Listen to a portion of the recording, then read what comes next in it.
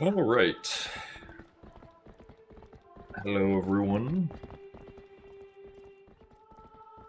Hello, Sweepy Star, Joshi, Gwaferlink, Pool, Miyamoto Psych, Cloverfield, Cascally, Cat Cantaloupe, Soup, Z-Linky, and Karmadex. Thank you guys all for the good luck. Also, hello, Devil Fox. Hello as well, Momo and Asher. Why do they call it oven when you oven the cold food of out hot eat the food? They call it the oven because, yes. Also, thank you very much, Gwaferlink, for the 10 months at Tier 1. And thank you for the good luck. Do appreciate the continued support.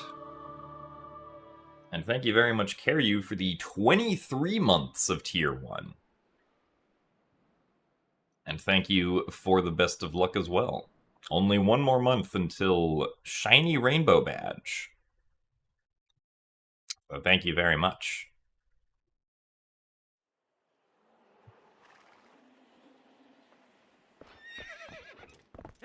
Also, thanks for the good luck, Ghost. And thanks for the good luck as well, Dusk Flame and Fox Eric. Your exams are beating you up? Exams tend to do that sometimes, yeah. Unfortunately. Also, thank you very much, ADHD, for the 91 months of Prime. That is a lot of months. So thank you very much for your continued support as well.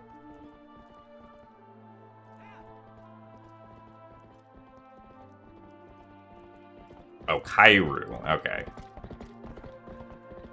I will do my best to remember that. Also, yes, we are simultaneously streaming on both Twitch and YouTube.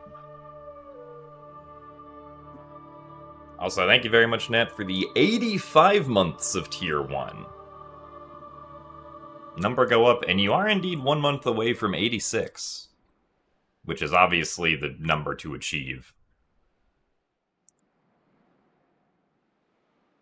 But thank you very much for the good luck. And thank you very much, Momo, for the 34 months of Prime as well. 3 plus 4 is 7, and there are 6 times you have wanted to make this joke. Haha, 6, 7, am I right, lads? I mean, I guess you, got there eventually, I guess. But thanks for the resub as well, Momo.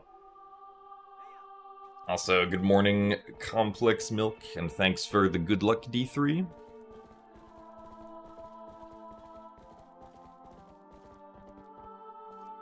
Can we please ban Tomodachi?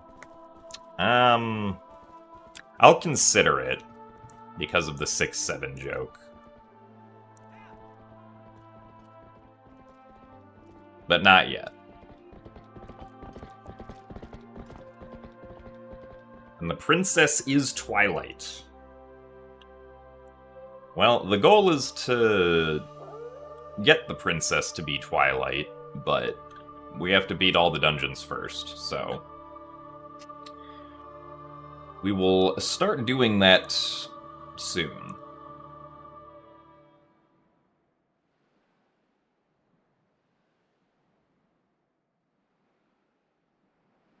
As soon as the fade out happens to get back to the start sequence.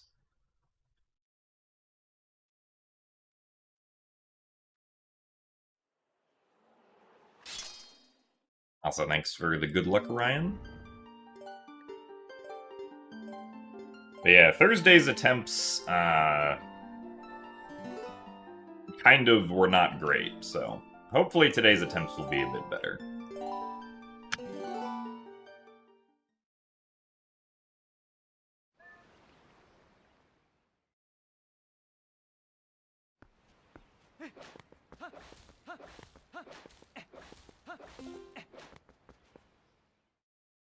You and your mom are watching on YouTube. Nice. Thank you for the good luck from both of you.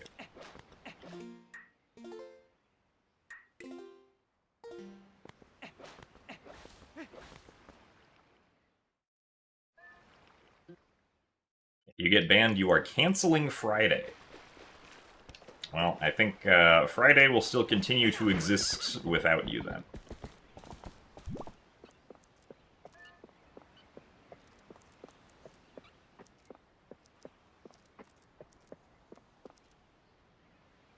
I don't think anybody is powerful enough to cancel Friday.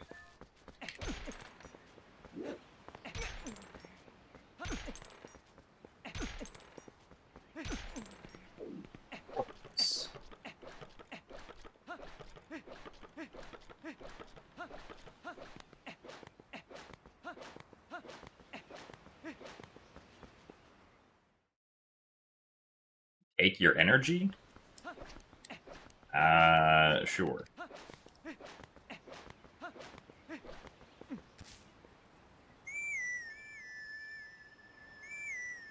So, hello, Lou.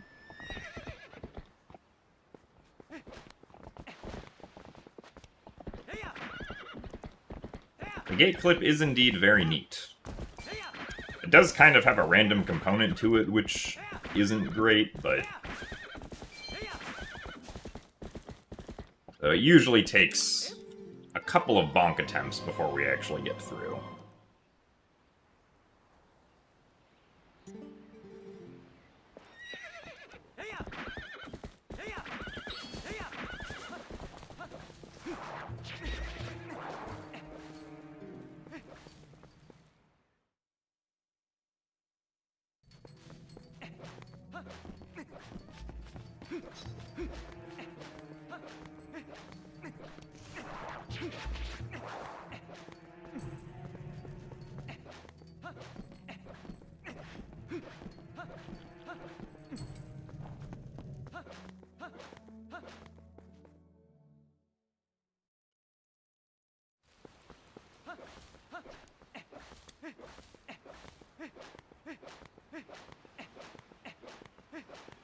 You should replay TP someday.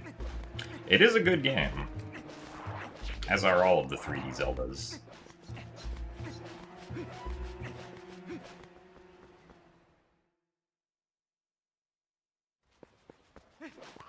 If it has been a long time and you've forgotten what some of the puzzles and stuff are, then it can be a fun experience to revisit.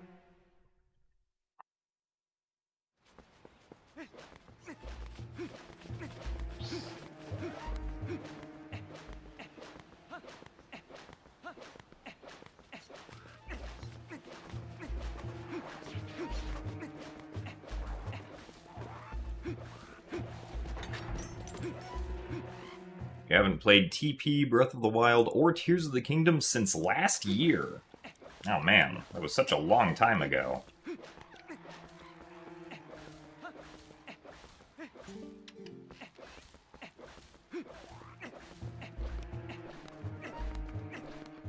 I haven't played Majora's Mask since last year, also.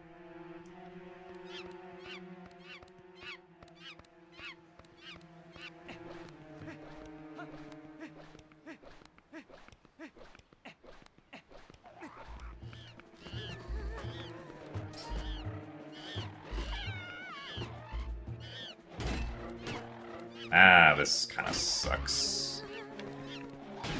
I guess that works, though. No, stop it.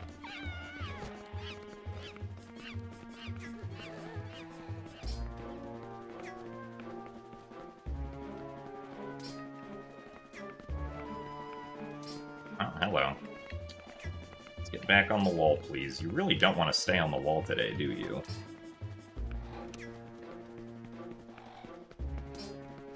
Unfortunately, that was a rather slow Boko push along the wall.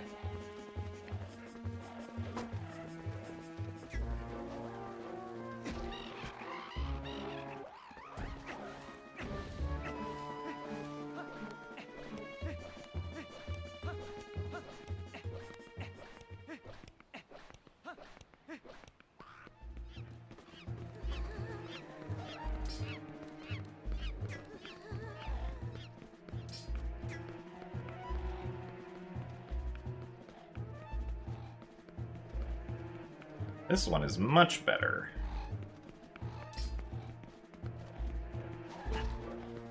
Except for getting hit right there.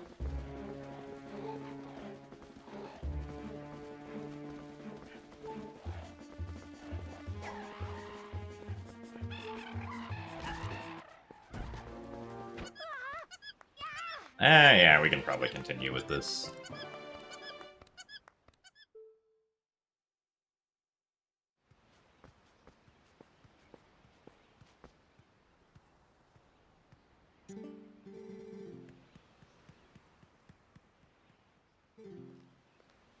I did see the Ocarina of Time Lego sets that were announced. They do look pretty cool, but I'm not someone who buys Legos, so I will probably not be getting them.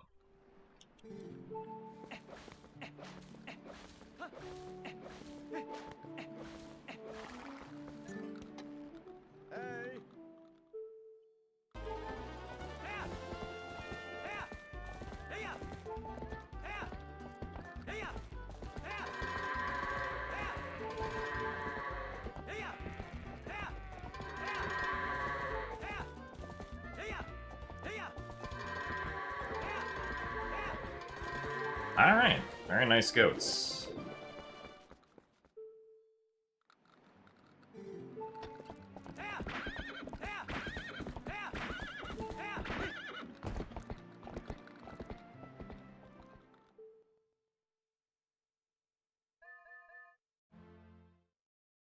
So thanks for the good luck, AK Dilly.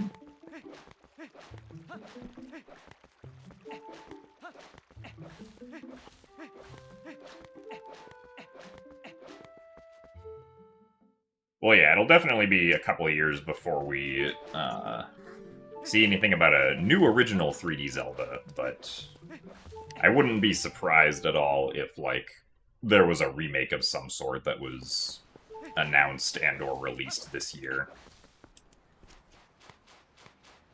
Of something from the Zelda franchise.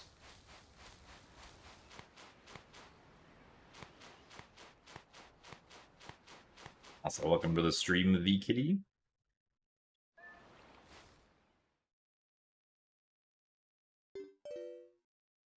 I think I'll run some OOT 3D categories when a setup for dot skip is found. I mean, there already is a setup for it, and it's decently consistent.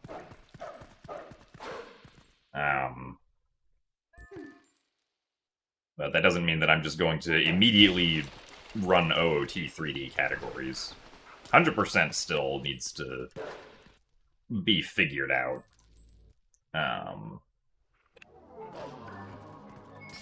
And it is at least, like, mildly helpful for all dungeons and saves, like, 2 minutes or something.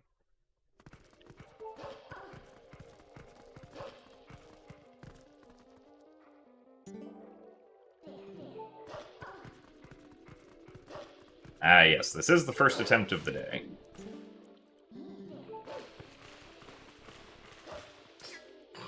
Also, thanks for the good luck, Landcraig.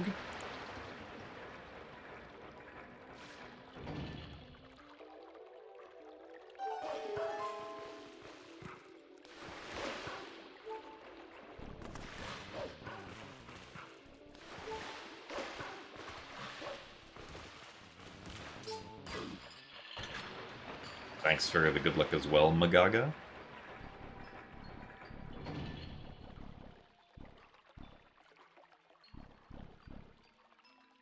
I can actually remember what the... Nice. What the Zant luck was like in my PB.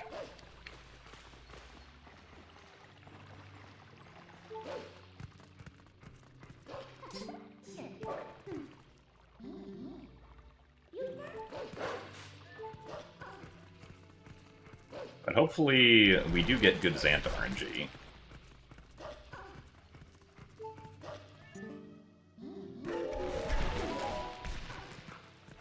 Are there crowd controls for Skyward Sword? Not as far as I'm aware.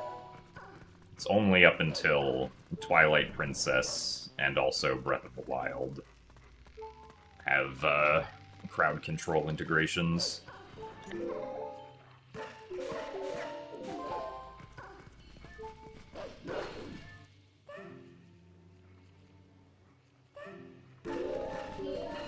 I'm not sure how much time dot skip would save in MST.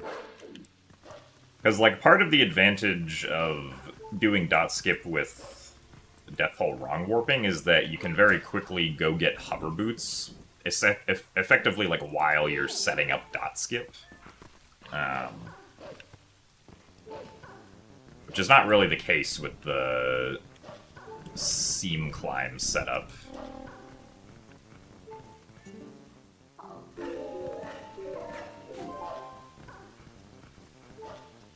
Well, I guess it doesn't take that long to go get hover boots if you just have hookshot as adult, so... But I'm not entirely sure.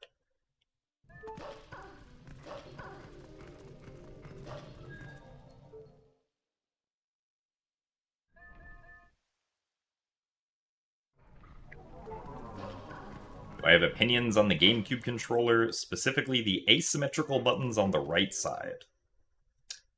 I mean... I would say that I think the asymmetrical buttons are fine. They're all, like, very distinct from each other if you're, like, not looking at the controller. Which I imagine was the intention of having them all be, like, varying shapes or rotations or sizes, right?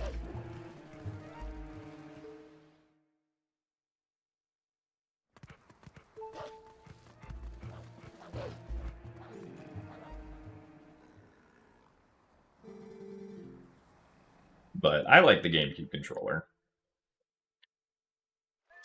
Also, thanks for the good luck, Snowy Sparkles.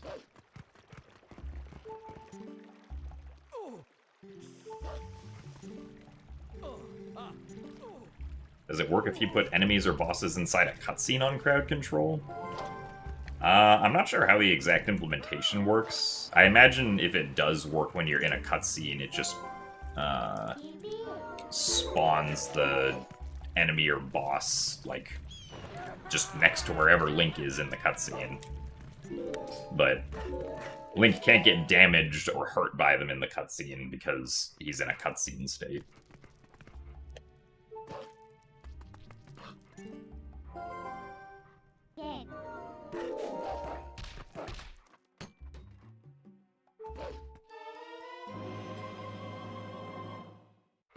I do not have any FOB GCCs, no. All of my GameCube controllers are just first-party ones that don't have any modifications.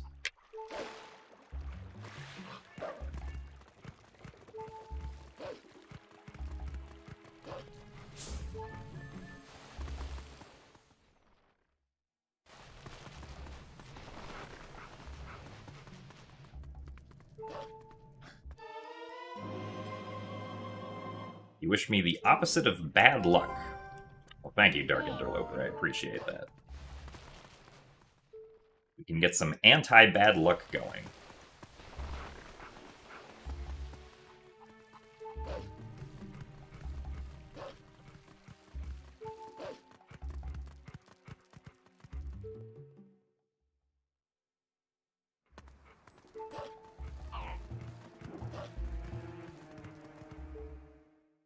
I mean, I've definitely seen, like, GameCube controller modifications that, like, visually look very cool, but I've never been...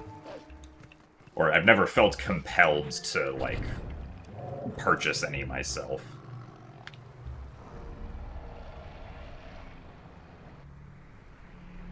Instead of wishing me good luck, you wish me good skill. I do appreciate that, too. I do wish to not make mistakes. That would be very nice.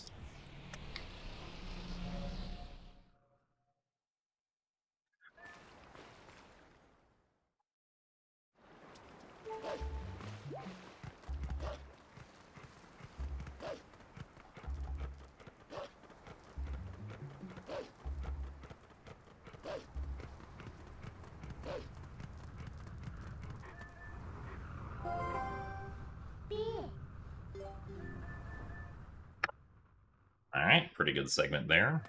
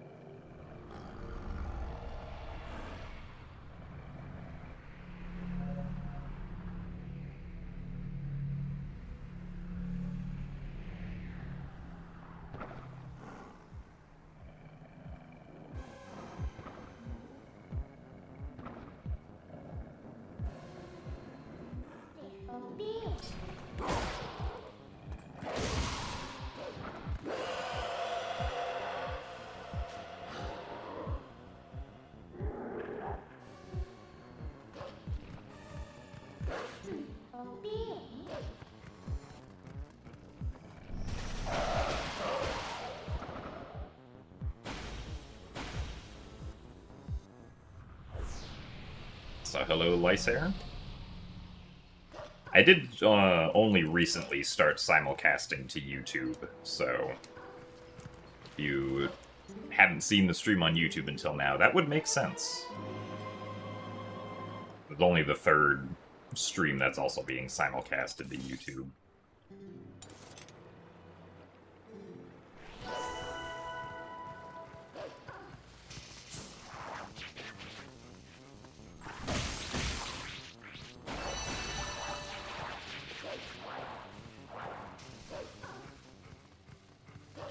How am I feeling today?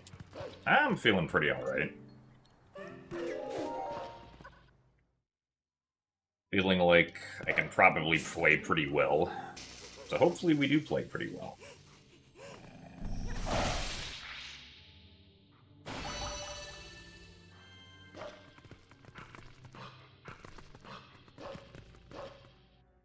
So thanks for the good luck, MGSC.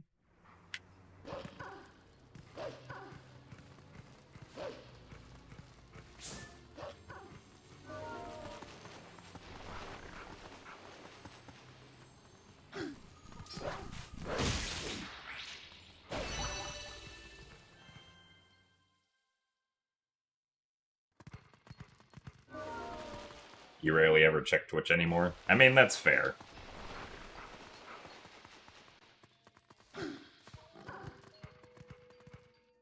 Yeah, I know that there have at least been, like, some people in the past who, like, the only reason they made a Twitch account was to watch my Twitch stream because they enjoy, like, the YouTube videos. To some degree, it's probably easier to just simulcast to YouTube instead for a decent amount of people. Also, really, it's just outside of the trigger there.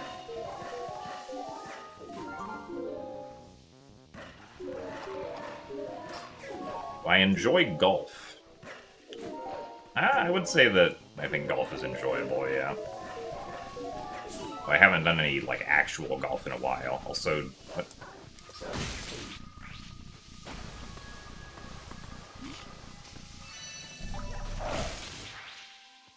I mean, that's convenient, but I don't know how that bug failed to dig, so that was weird.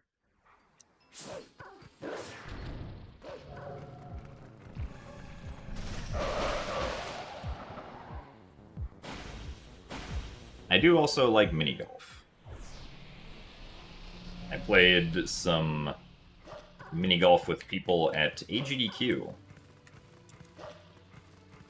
So I have done that recently.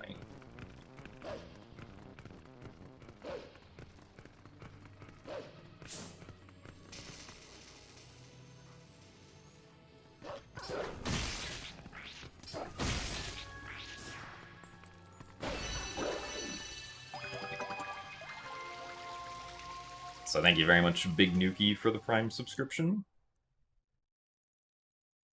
And you support the speedruns that sometimes go fast.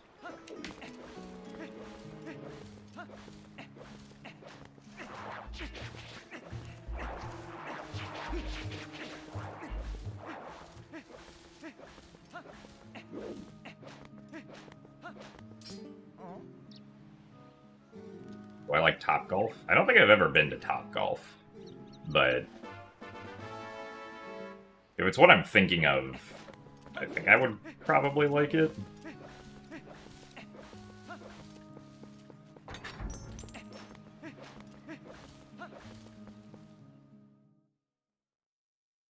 you ever visited the UK before? I have been in the UK for at least a couple days before, yeah.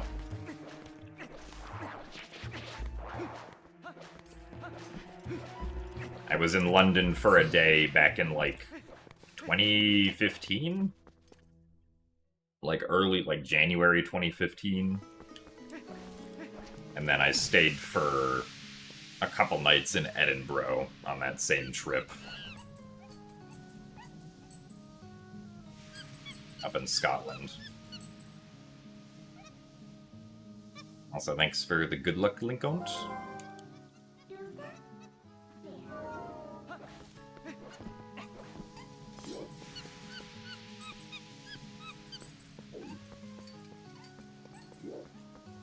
So thank you, Big Nuki. Glad that you enjoy the content.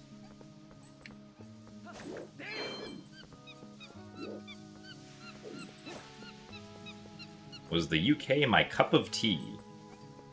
I mean, at least when I was there, it was too cold.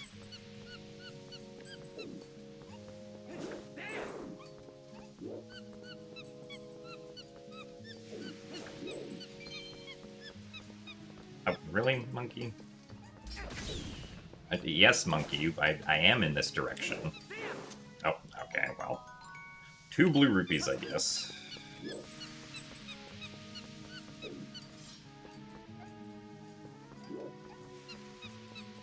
Ah, yes, my splits are comparing to my PB, which is also the world record.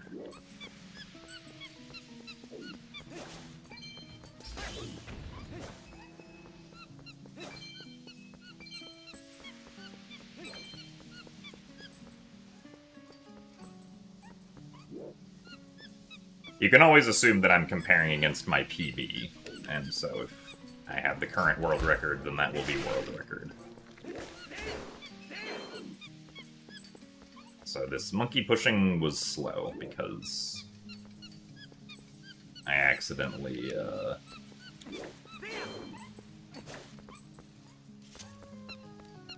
did an oops with the blue rupee text.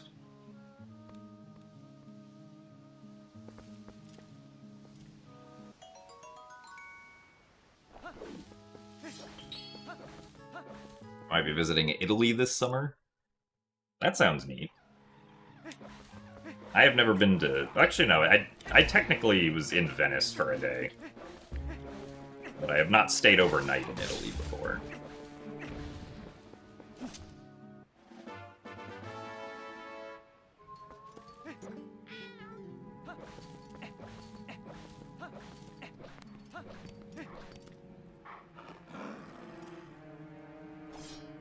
I drink a lot of caffeine-like energy drinks or coffee. No, I do not drink coffee or energy drinks. I drink water and sometimes soda.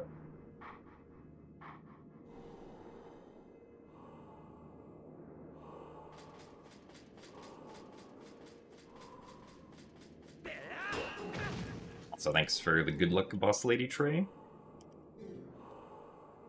I am doing alright. So thanks for the good luck on my dungeon sightseeing tour, Randall Eats Cheese. Glad we know what Randall's doing.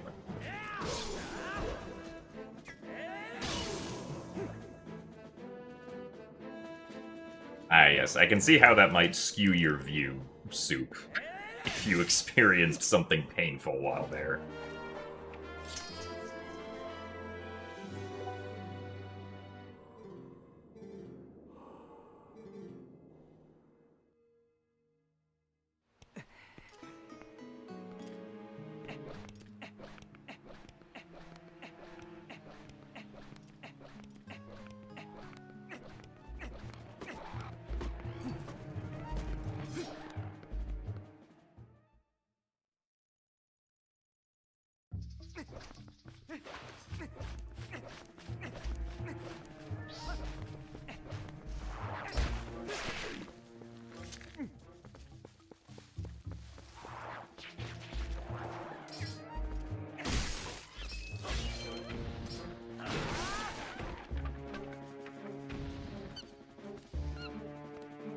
How do I manage to stay motivated and keep pushing my times? Mostly just because it's fun. Or at least I think it's fun.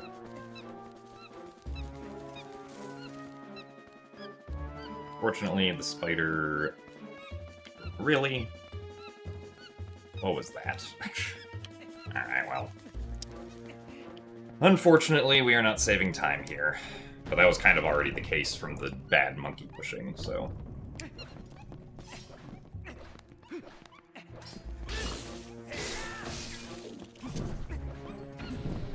But yeah, my motivation is that speedrunning is fun, and I want to get a time that I'm happy with.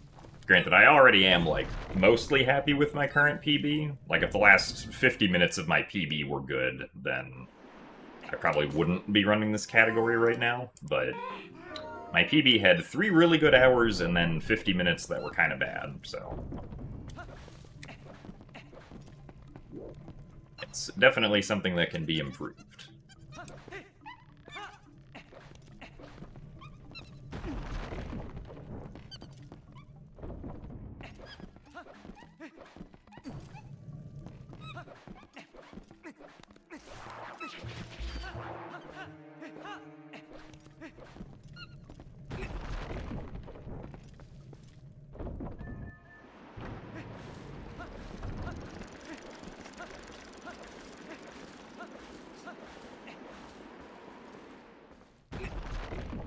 Mom said the graphics on this game are so much nicer than the other games you watch speedruns of. I mean, I guess that makes sense if, like, they're mostly the older titles, but...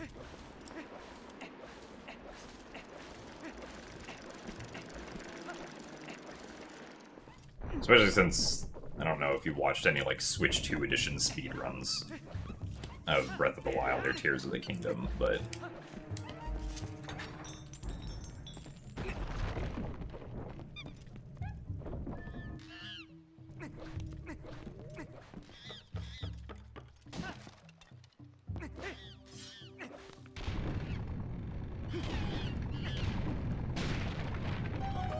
I know where my heritage comes from. As far as I'm aware, like... at least one of my ancestors, came to the United States from Germany back in, like, the 1890s or something. Apparently was a successful boat stowaway and came to America.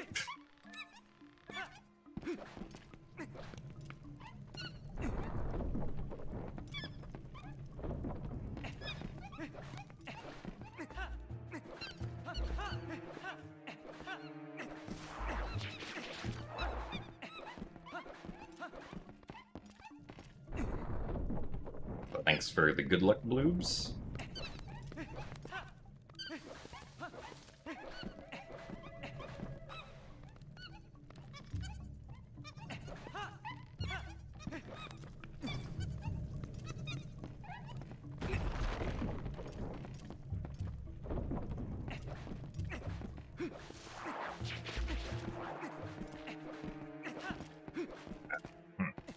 That was weird.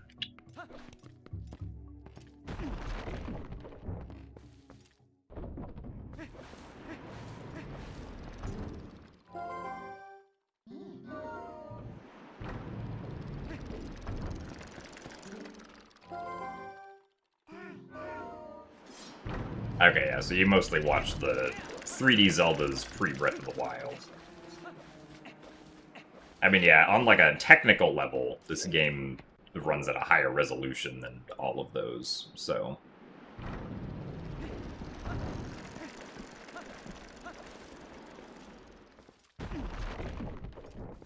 And it has, like, higher definition textures and whatnot.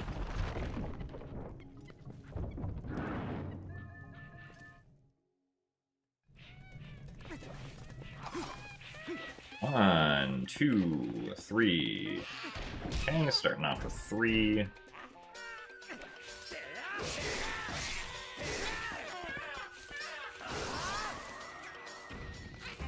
One, 2, 3, 4.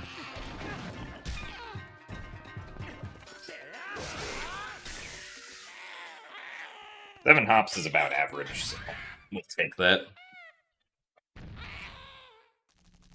You got jailed in early Snow Peak for 45 minutes today. Dang, I'm sorry, Bloobs.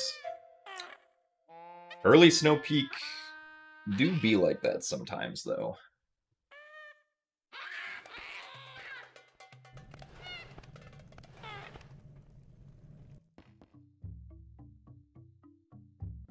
So thanks for the good luck, Evil Knievel.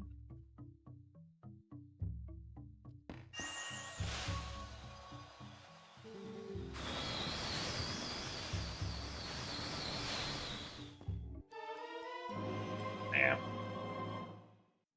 Oh well.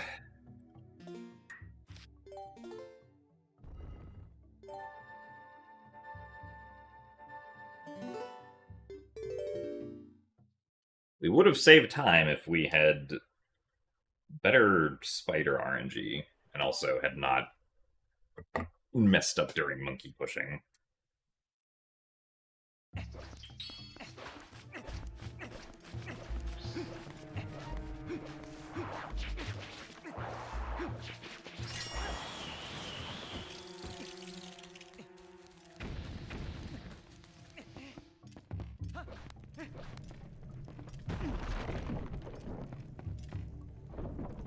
Seems weird that the pillar hops are random. I mean, I think it makes sense that the pillar hops are random.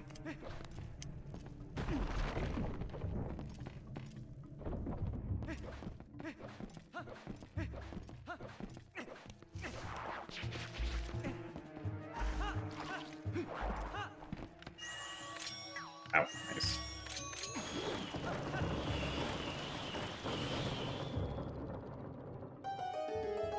Though I think is more difficult, early Snow Peak or Pogate skip. I mean, like, Pogate skip is more involved of a setup, but... and, like, has more steps to do than early Snow Peak does.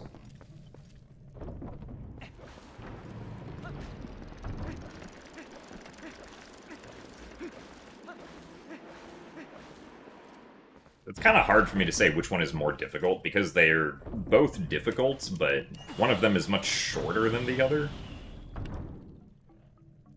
I don't know if the difficult part of early Snow Peak is, like, the same difficulty as Pogate Skip, because they're very different tricks, so... I don't know. I guess if I don't know, they're probably pretty similar in difficulty if I can't, like, confidently say that one is more difficult than the other. Really?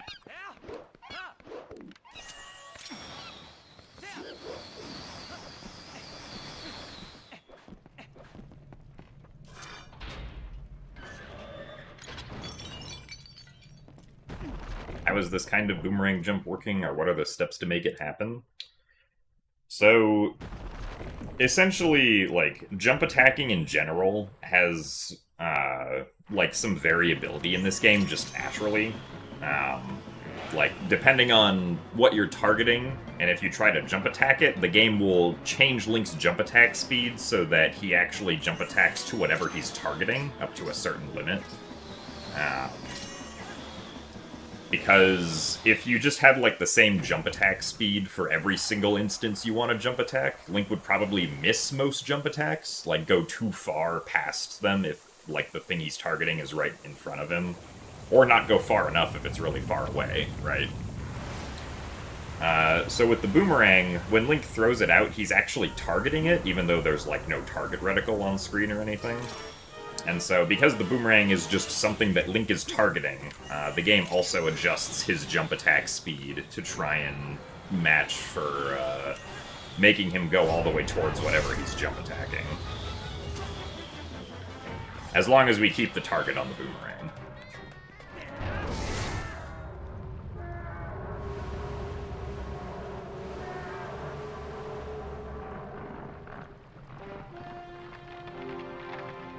Also, thank you for the good luck, John.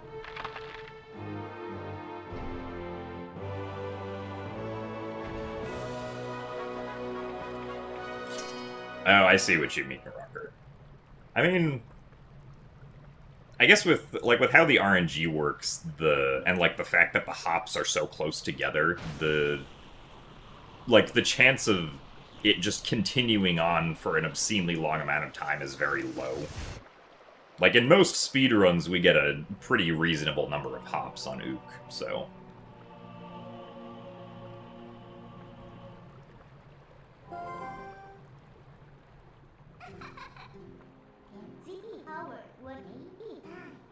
Well, so Pogate Skip being TAS only for a few hours isn't really relevant to how difficult it is now, since whether or not it's difficult is based on, like, how we understand and execute the trick now, not, like, back when the trick was briefly considered TAS only.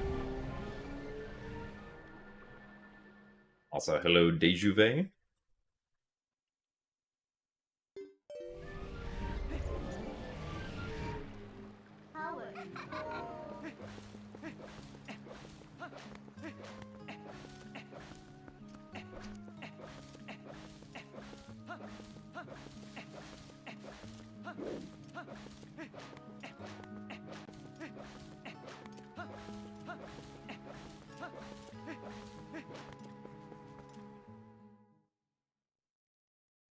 So thanks for the good luck, Makuya and Azeroth.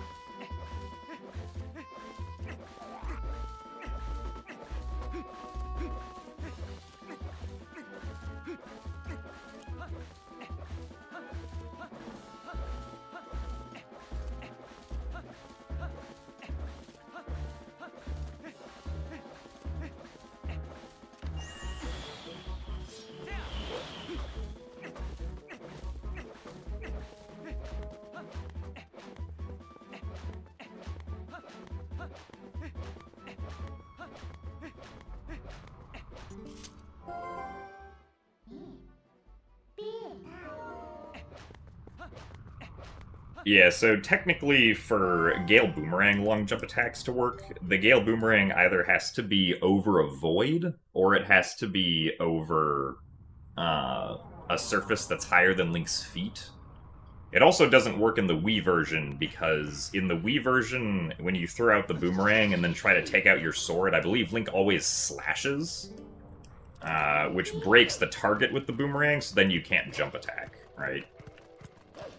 You also want to make sure that if you're trying it, you're not trying to jump attack by first holding the target button, because Link is already targeted onto the boomerang. If you then press the target button again, that breaks the target with the boomerang by then effectively targeting nothing. So you want to make sure that when you do the jump attack, assuming you're on a version where it works, you're just pressing the A button and not the target button and then A.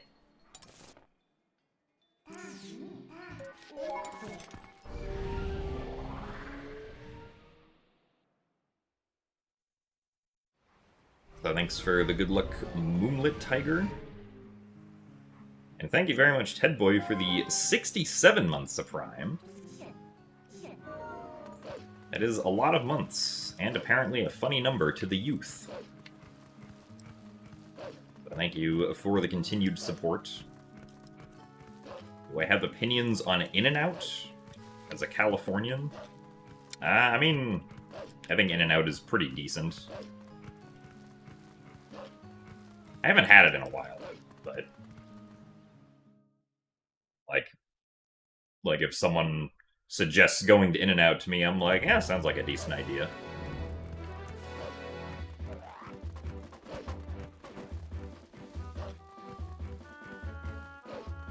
Okay, yeah, so on the HD version, boomerang long jump attacks should work.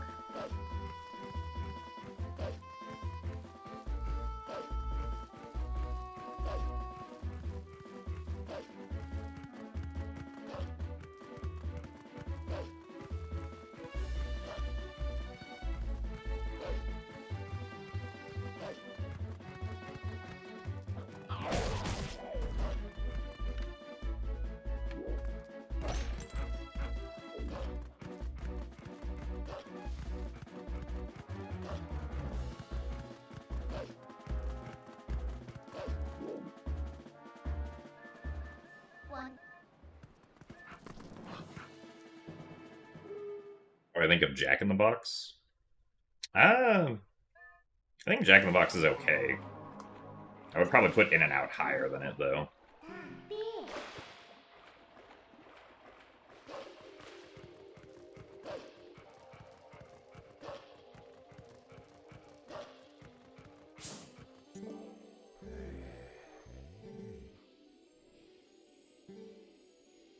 I don't think I've ever tried a Nando's before.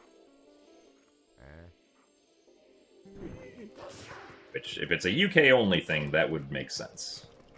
Since I do not live in the UK.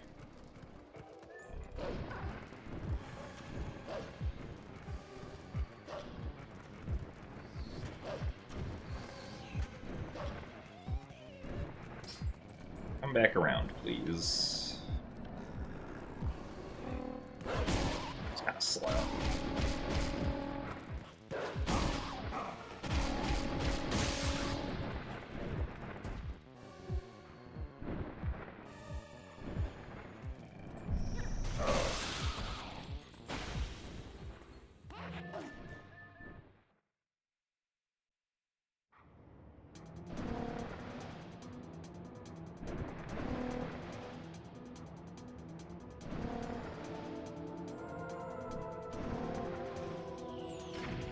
As far as bosses that have RNG go,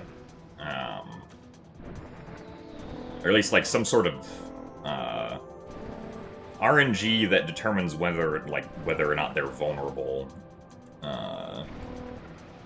Armagoma is the other big one, because Armagoma, the number of lights that Armagoma walks over is RNG.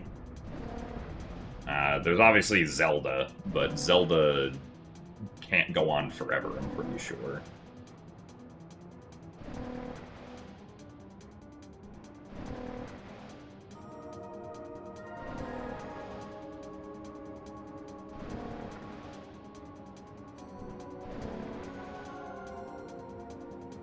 Have I ever been to Florida and tried Publix? I've been to Florida a couple times. I don't think I've ever tried Publix, or if I have, I don't remember.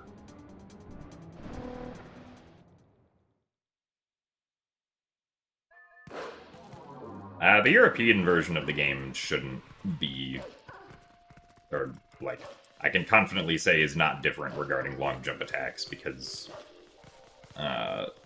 like, the leaderboard has European runners on it.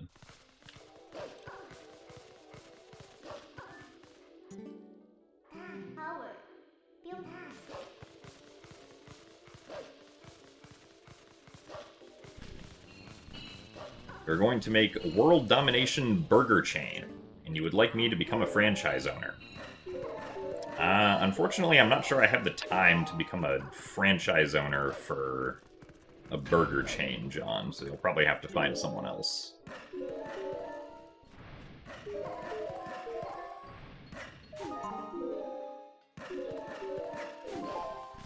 Also, thank you very much, haha, for the 49 months of Tier 1. This fine day, we tune in to see the many adventures of Jimothy. The pond may be frozen, but we're watching from the deep. Hope the Jimothy got lots of sleep. Thank you. I appreciate the poem. And the resub. Only one more month until the big 5-0.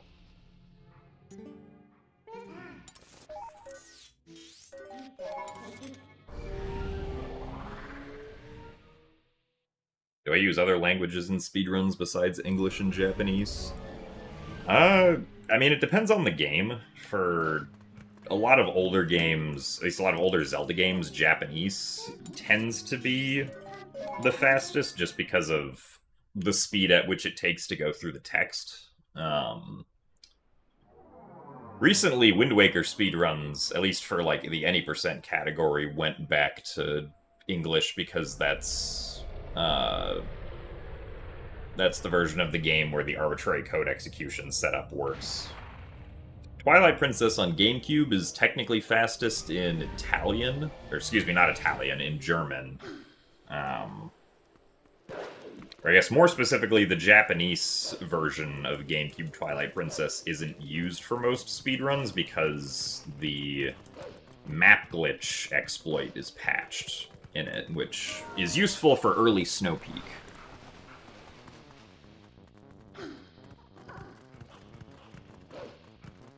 I know that Breath of the Wild and Tears of the Kingdom don't use Japanese. I think Breath of the Wild is done in French, optimally, if I remember correctly. But especially as we get to, like, the newer titles, language choice doesn't matter as much.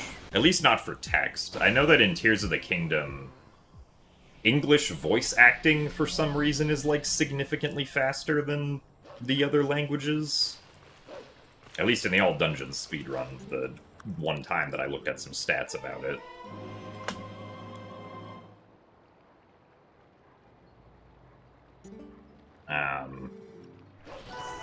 So not so much Japanese anymore. And I think Echoes of Wisdom is also fastest in German.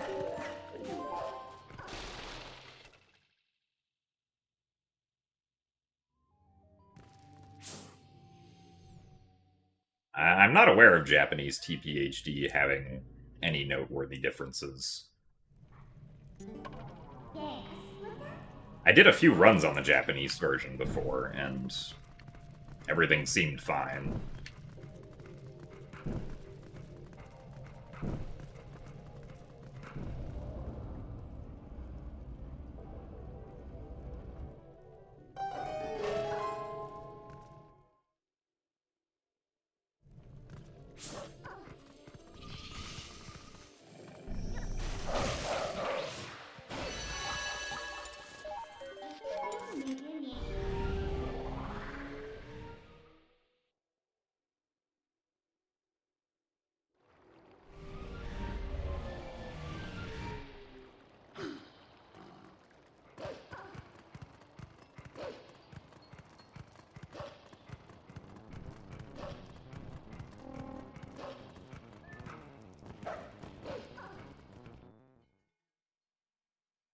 I honestly don't know what language is fastest for TPHD. I don't think anyone has ever cared enough to actually time it.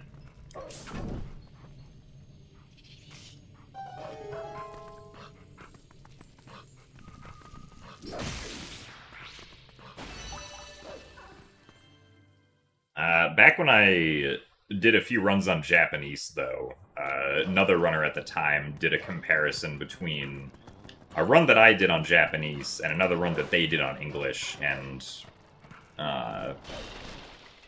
came to the conclusion that Japanese lost 2 seconds over English over the course of a 3.5-hour run at the time.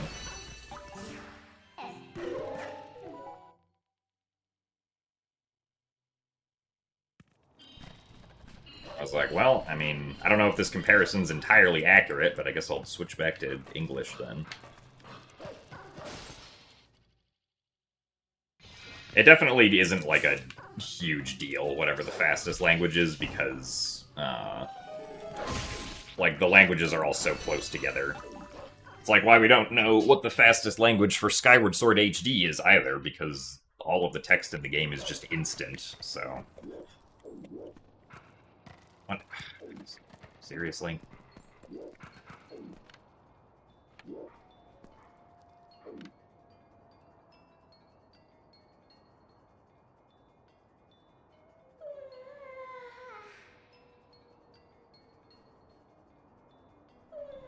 Oh, the Kargarok is coming down. Oh, that's way too far over. Link. Can you come down here?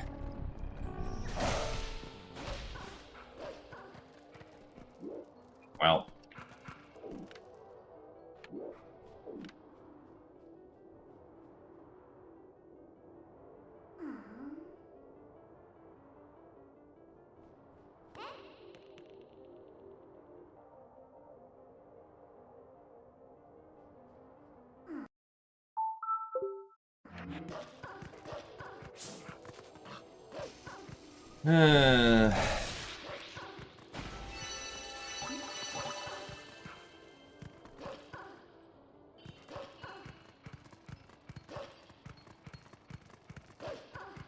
the reason the Kargra came down and hit us is because I could not find where relatively straight up was in time.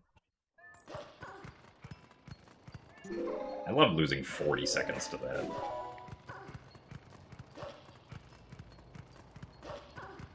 No, the French bugged text in the GameCube version is not in the HD version for the canon payment.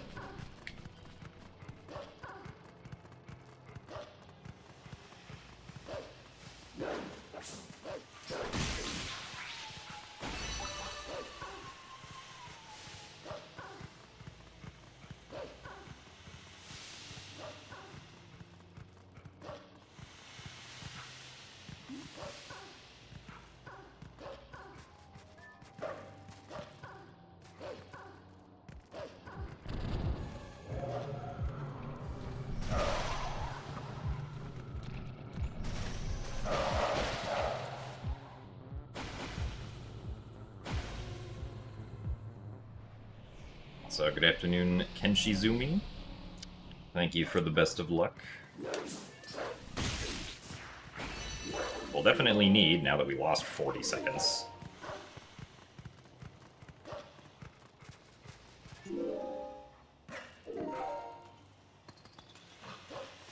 So thanks for the good luck dash.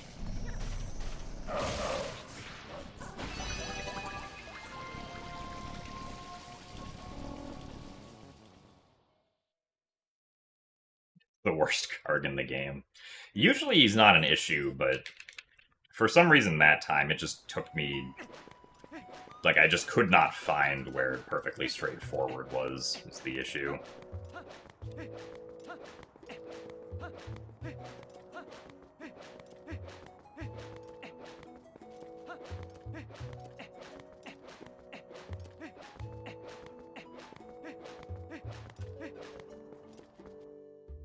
So because of that, he eventually flew around and then flew down to us.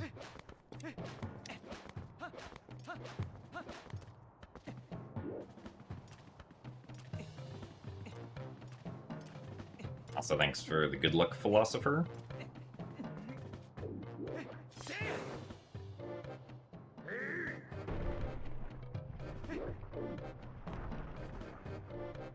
Thanks for the good luck as well, Face Scarlet.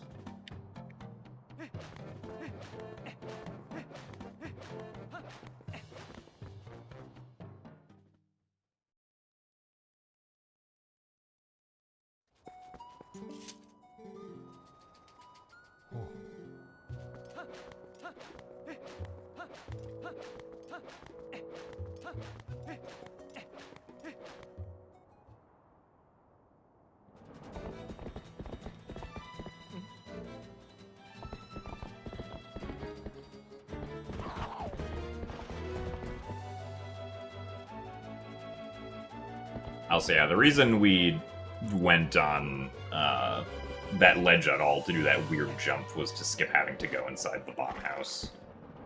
Ideally, we would do it without wasting time and save like 20 seconds, but because I failed to do it there for so long, it was actually slower to do that instead of just going in to kill the bugs normally.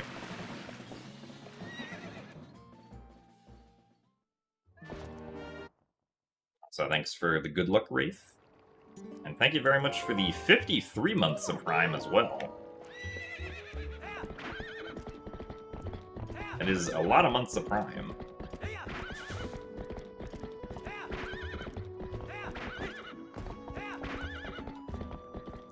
Thank you for the continued support. Have I ever run the 3D Zelda remakes any percent? No.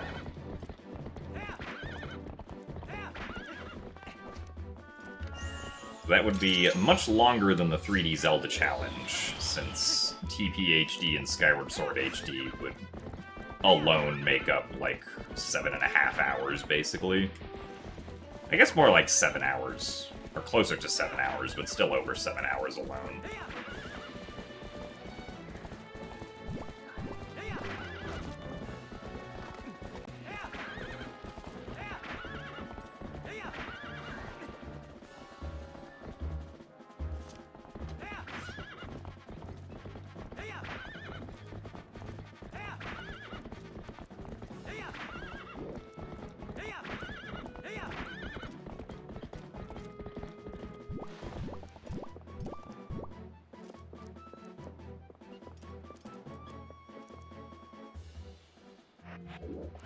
What?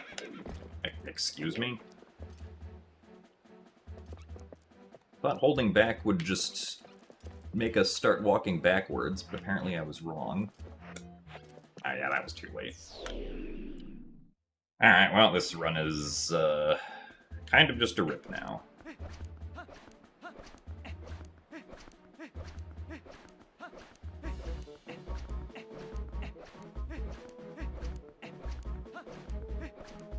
I'm sure if nothing else, Twilight Princess will eventually end up on Switch 2 on the GameCube NSO.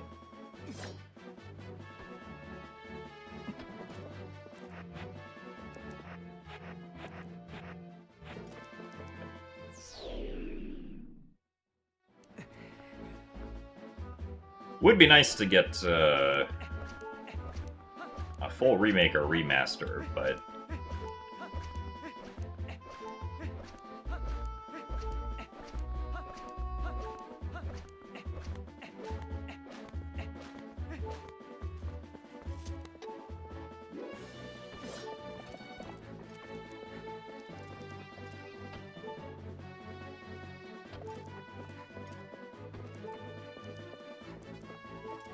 this trick is a mid-Nakal Epona dive.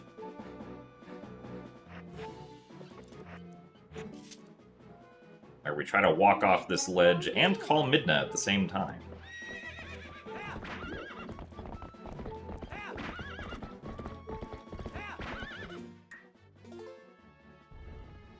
That's how it looks. Unfortunately, it took us like 3 attempts to get that, so...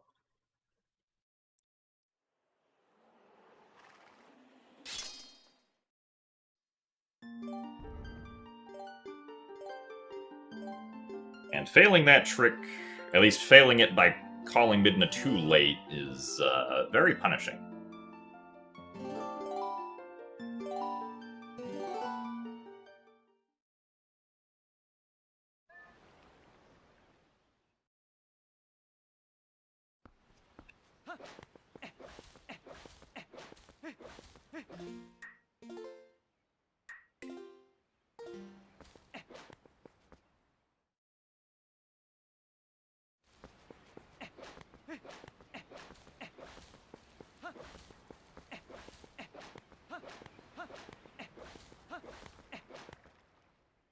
Yep, back to the gate.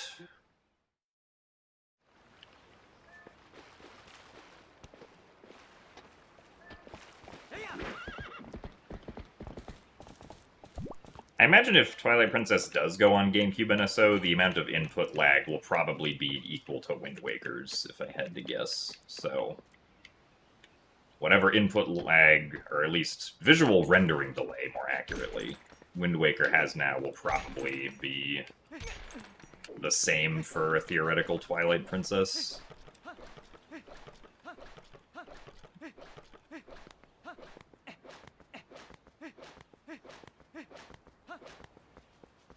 Also, thanks for the good luck corpse.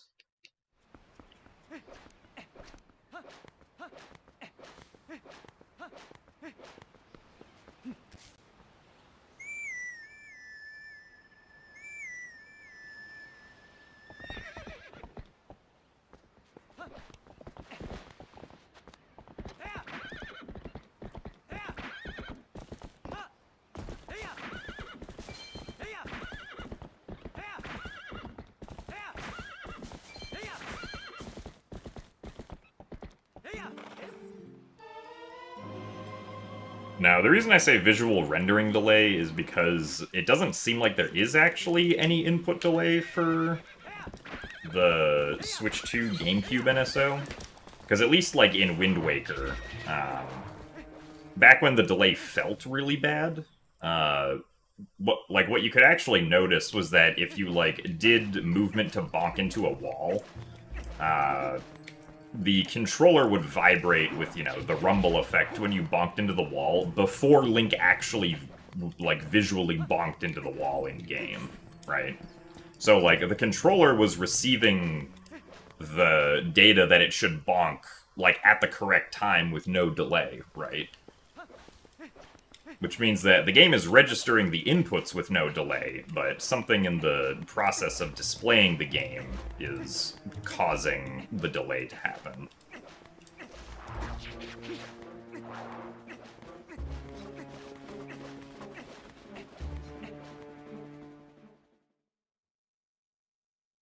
So it's not actually input delay, technically. It's some sort of rendering delay for whatever reason.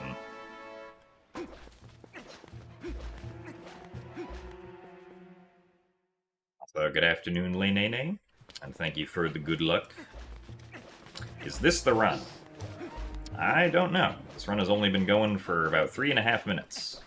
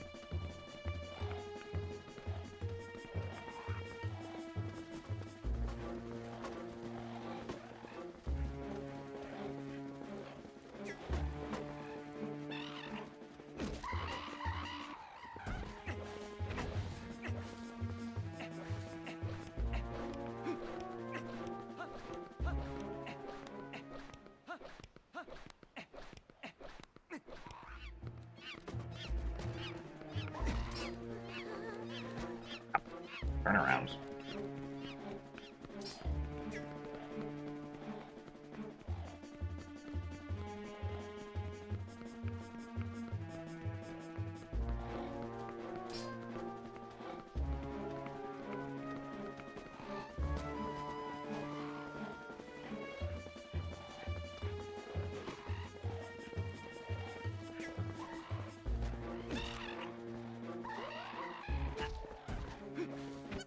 Alright. Decent Boko pushing.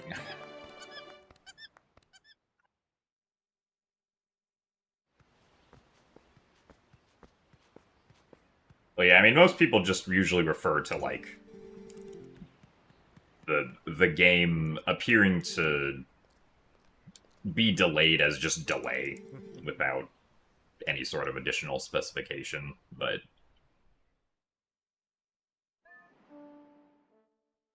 like, the delay is bad.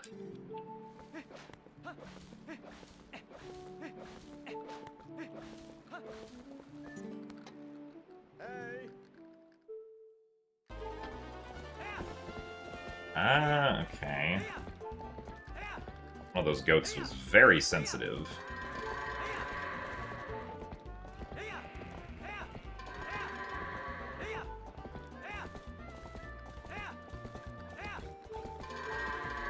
This is awkward. Really? They both went this way still? Bro. What is happening?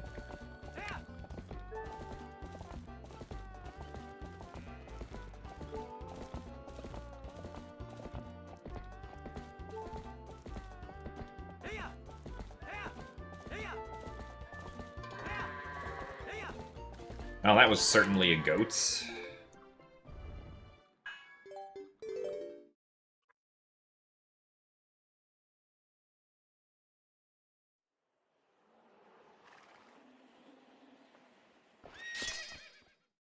The reason the Bokoblins don't attack while I push them is essentially because we're, like, too close to them. since the range at which the Bokos try to attack Link is like a donut shape.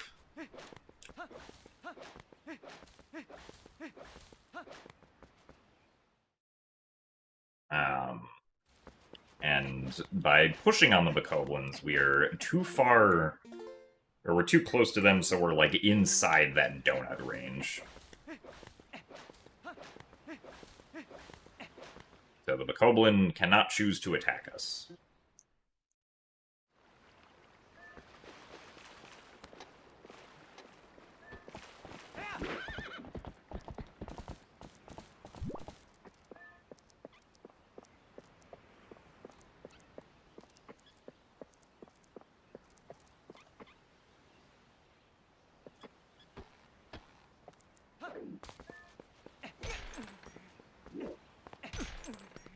Oh, nice.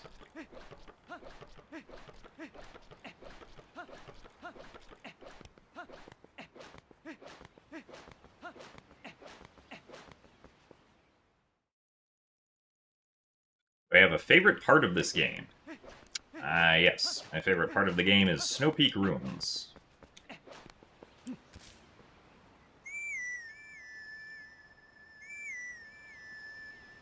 Is Jonathan Livesplit the inventor of Livesplit? Yes. This is 100% accurate, factual information.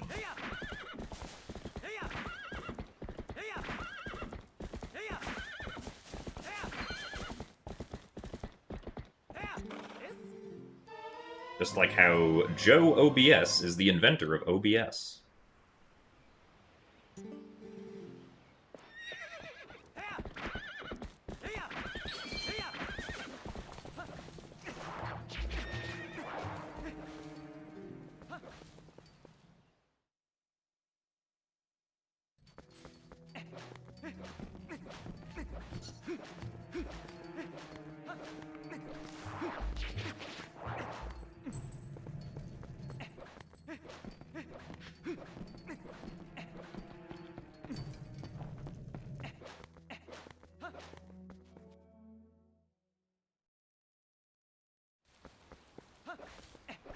Or anything like TPGZ for HD? Not anything like a dedicated practice ROM, but there are some tools that you can use, which should be linked in the Twilight Princess Discord. HD has like a save file manager, as well as like a basic hacker and basic data viewer. The hacker can do things like store and restore position or warp you to anywhere you want in the game. Stuff like that. And the data viewer like shows you Link's position and angle. What all of the current button inputs and stick positions are.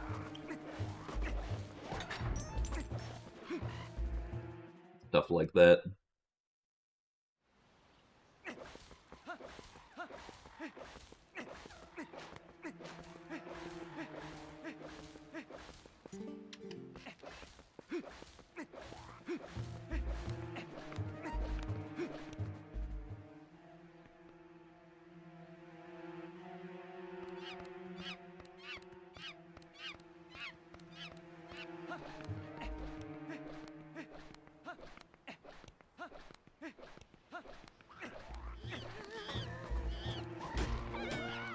I'm confused. I guess this works, though. I don't know why one of the Bokoblins got to me much sooner than the other one.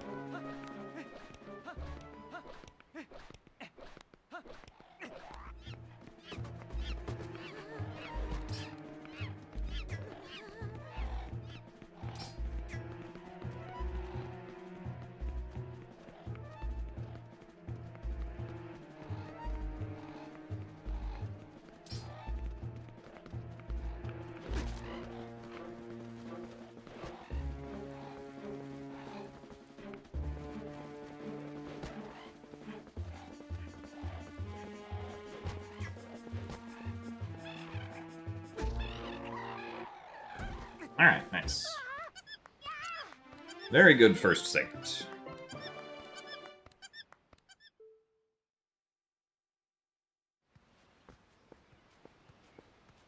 Snow Peak is my favorite just because, in general, I just enjoy, like, ice-themed levels or places in games. And also, I think the Snow Peak dungeon itself is very unique and is fun to play through. Especially in speedrunning, where there's a lot of different tricks that you get to do.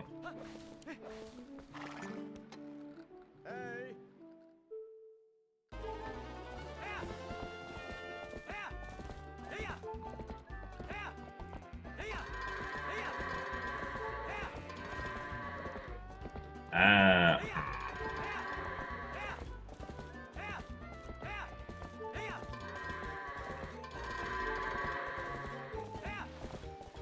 darn it.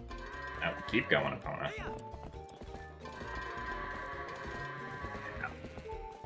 No, why are you going this way? We had such good bokoblins, and then you had to ruin it, Howard.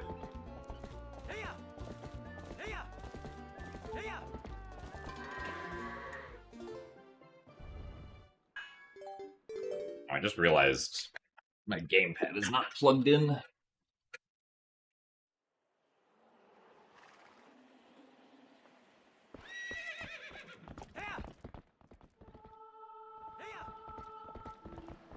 There we go.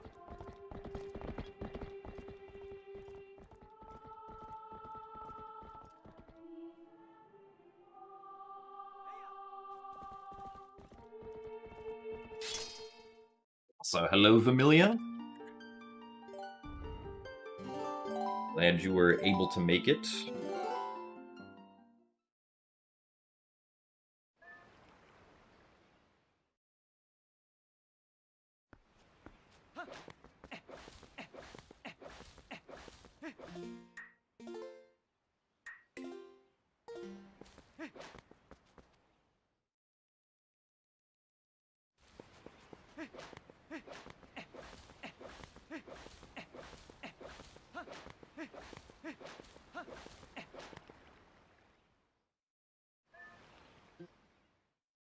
Yeah, if there's any goat that is uncooperative during goat herding, that goat is dubbed Howard. For reasons.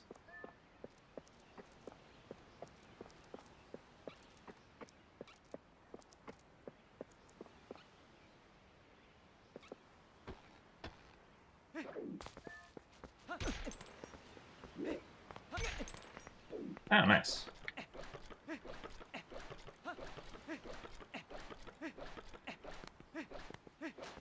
Two first try gate flips in a row? Don't mind if I do.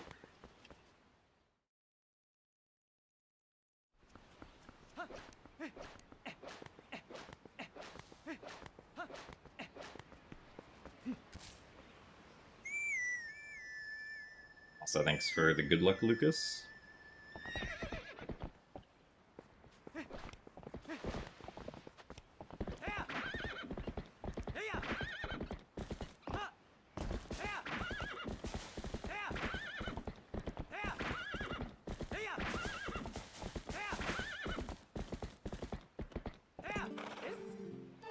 Trying to do early growth as human, but the seeds keep falling off the wall. Is it RNG where they land? So if you're trying to do, like, the boomerang setup that the video I posted uses, doing that is, like, very inconsistent, unfortunately. But thankfully, there's a much better way to do it, which is to essentially just target and then throw the Deku Nut against the wall. So that the seeds pop out in the correct location most of the time. Unfortunately, I figured that out after I posted the video, so... But essentially, you want to just line up a throw from where we initially get out of bounds before doing the long jump attack. So that the Deku Nut, like, breaks against that surface.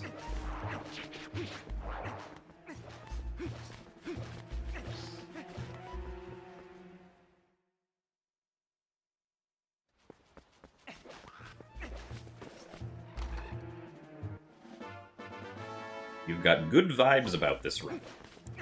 Well, we did get first try gate clipped. That is always a good vibe. Also, thanks for the good luck, Swickful.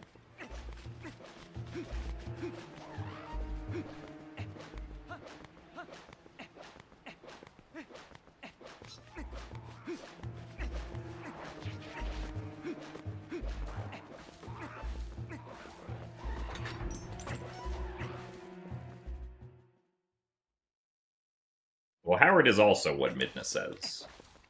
That's unrelated to the goat being named Howard.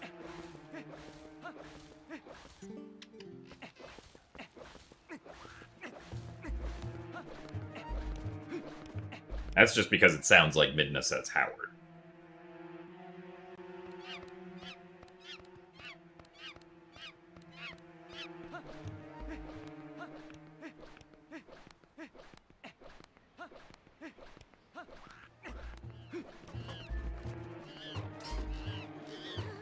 Oh, come on.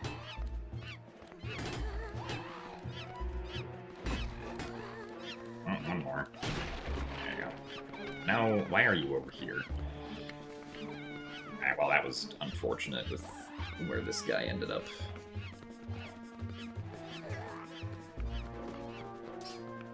Really?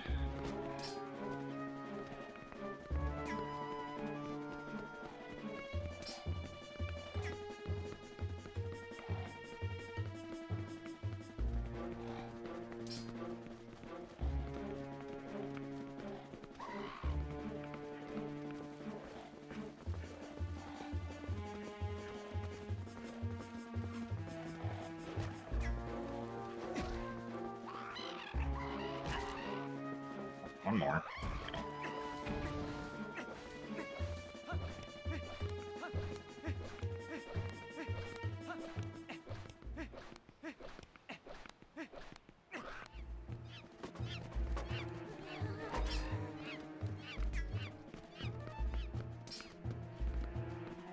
Left, please.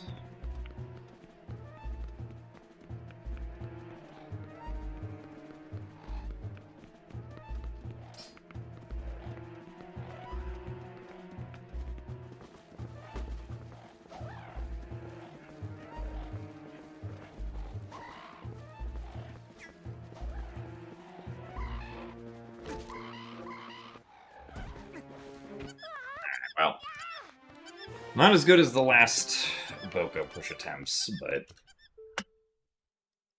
not bad enough to reset over.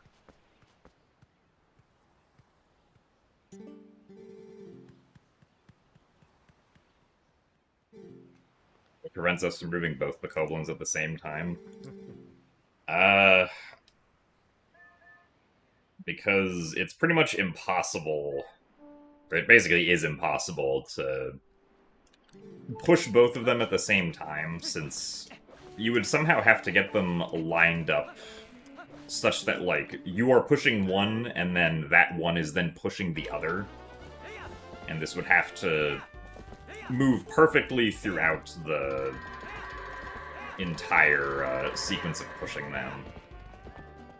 If it was, like, even possible to get in with. How did two of them end up over there? What is going on with the ghost today? Why is this guy over here?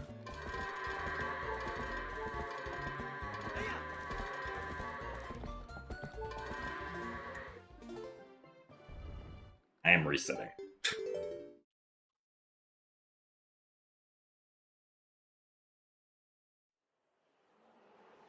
Because, like, even a TAS of Boko pushing doesn't move both of them at the same time. So I assume it's essentially just not possible to do that.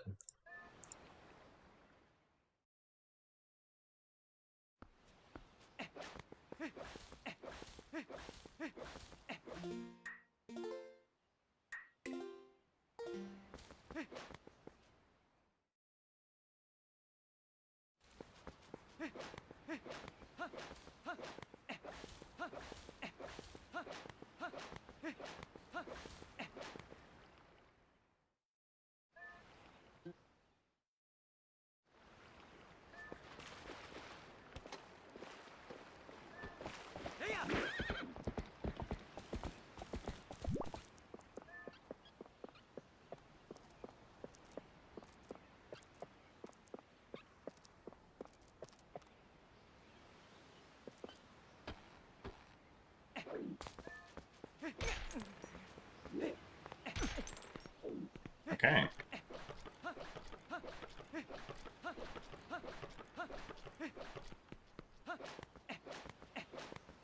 Gate clip is going wonderfully. I wish Bokos and Goats could go wonderfully also.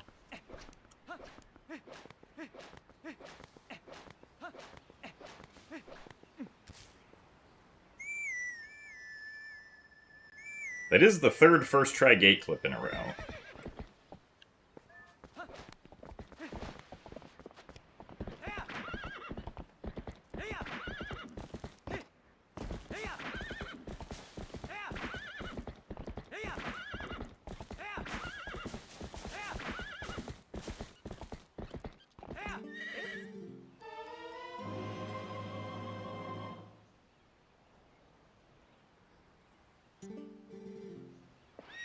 The gate clip is apparently blessed today.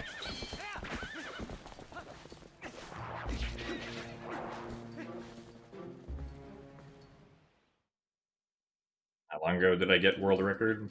I think the current record is from like late November, early December.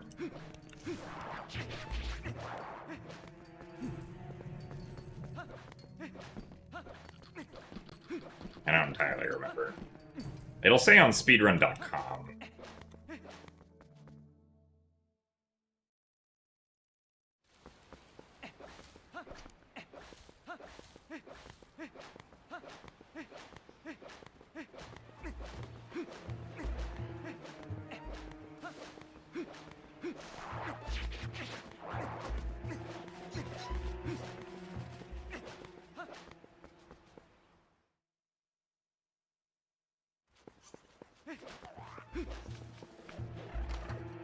Be better to turn Howard into a barbecue then if he is that stubborn. Unfortunately, I don't think there's time to set that up within the 7 minutes that it takes us to get to Goats. And not having contact with anyone in Orden Village.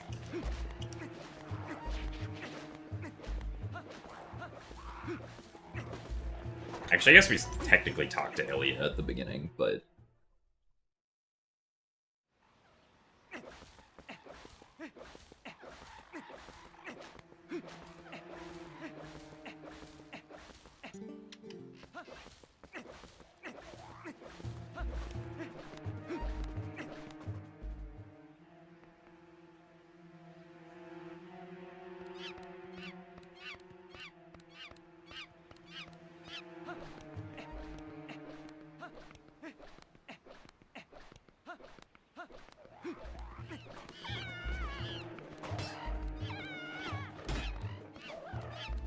Okay. One more. Alright.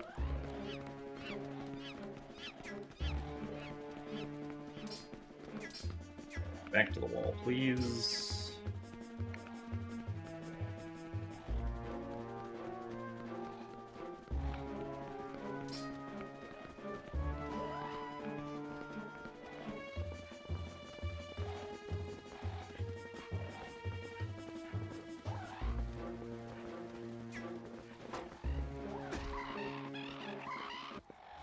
Alright, very nice.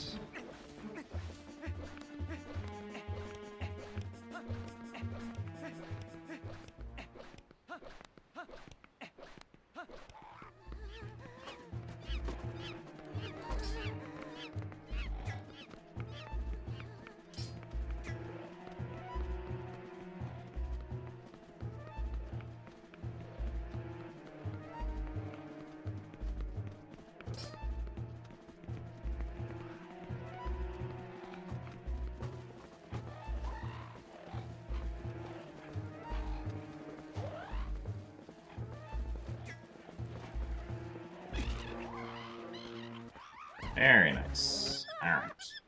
Another great Bokos.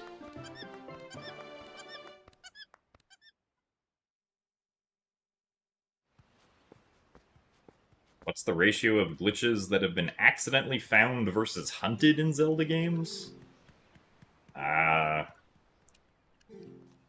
I have no idea. Not something that's, like, possible to track, I feel like. And I don't even know, like, what a guess would be.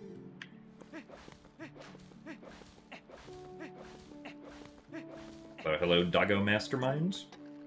Hey. Welcome to the stream.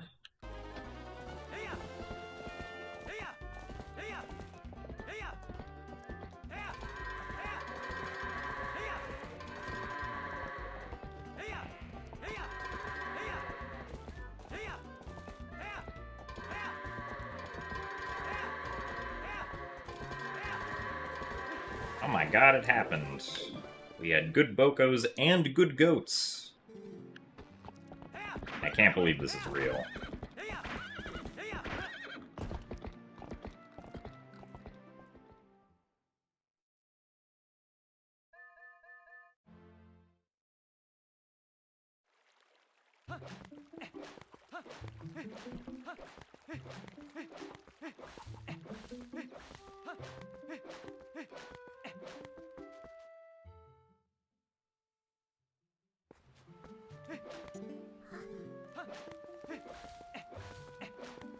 Well, so the bird isn't specifically programmed to attack enemies. The bird is trying to attack Link, but...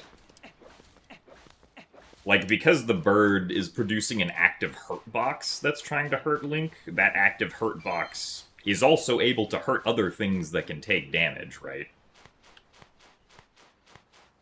So that includes the Bokoblins.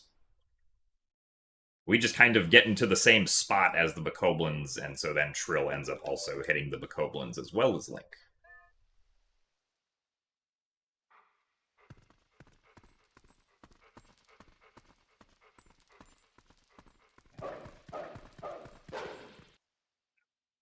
Bang, that seemed correct, but I guess it was a frame early.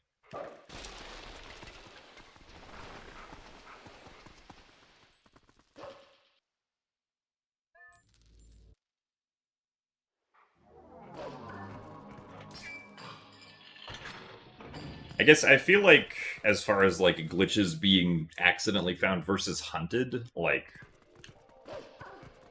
a lot of clips are probably hunted, like clipping through world geometry in some way. But maybe, like, the technique that led to being able to clip was found accidentally, right?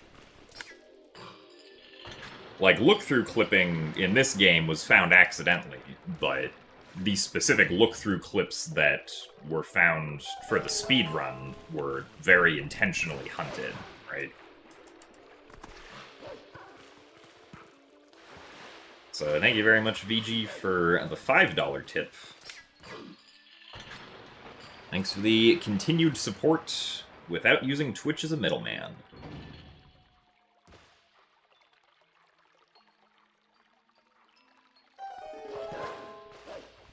Hope that you are doing well.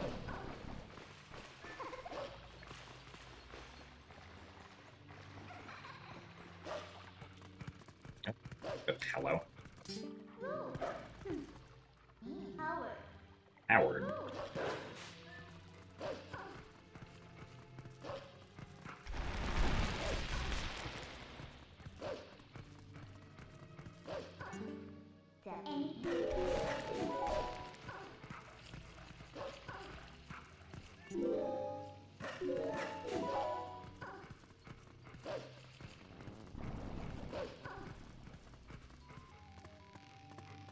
Brother seems very passionate about me getting good goat RNG. I mean, it can be entertaining to watch, so...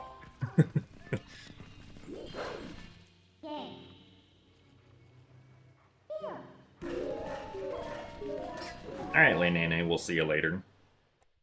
Hope you have a good rest of your Saturday. Also, thank you very much, Dishy, for the 4 months of Prime. I appreciate your continued support as well.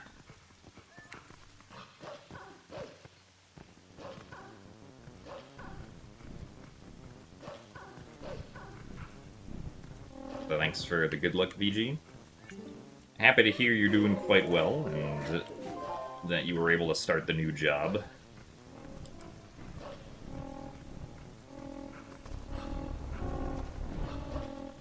I'm surprised I did not get hit there.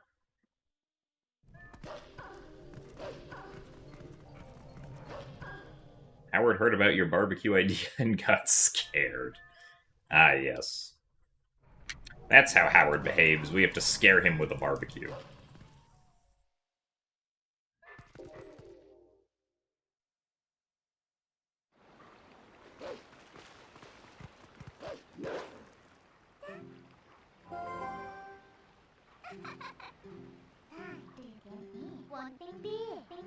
I've never tried speedrunning Twilight Princess on Wii, no.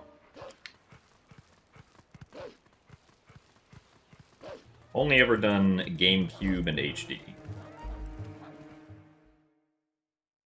Also, hello, Mr. MB.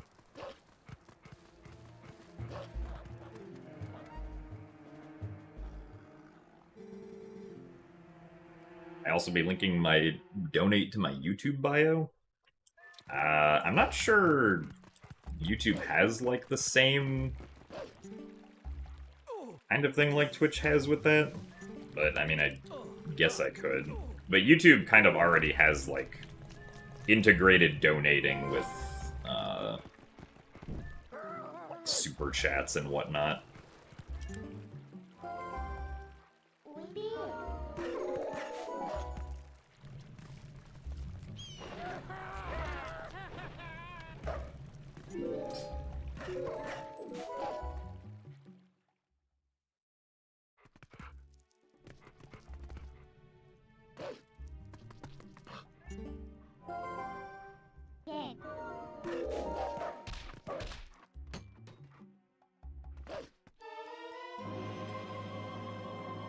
Something like a cold January day in some Twilight Princess? Exactly.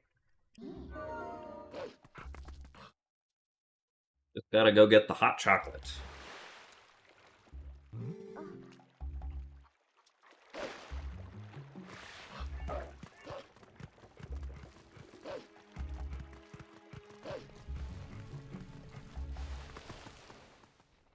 The jump to the guy was weird. Yeah, the trigger for that cutscene, you can kind of hit from, like, pretty far away, so you don't have to jump to the platform that's right in front of it, because you'll just hit the cutscene trigger that repositions you anyway, so...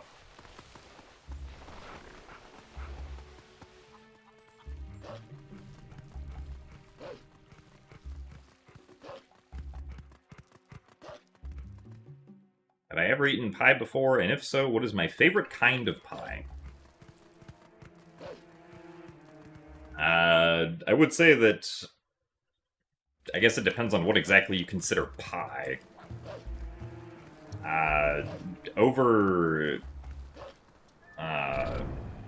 Like, before I was at... Or when I was at Zelda Fun Mythos earlier last month, I technically ate chocolate pudding inside a graham cracker pie-shaped crust, if you consider that to be pie. But aside from that, I would not say that I have ever eaten pie.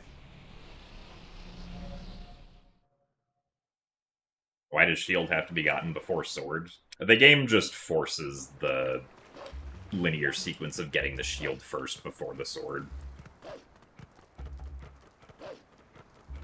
Because you have to first listen to Bo and the other NPC, whose name I forget, talk about the shield, and then go get the shield, and then after exiting the house from getting the shield, you'll then get the cutscene with Russell about the sword.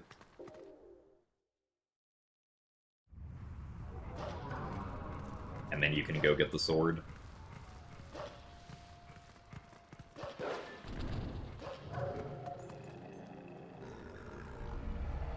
Also, thanks for the good luck, Joe Sheep.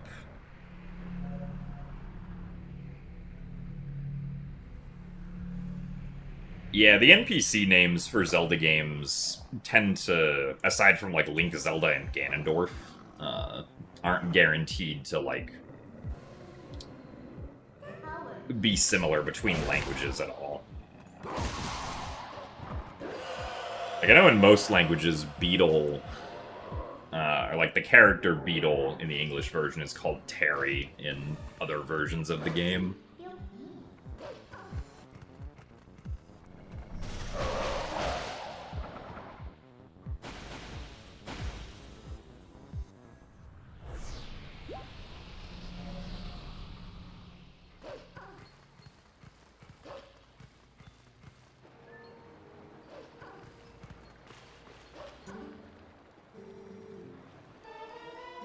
But yes, Zant in the German version of Twilight Princess is called Zanto.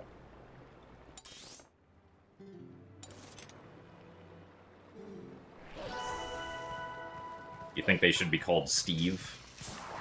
I mean, translators, to some degree, can probably do whatever they want with some of the NPC names.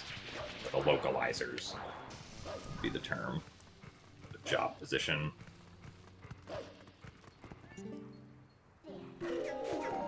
What? Nice. That was silly.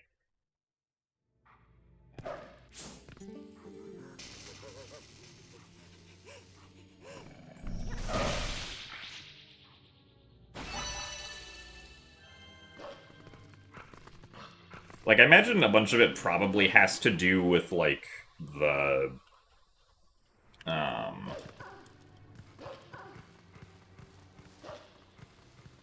probably whatever, like, the literal translation from Japanese is, because, like... I'm pretty sure at some point, like, the names for characters started being decided, like, in English before then being translated to Japanese, potentially.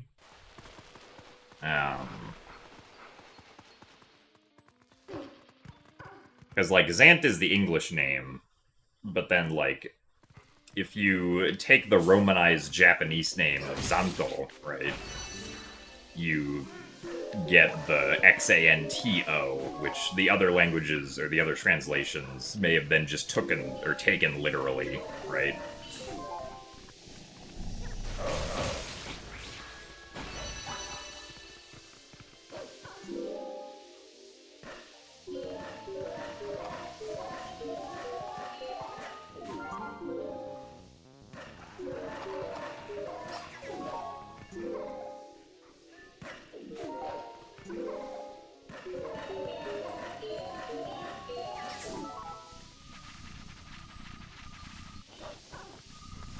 Okay, both bugs actually burrowed into the ground this time.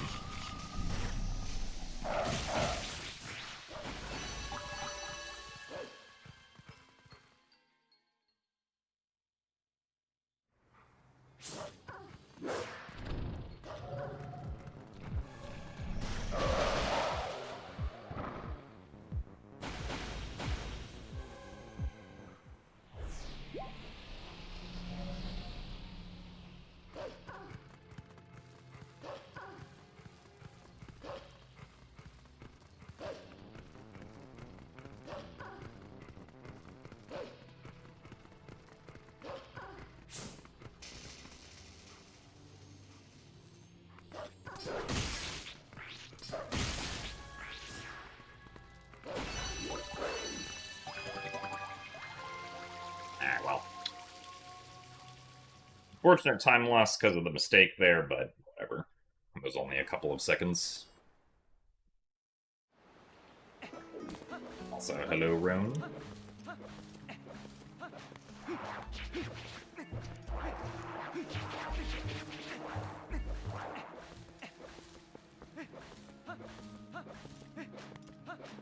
Honestly, any run that starts out green is a good run so far.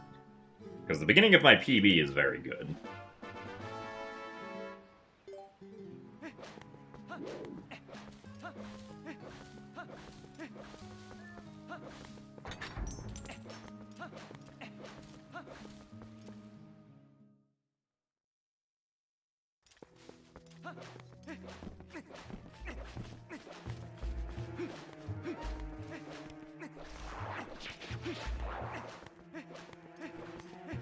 Also, yes, I did take Japanese as my language requirement in college. Also, thanks for the good luck, Xander Hulk. thank you very much for the 12 months of Prime. Congrats on the 1 year and the blue badge. Thank you very much.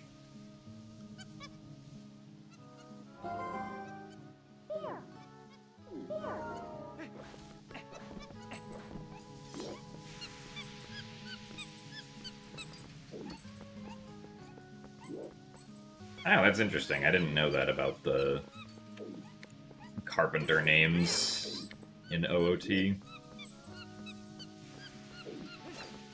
Neat fact.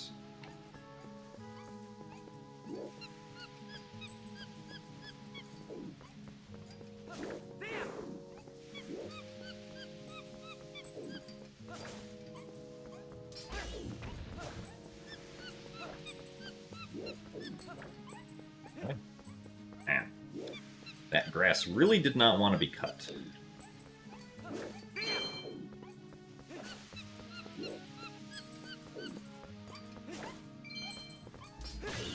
Really? Something about these monkey cycles felt weirdly off.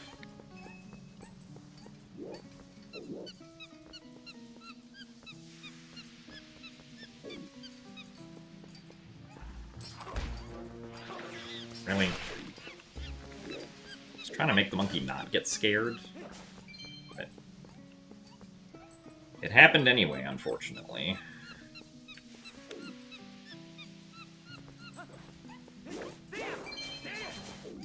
That's a bunch of rupees, at least. What is the name of the monkey with the lantern? I don't think the monkey with the lantern has an official name, but... at the very least, the speedrunning community doesn't call that monkey by any name except Lantern Monkey.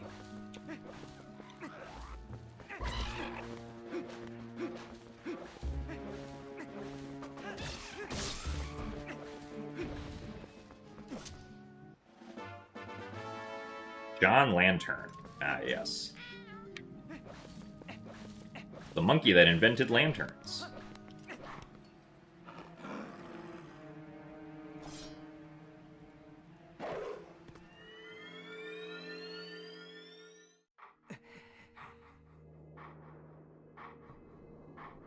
Have I ever tried memorizing Japanese from doing the speedruns in Japanese? Not specifically from the speedruns, no. It was vaguely neat to, like, occasionally read Japanese in the games as I was learning it in high school and college, but...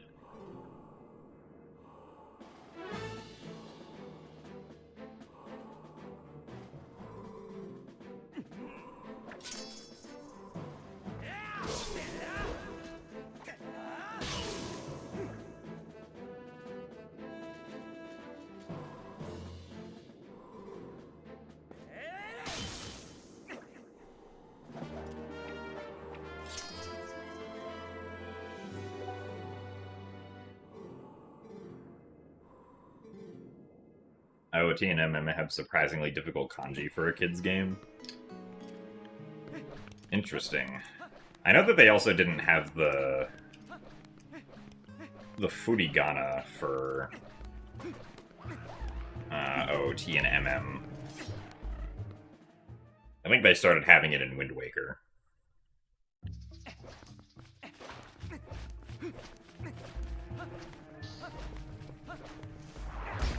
Imagine that made it, was one of the reasons it's harder in OOT and MM. I think OOT 3D and MM 3D have them back in.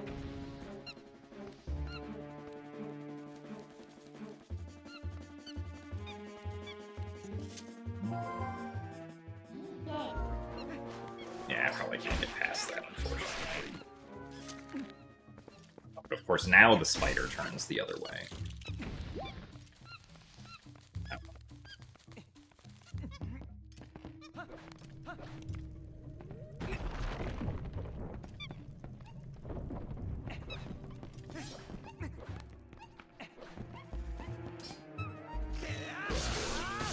I had to wait there because I missed a roll, so I couldn't do the roll stab that I wanted.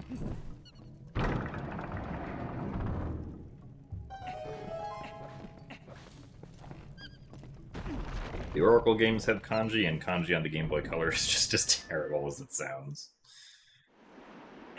Yeah, you do have a very limited number of pixels on the Game Boy Color. Why did I stop doing 100% runs? We're talking about 100% for this game, it's because I had been running 100% for like 9 months at that point, and even though I could still improve my PB, I wanted to move on to other things.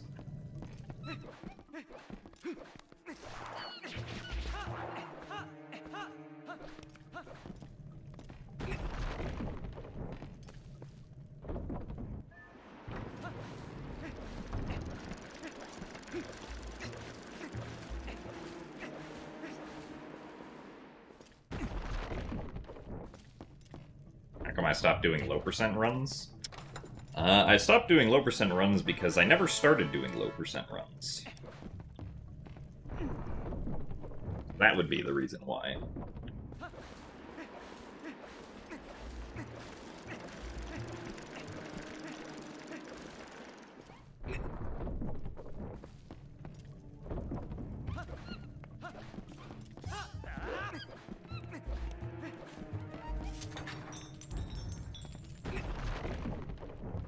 So hello, Enmink?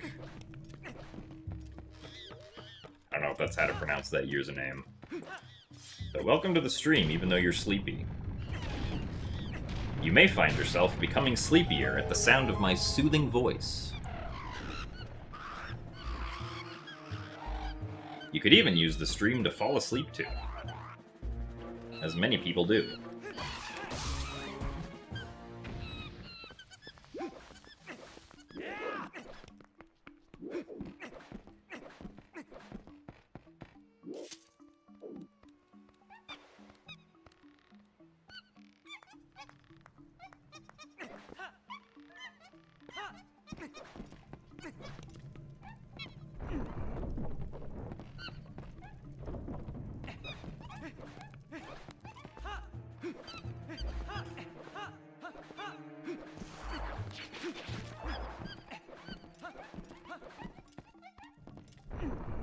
So thanks for the good luck music boxes.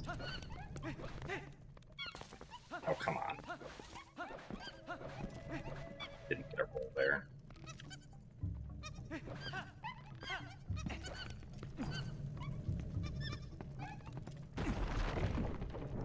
Is low percent run the thing where you take a blue rupee and wait for 11 hours in TP? So yeah, Twilight Princess low percent historically has been famous for, like, involving a lot of Link just staring at a rupee. Somewhat unfortunately, that is not actually the case for the run anymore. Really? That's silly. I got high-speed rolls that I did not want there.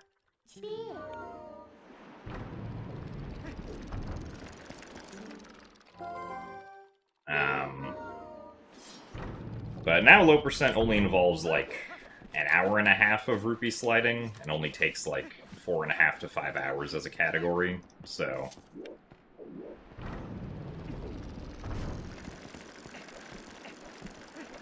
The thing that made it funny is not relevant anymore, unfortunately.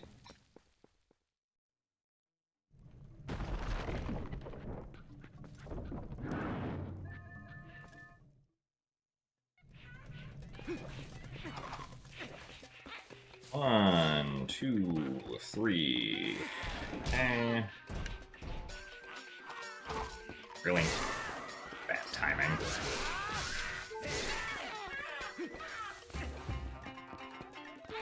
One, two, three. Okay. 3 and 3 is not too bad.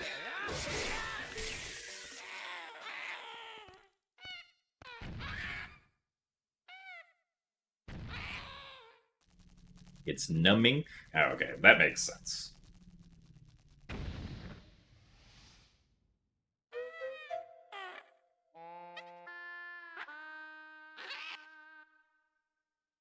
But yeah, so now the only category that does the Ho-Gate skip rupee slide for like 9 hours or something is the low transform speedrun.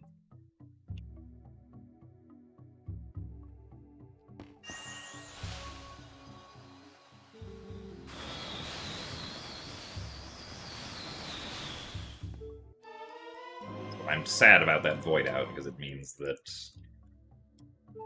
we could have saved so much more time. Oh well.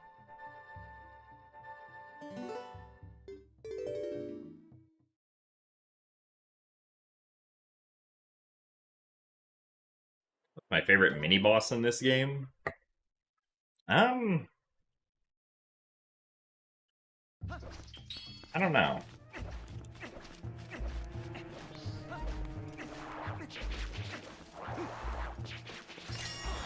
Guess none of the mini bosses individually stand out to me as like, yeah, I really like this one. Well, I guess the funny answer would be Ook.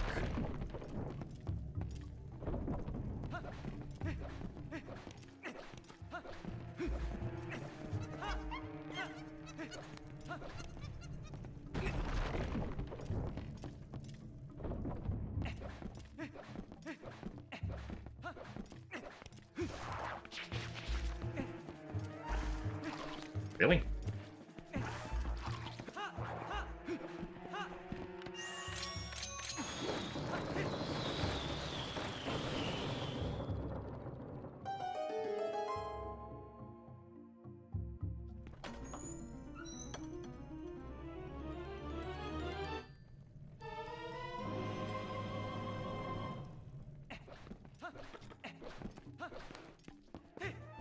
Yeah, I mean, I'd say all the mini-bosses are pretty good. Like, none of them are bad or anything.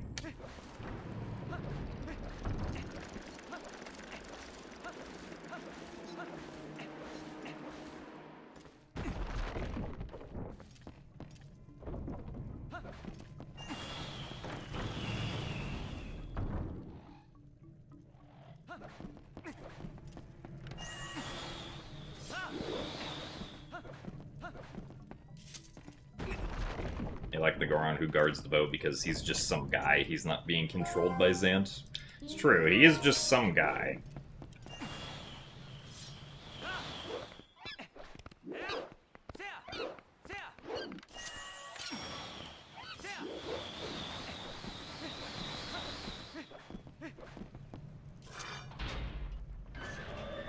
Well, no, the mini-boss of Goron Mines is called Dangoro. And then Darbus is the patriarch who is essentially the boss, but while he's the boss, he's called Phyrus.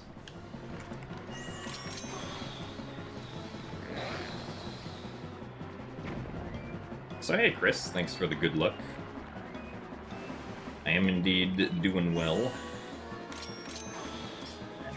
I missed going into first person there for some reason.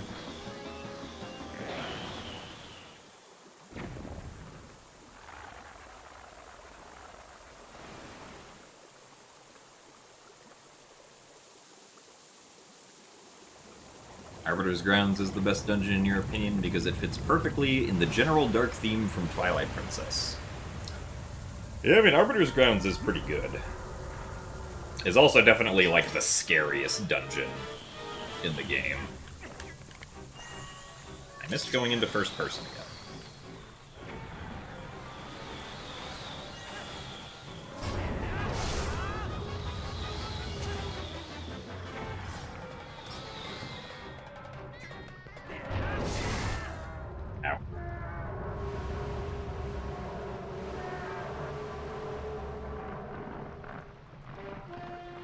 Also, hello, Snailboat. Thanks for the good luck, and welcome to the stream.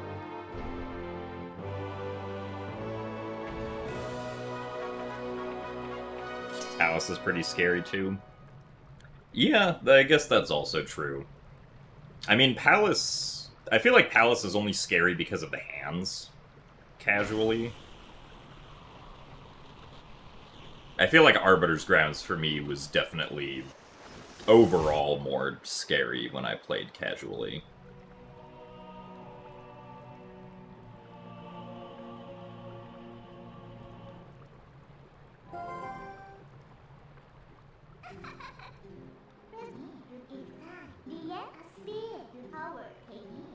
Also, hello, Schleike. Would say that things are generally well.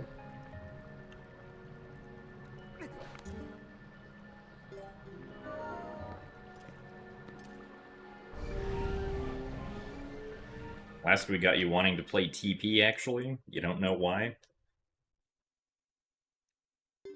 I think I know why. It's because TP is fun.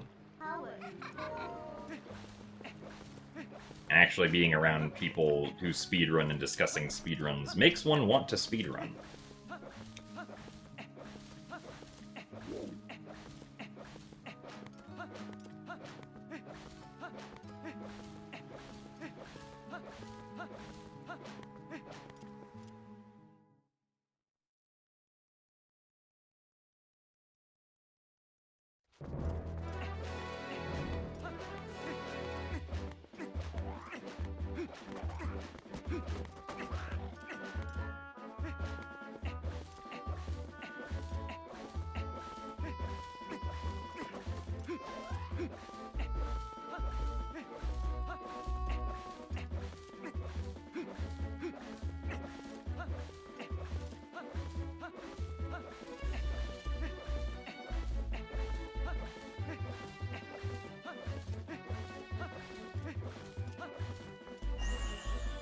I still missed going into first person.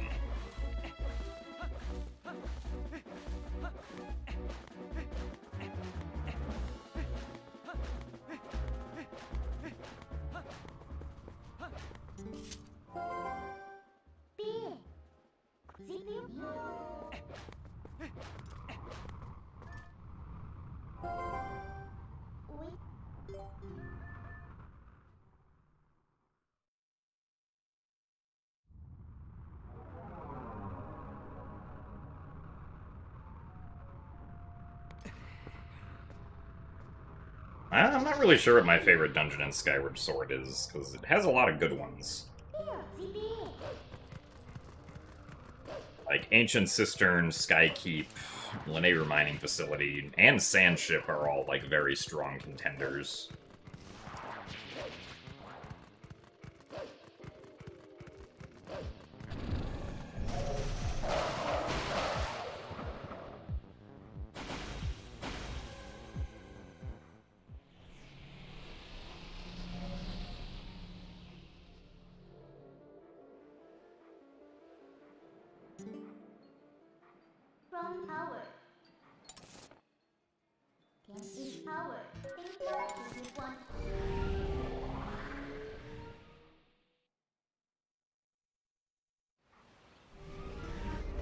I would say my favorite boss in Skyward Sword is Demise.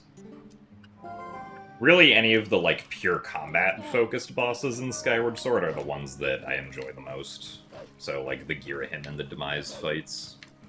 Or even just fighting a Stallmaster. Since I think that the combat in Skyward Sword is very fun, and is the best combat of any Zelda game.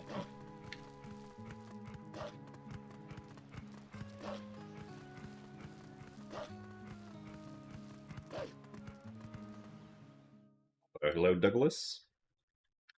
Welcome to today's attempts.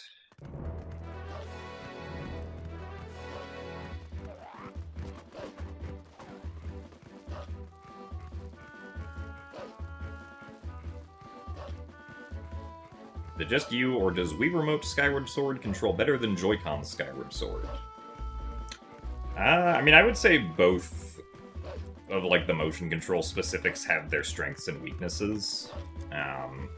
The fact that with the Joy-Cons you can recalibrate literally whenever you want is, at least for me, a big positive towards the controls working well a lot of the time, is that I can just constantly recalibrate to what my forward is without having to worry about the controls, like, desyncing at all. But I will say that stabbing, for some reason, is harder on Joy-Cons and much easier with the Wii Remote. That's, like, the one pretty distinct difference between the control schemes for me, is that stabbing is much harder to do consistently on Joy-Con.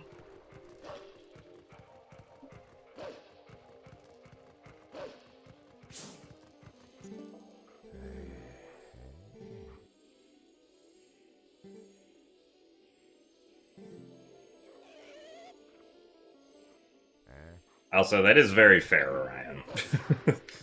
Yeah, unfortunately, motion controls do not play particularly well if you have any sort of, like, disability with, like, just motion controls in general. Which is why it's nice that Skyward Sword HD has button controls. Also, I could have gone to that Cargarock earlier.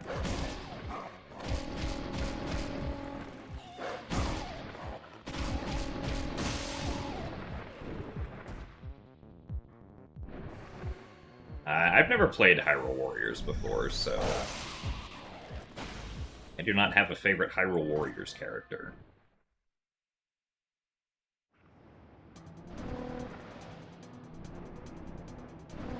I don't know if that question was actually directed towards me, to be honest.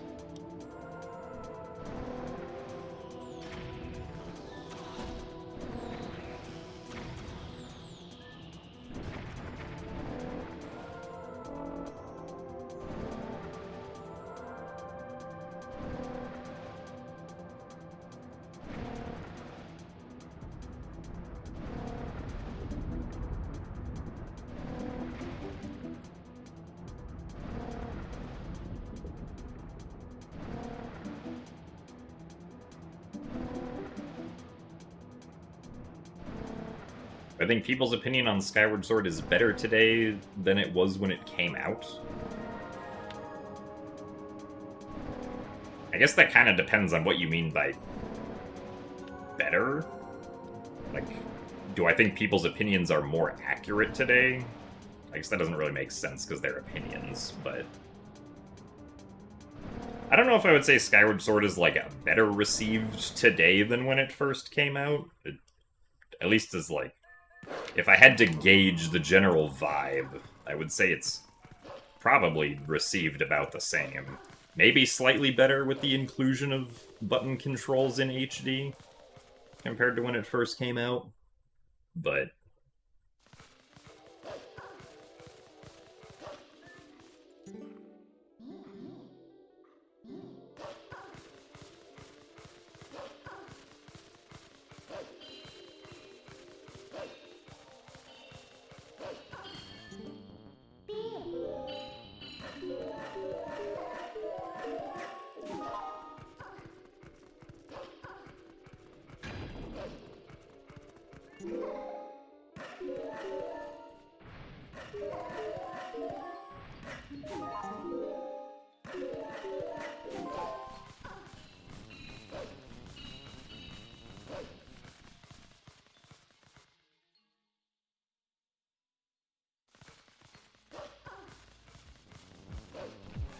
So, hello, Fastest. Thanks for the good luck.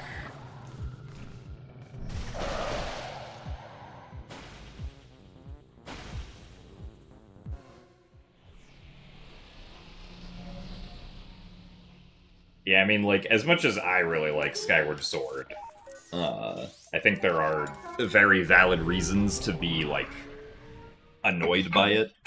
If you, like, or to, like, not enjoy certain parts of it. So, it's not for everyone.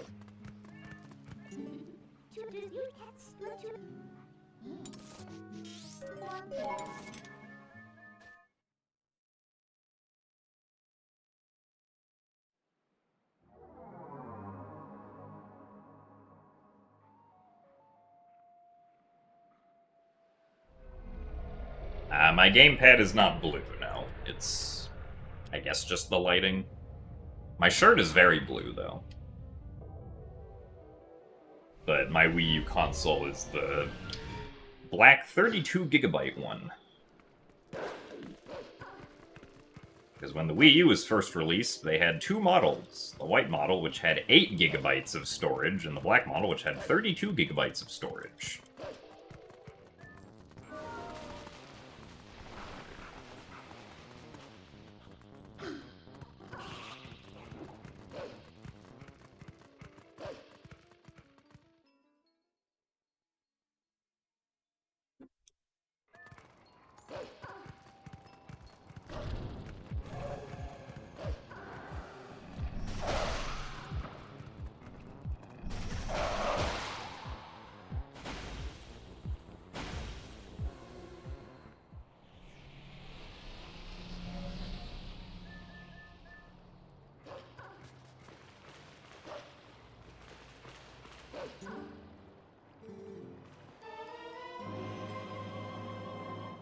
Plus 6.9.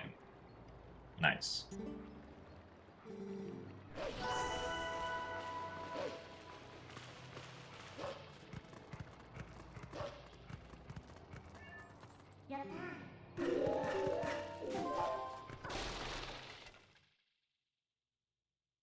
So thanks for the good luck, Nomi Alice. I think when the Wii U came out, the white model was $300 and the black one was $350, if I remember correctly.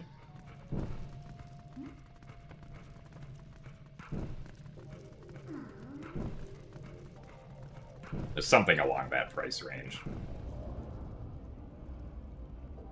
Also, thanks for the good luck 64-bit into Ryan. Will I be submitting for SGDQ 2026? Yes, I will be submitting for SGDQ 2026.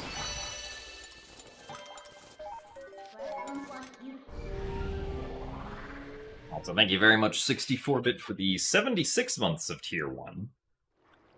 This is indeed the reverse of the Youth Funny number. That is also a lot of months, so thank you very much for the continued support.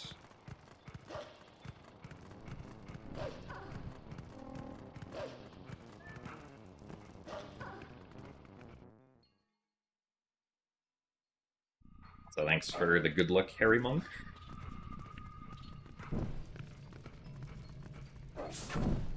But yeah, I mean, I submit to basically every HDQ and SGDQ. Really? I've gotten such bad luck with that bug. The past couple days.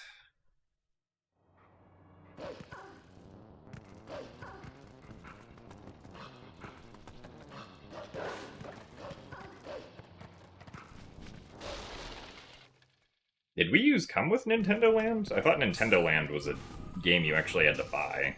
Unless I'm misremembering. At least I'm pretty sure I have a physical copy of Nintendo Land still.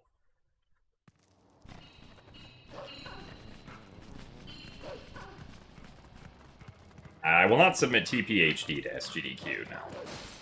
Because TP was just ran at AGDQ, so if I were to submit TPHD, the chance of it getting in is pretty small.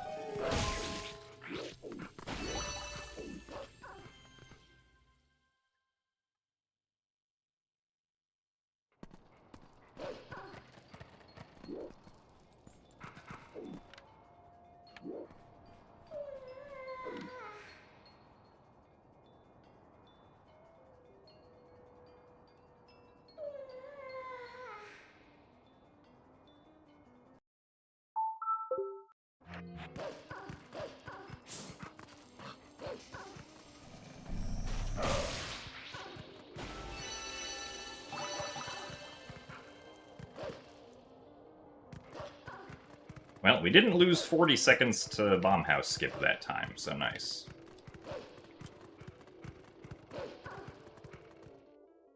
Thank you very much, Trebuchet, for the 61 months of Tier 2. Only 3 months to go till a nice round number. Ah, yes. Famous round number 64. Fun math fact. 61 is the atomic number of promethium, one of the two elements that are always radioactive, but that have stable elements on both sides. The other is technetium, atomic number 43. 61 is also the number that feels like it should be divisible by 3, but isn't. I'm sure that these are all very true math and science facts, as usual.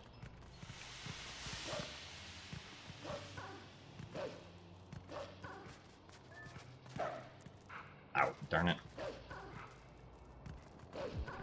Hopefully I can still get the cycle here.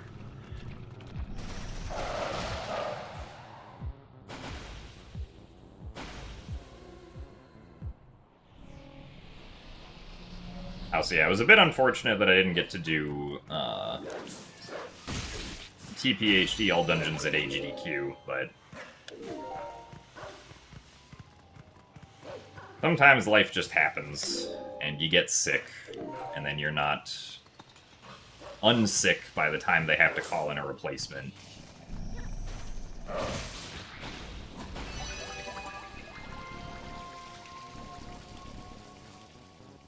How can I choose who I want on the couch when I do a GDQ run? I mean, if you have a GDQ run and you want someone on the couch, you kind of just ask them, assuming they're going to the event.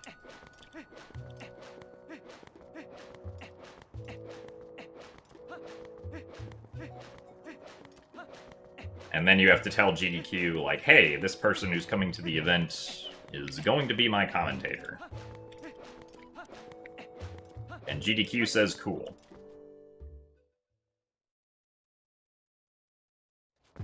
I don't think I'll be submitting Outer Wilds to SGDQ, since I do not speedrun Outer Wilds.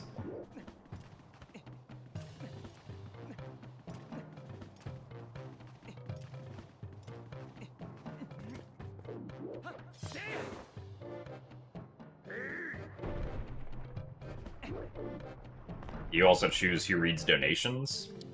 So the people who read donations, the hosts, are people who audition for the hosting role, and then usually 27 hosts are selected for a GDQ event, I think, or somewhere around there.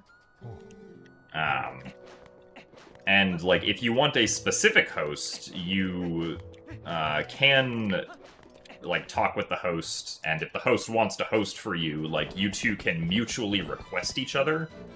And then, I think in most cases, GDQ will honor mutual requests for hosting and allow that specific host to host for your run. Or we'll set up the schedule like that.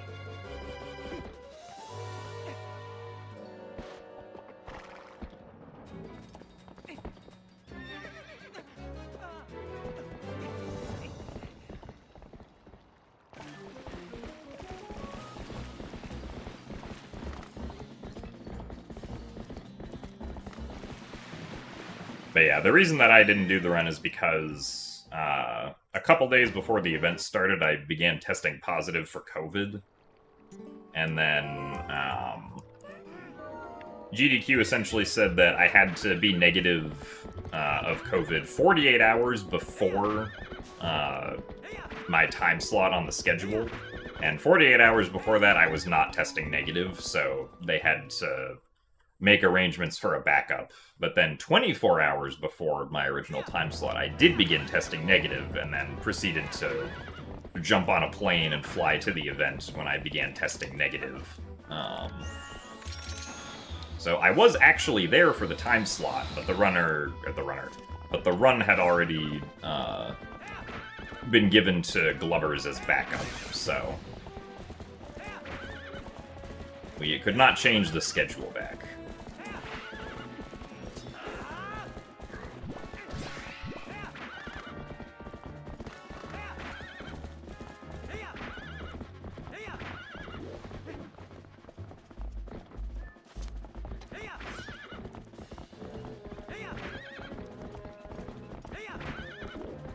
Well, yeah, so while I was testing positive for COVID, I didn't really have any symptoms. I was basically asymptomatic the whole time.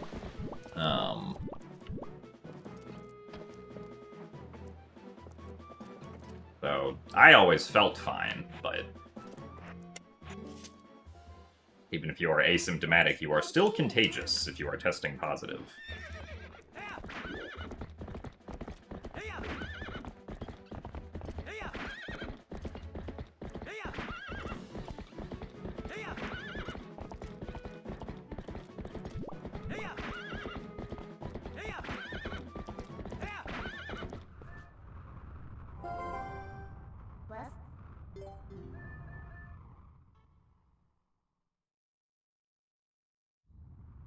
You wish horses were real? Yeah, fantastic creatures in video games. Would be neat if horses were real.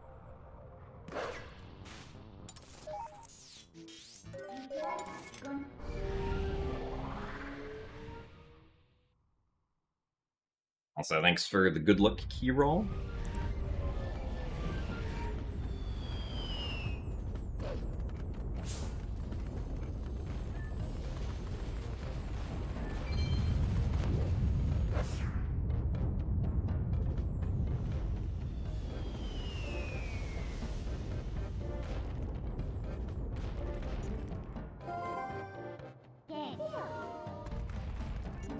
Yeah, so the reason we get out of bounds with Epona is because normally to get to the Lanayru Twilight, we have to blow up some rocks and then go to the Twilight Gate, but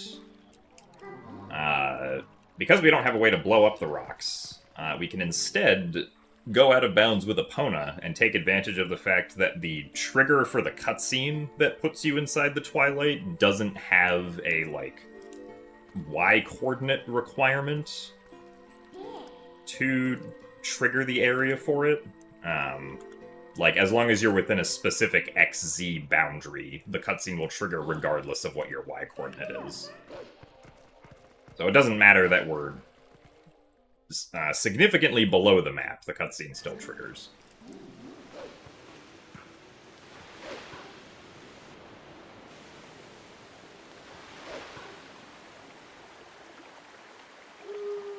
Infinite sword glitch exists in real life. It's called a chainsaw. Ah, true.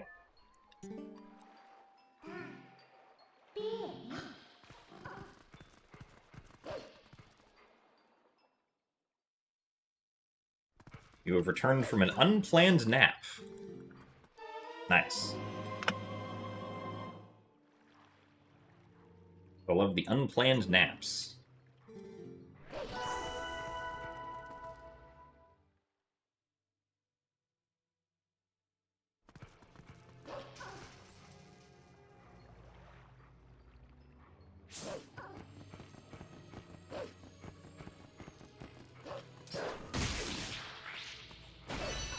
Ah, I see, right. Yeah. Dragon's Coronation. That's what that is. I appreciate that you like the explanations.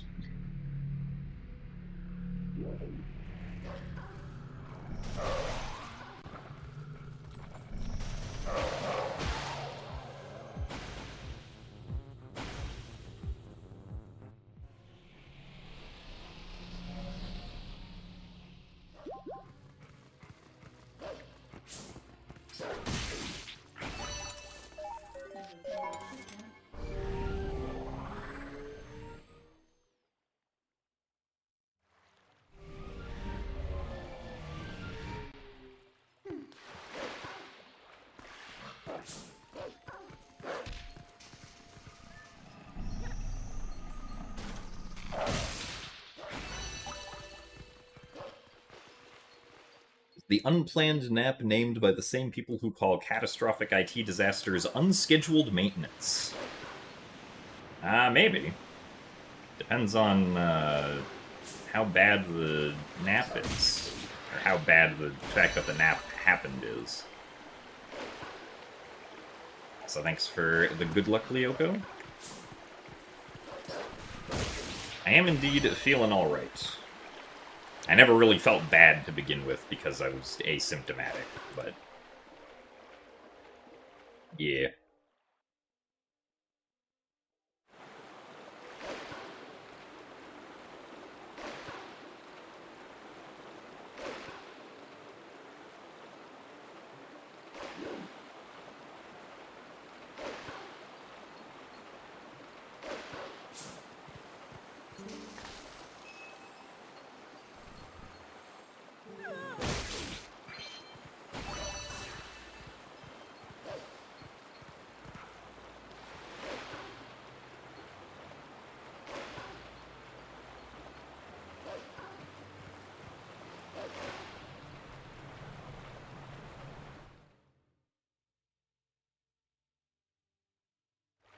You would wish me good luck, but you have an interview on Wednesday, so you're gonna need some of yours. Sorry, you'll give it back when you're done.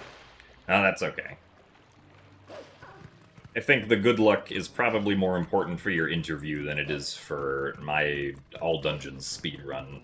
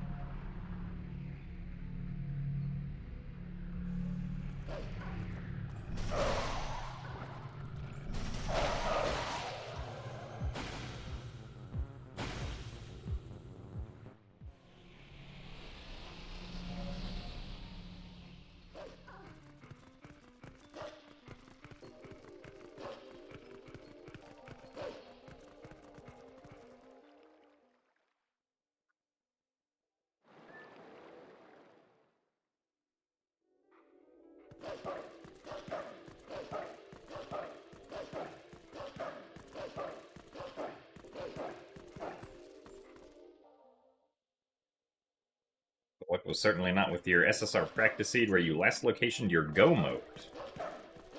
Yeah, that is pretty unlucky. But it do happen sometimes.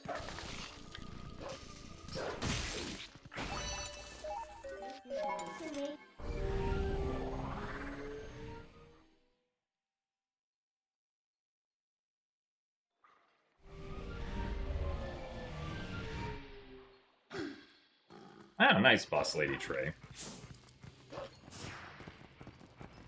I hope you are able to vanquish Ganondorf with style. Specifically by using the Iron Boots.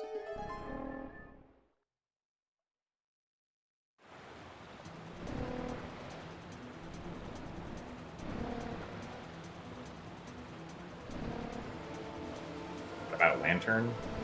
Unfortunately, I don't think you can vanquish Ganondorf with the Lantern. Actually, I guess you could have the Lantern on you. I did forget about that.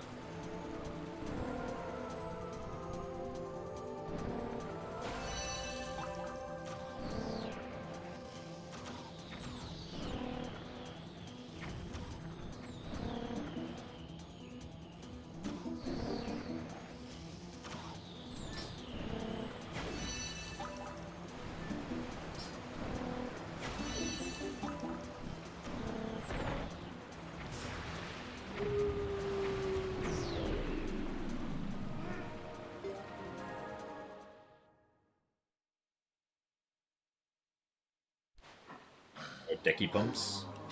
What's up is we have an okay-ish start to a run here going.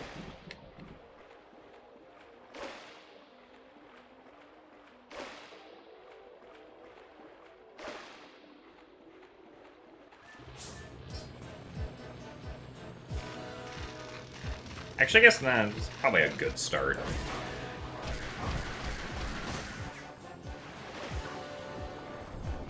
At least considering the fact that it's ahead of the, only lose 1 second per minute.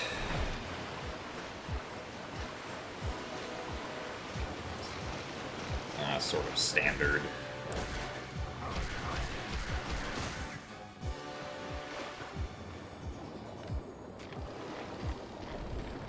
Also, thanks for the good luck looks, Lune.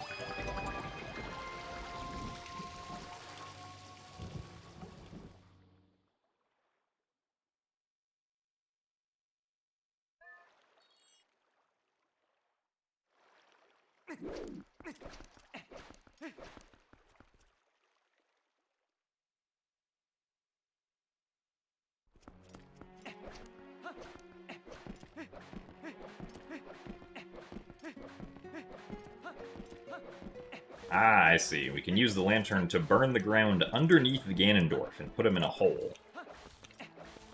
And then he won't be able to escape timeout.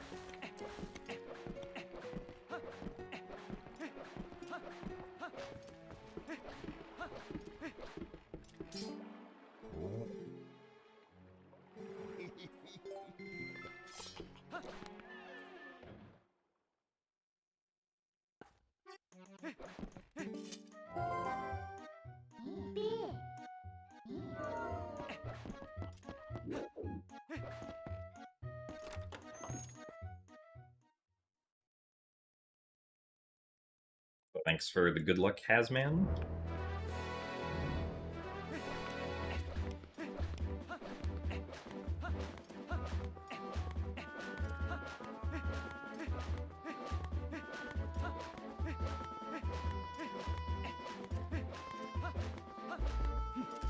Is the bug charge attack at the end of the fight difficult? I wouldn't really say so, no. You just have to position yourself such that Wolflink will bonk on the edge of the bug. So you have to be, like, on the edge of the bug for it to work.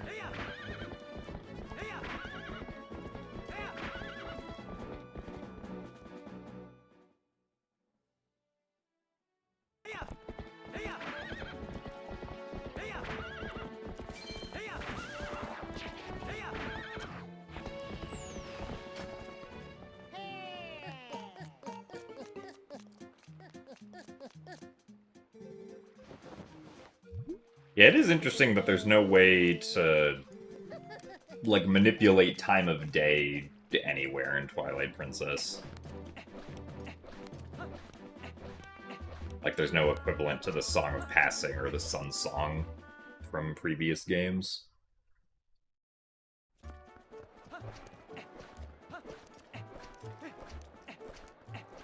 Especially considering how long the day-night cycles are.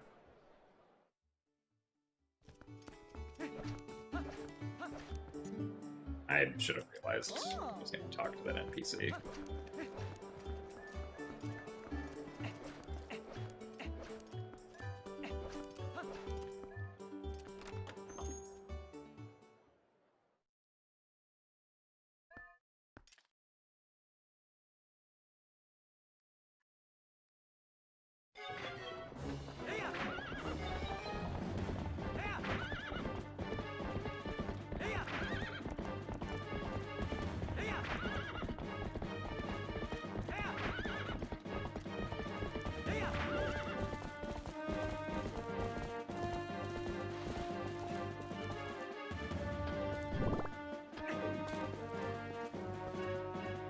Nice. Yeah, there's significant consequences of time of day. In 100%, yeah. Because, like, pose will only appear at nighttime, so time of day routing is important for being able to pick up all of the pose quickly. Or at least the ones that are outdoors. Because the ones that are indoors will always appear regardless of time of day.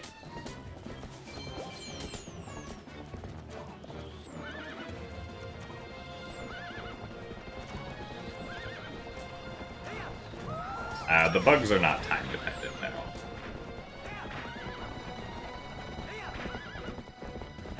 Bugs exist at all times. It can be picked up at all times.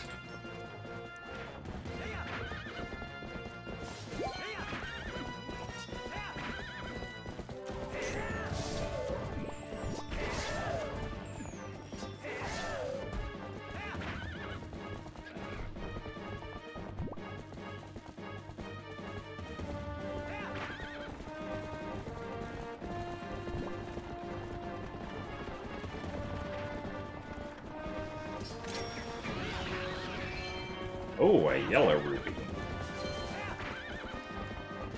Fancy.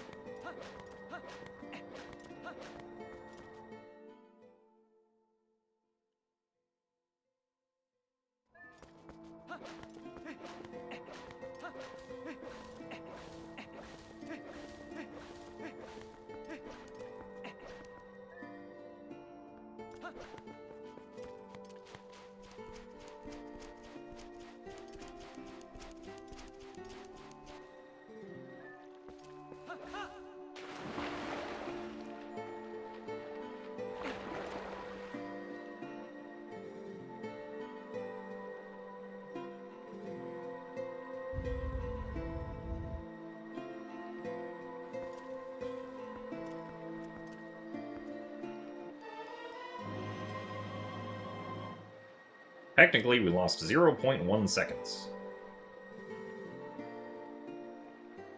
Rip those 3 frames.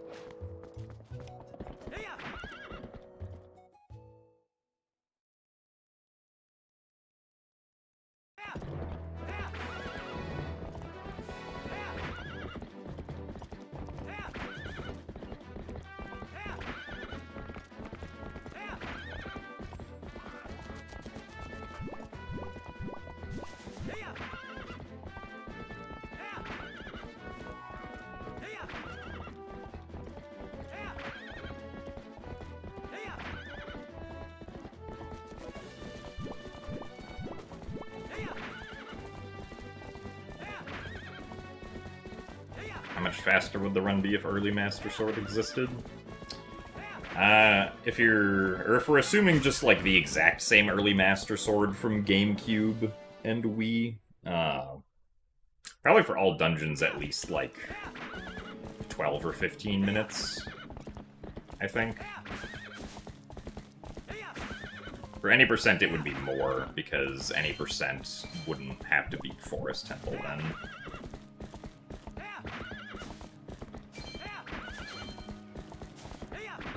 If we assume the method of early Sacred Grove is human, and somehow doing early Master Sword as human with that, it would be less. Because then we'd have to go get Slingshot at the beginning of the game, which would take up like an extra 5 or so minutes. So it wouldn't save as much time in that scenario.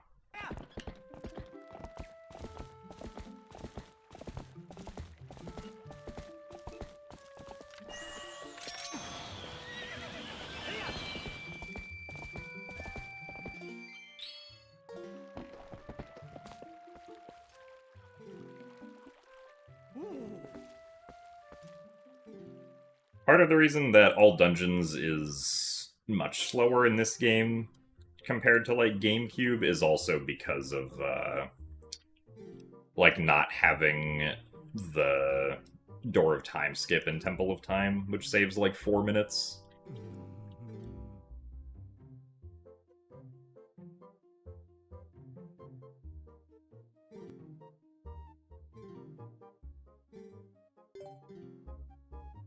Thank you very much, MW, for the 36 months of Tier 1.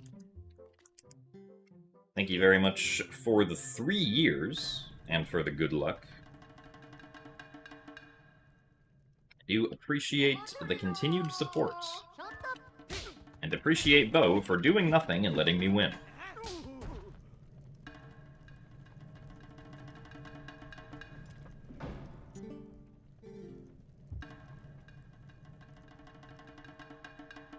So thank you very much, Blood Isaac, for the 58 months of Prime.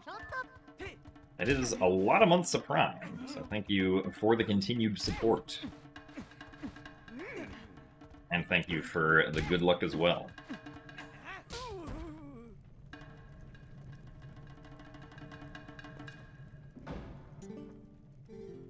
Why did Twitch recommend this to you? Great question. I don't know. Twitch recommends me things that I typically do not care about either.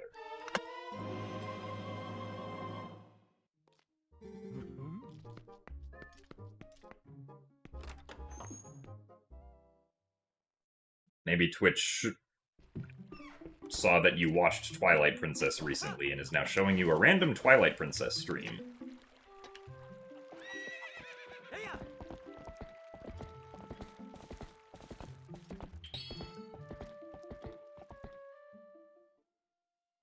Alright, Soup, we'll see you later.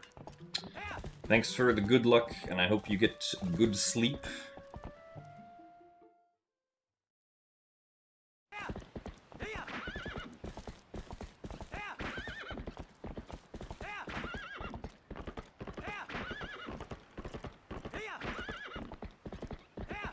So thanks for the good luck, Silver Skinner.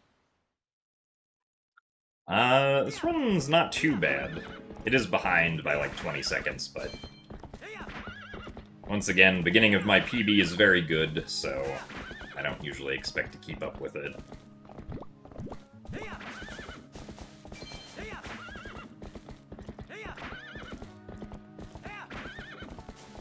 Can't really complain about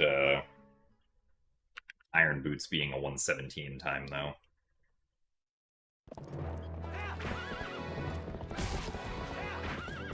You just got a notification recommending my stream and you've been here for 1 hour. Interesting. Well, I mean, if you've been here for an hour, then Twitch is probably very certain that it would be a good recommendation. Be like, hey, we noticed that you're 1 hour into watching this thing. We would like to recommend that you watch it.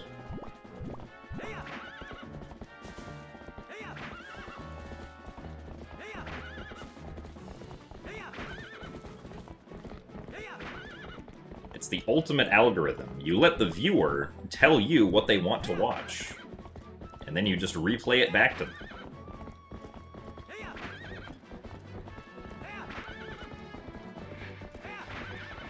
Which always recommends you gacha streamers when you only ever watch ZFG, or Zelda speedrunning, primarily ZFG.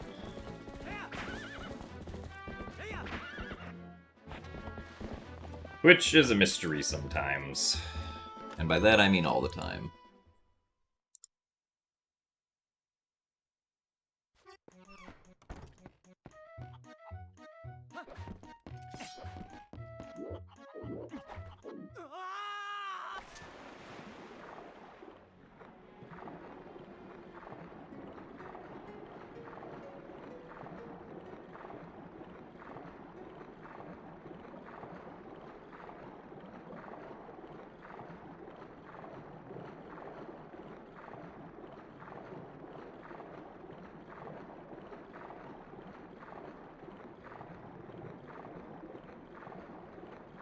Dampé is just gacha in speedrun form.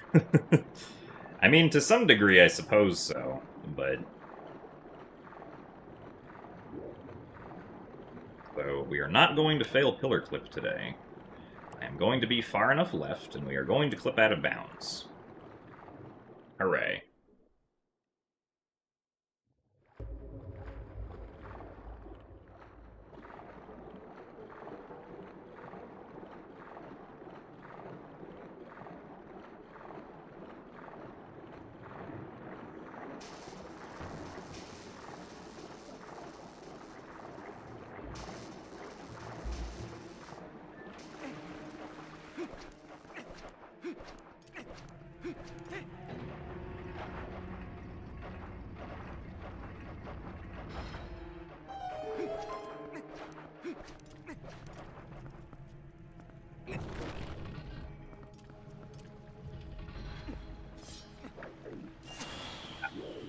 I'm having a really tough time going into first person today for some reason.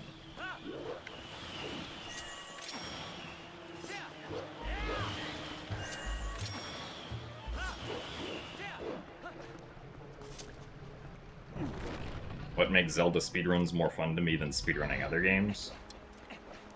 Honestly, I think a lot of it was just that I started with Zelda first and then never really moved on to anything else.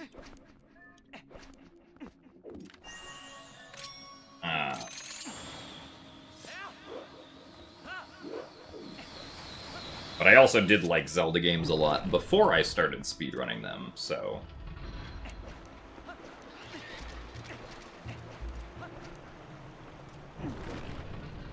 Like, I do think it would be fun to speedrun things that aren't Zelda, but... I just started with Zelda and kept on sticking with Zelda.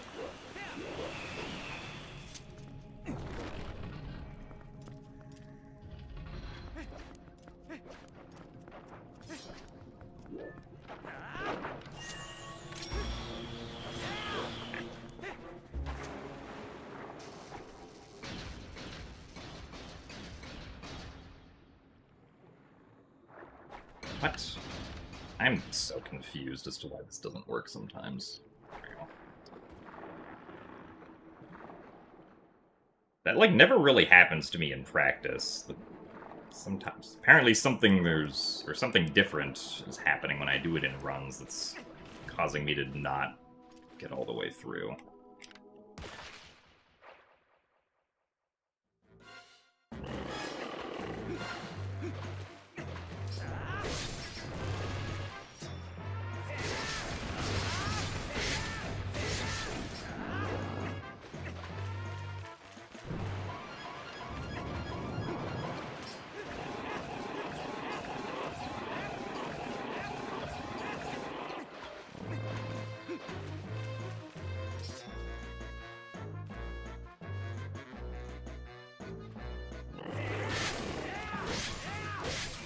Oh, Nick Fitzenrider.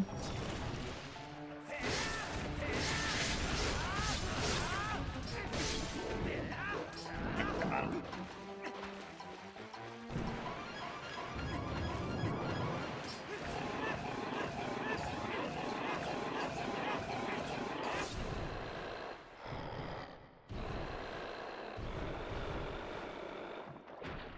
So thanks for the good luck, Darth Anakin. Unfortunately, not surprising that we lost time here with a couple minor mistakes.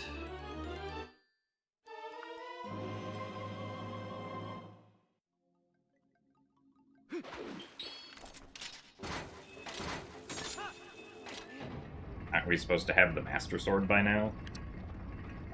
So, like, in the intended sequence of events in this game, you're not supposed to get the Master Sword until after Lakebed Temple.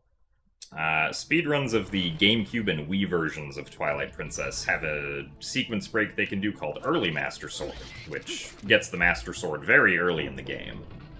Unfortunately, they patched the method of doing that in the remake, Twilight Princess HD here, so currently we do not have a speedrun viable way of performing early Master Sword. We will be getting the Master Sword after Lakebed Temple, though.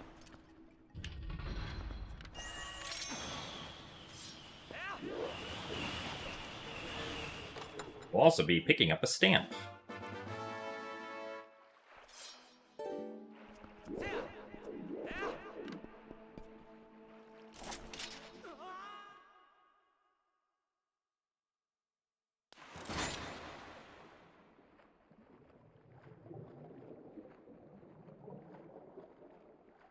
Oh, I mean, I guess with the fact that the name is long, I can see people maybe miss, like, if they only glance at it, they might mistake some letters or something.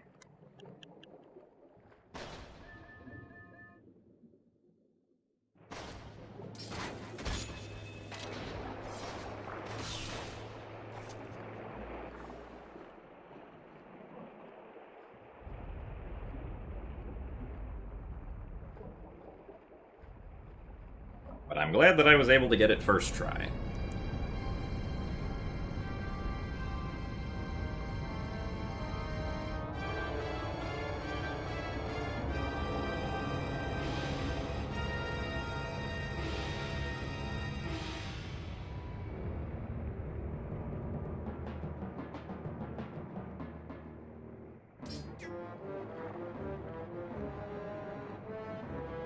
Oh, more fuel is going up.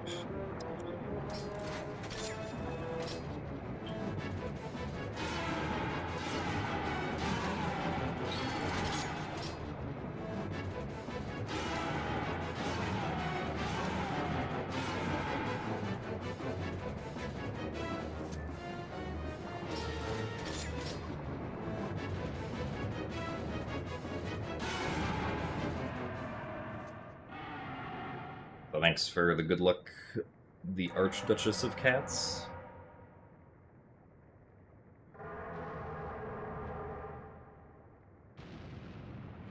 Fortunately, this part of the cutscene was on the slower side, it looks like.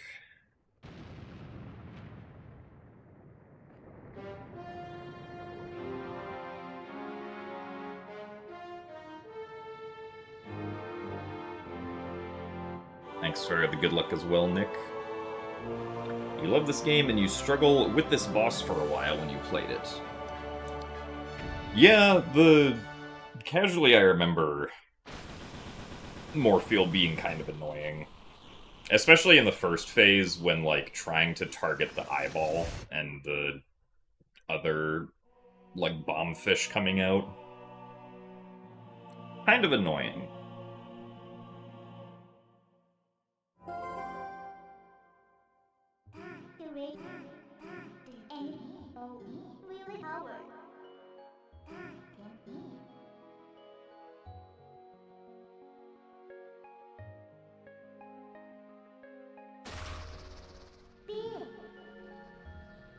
Yeah, so how long it takes Morpheal to bonk into the wall is dependent on, like, Morpheal's swimming position and angle, essentially. Oh my god, we actually saved time. Though sometimes that cutscene, or, like, the variability in that part of the cutscene, between, like, the shortest and longest it can be is, like, I want to say 3 seconds, maybe? Or something like that.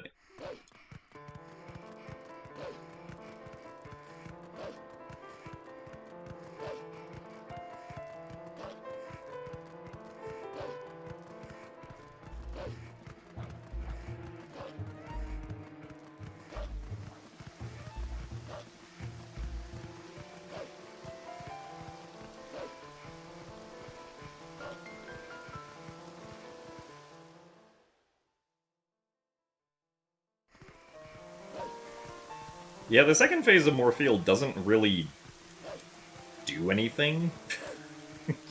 Morpheal kind of just swims around, and as long as you're not directly in front, you can't get damaged at all.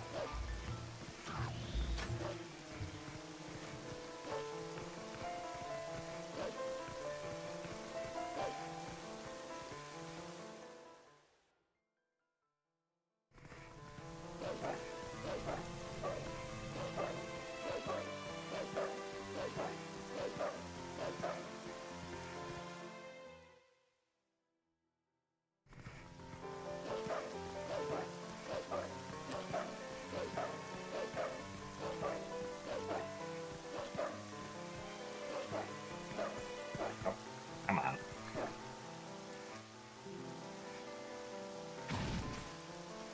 Your kids cried on this part of the game because they were worried about Midna? I mean, considering the state she's in, I would be worried about her too if I was playing this game for the first time. So thank you very much, Mandato, for the 79 months of Prime. That is also a lot of Prime. Thank you very much for the continued support. Glad you enjoy me dancing and a fish waving.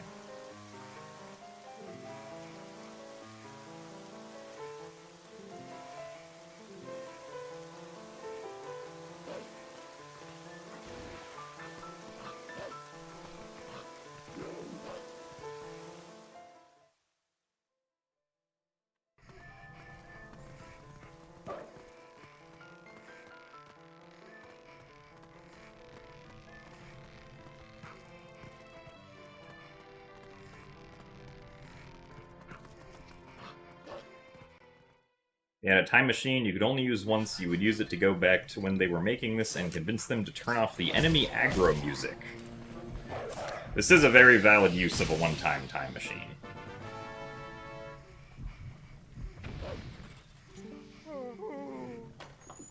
Then you would go invest in NVIDIA and return to your own time. It is also a very valid use of a one-time time machine.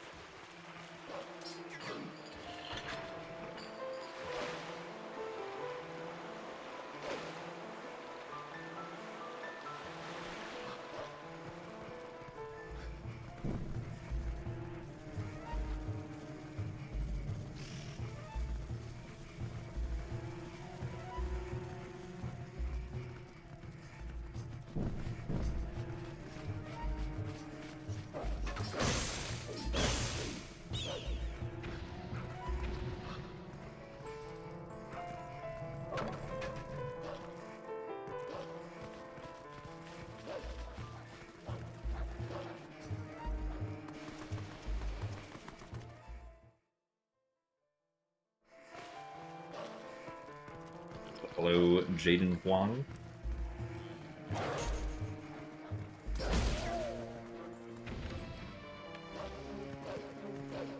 Yeah, those jumps were a little bit sketchy, but that jump was insanely sketchy. Glad we didn't fall down there.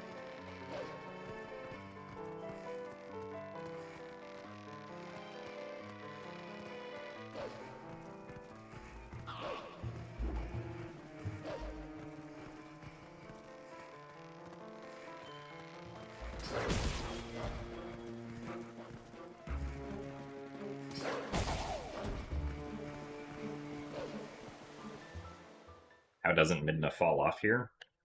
Good question.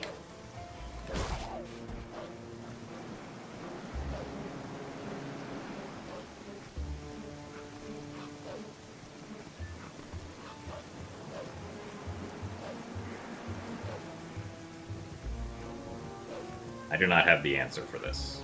Nor is it something I've ever considered before, which is probably why I don't have the answer.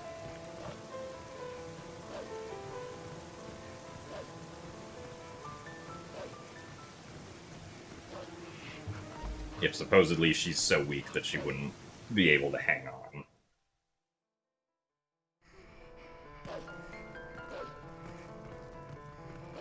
Well, I guess the technical answer is probably just gravity.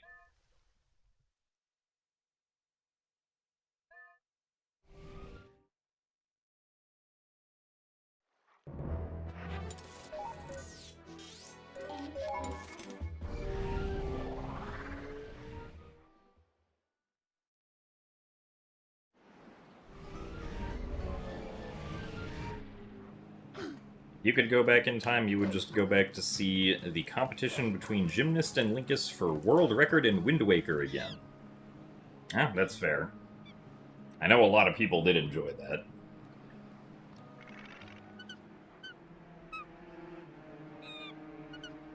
It was also when Barrier Skip was fresh and new still.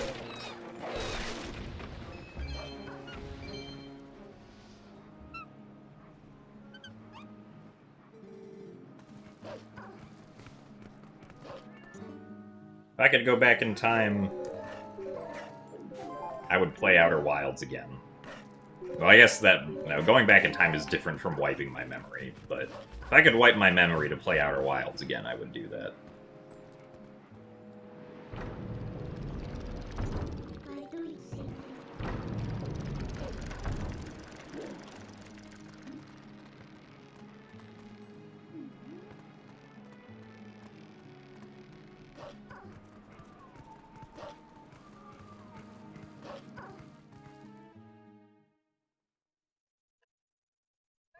So, good evening, Fanatic Masking. Linkus and I did a Wind Waker randomizer race at a GDQX one time.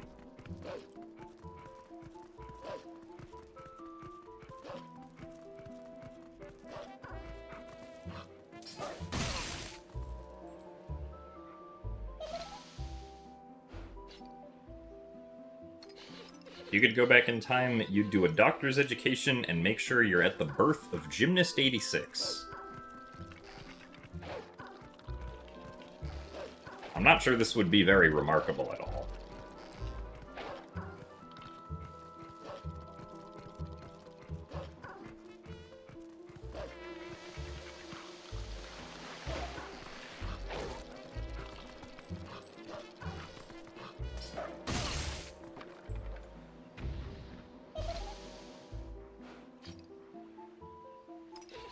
If you started Live Split and started the timer the moment I was born.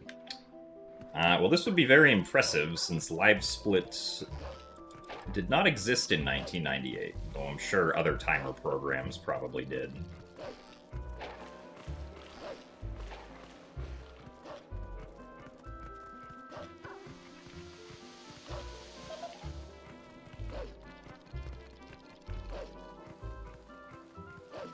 Thanks for the good luck as well, Fanatic.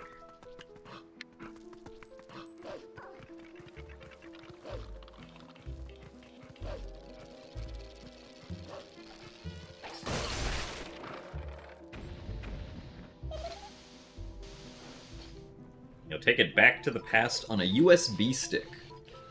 I mean, I don't know if it would be compatible with computers back then.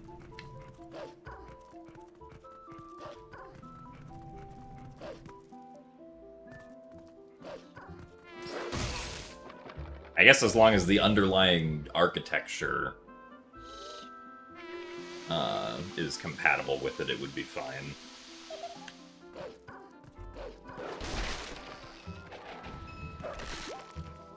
Art drops. Those aren't rupees.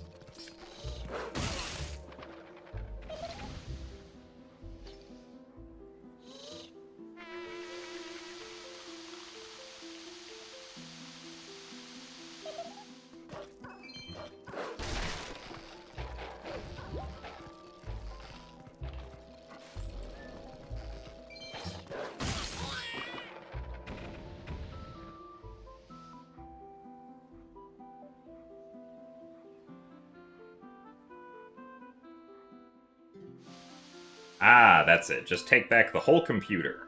I guess that would probably work, though, yeah.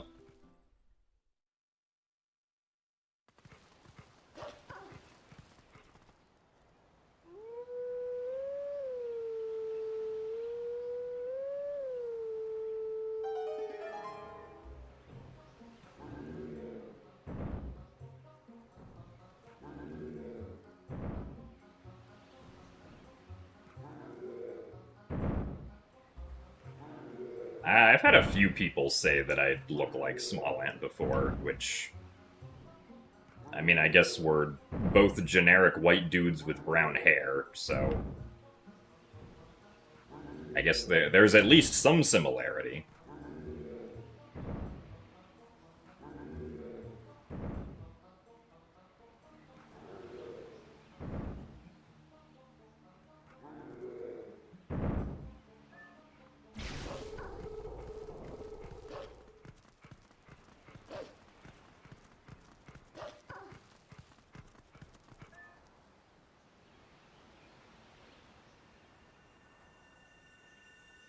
Also, thank you very much, an anonymous gifter gifting Boss Lady Trey a Tier 1 subscription. I'm sure they greatly appreciate it.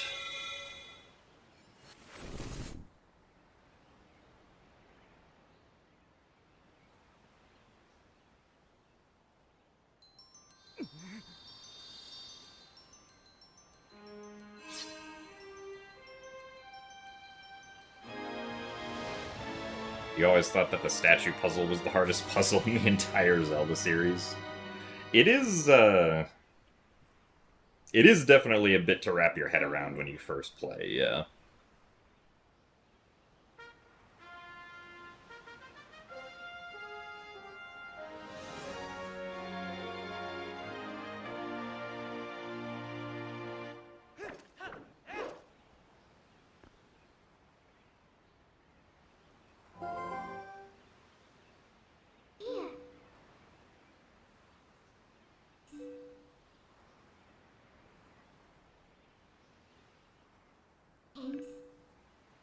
Hello, Stick Manta. I'd say it's going well. The run being 20 seconds behind is, like, perfectly fine, honestly, because the beginning of my PB was very good, so... And keeping up with it would generally also be good. Being, like, 20 seconds behind is, I would still say, good. For where we are in the run.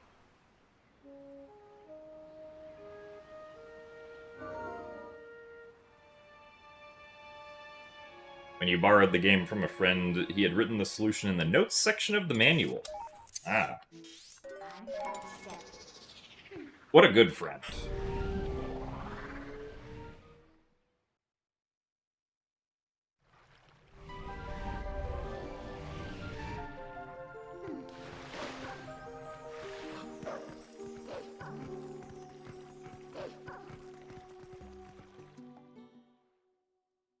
If they ported TPHD to the Switch 2, would I try speedrunning it on Switch 2?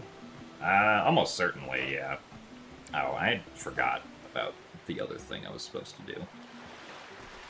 There's a different way I'm supposed to fall down there that's faster and gets me a blue ruby, so... I keep on forgetting about it, though. So, thank you very much, Audio Killers, for the 87 months of Prime. That is also a lot of Prime. So thank you very much for the continued support.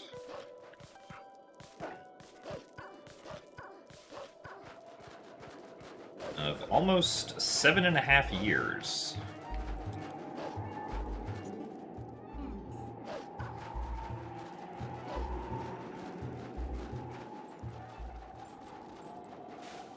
Alright, time for Stupid Trick.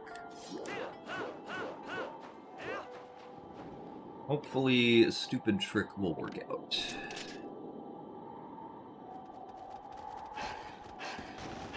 Unfortunately, not a great start.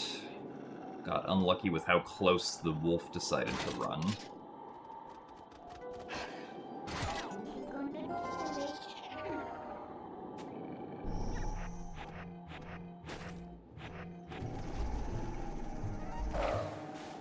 Very nice.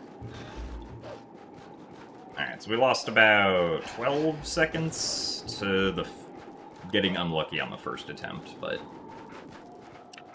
other than that, very nice. We'll happily take that on a run like this.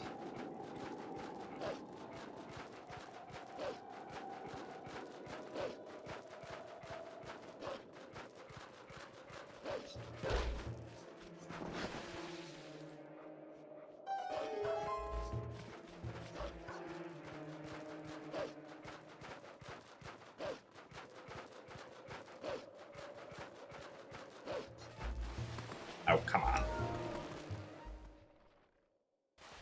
Also, thanks for the good luck, Audio Killers. How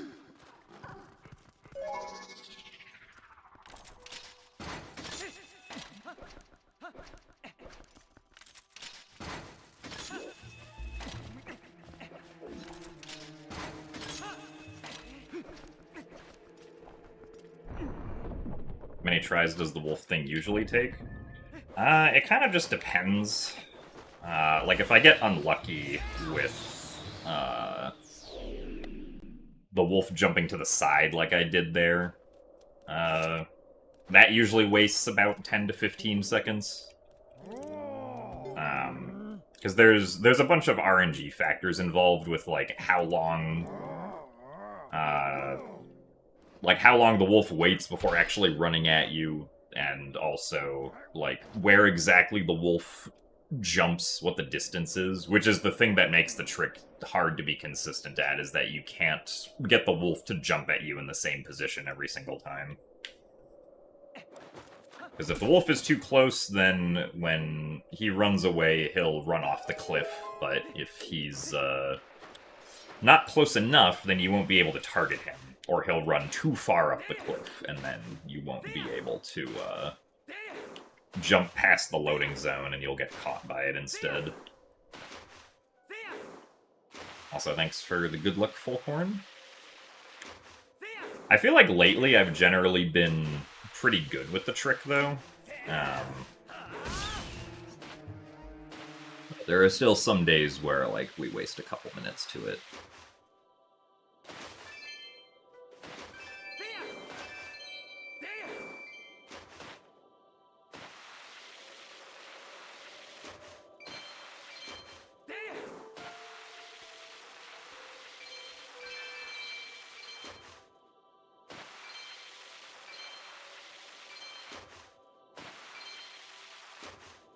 $249.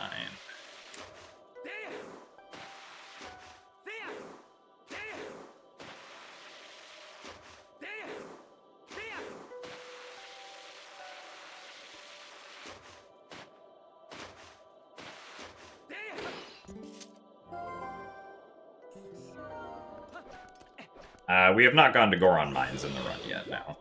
Goron Mines happens after Arbiter's Grounds.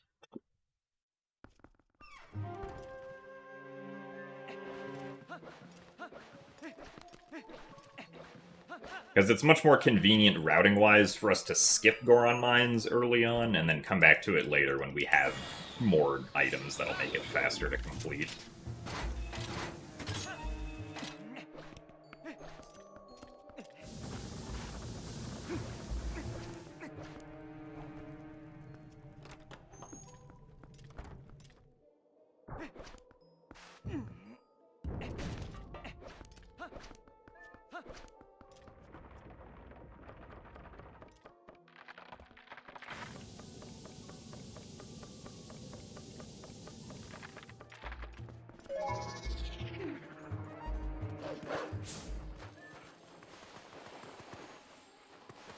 Nice fake dig.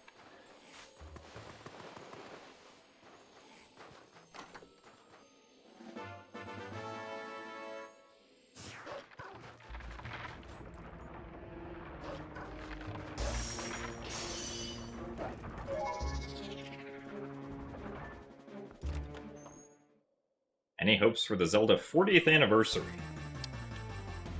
I mean, I think it would be reasonable for us to get a remake of something this year.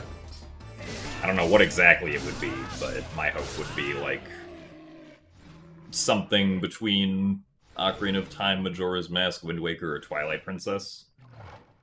And the reason I think that is because it would sort of line up with the development schedules that Tantalus Games had with TP HD and Skyward Sword HD, because those were 2016 and 2021, so it would make sense if they were working on another one for the past 5 years. Probably not 5 years if it was going to happen, but it would make sense with the previous release schedules of remade Zelda games that they've done.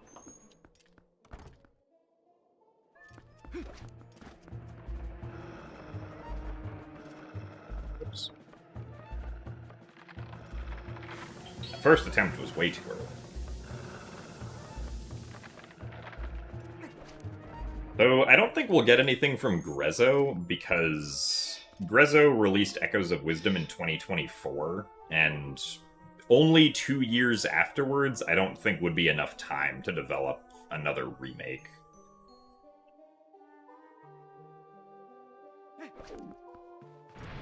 Doesn't mean it's impossible, but I would not expect it. Basically.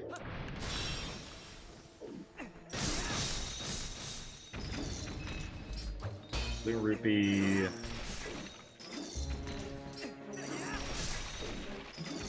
Just a blue. Yeah, I'm not gonna try to go for it then. No red rupees, unfortunately.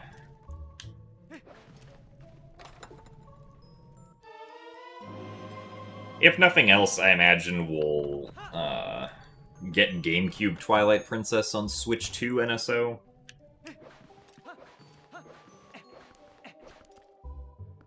But I would hope we get a remake of something. Or we're gonna get Twilight Princess on GameCube NSO as well as a remake of something.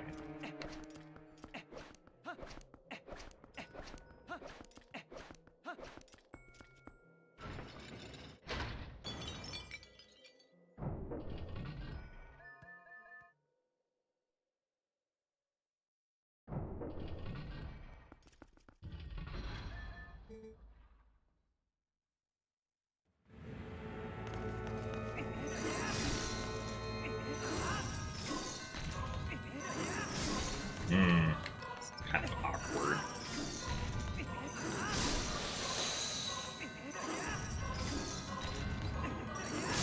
That kind of worked out, actually.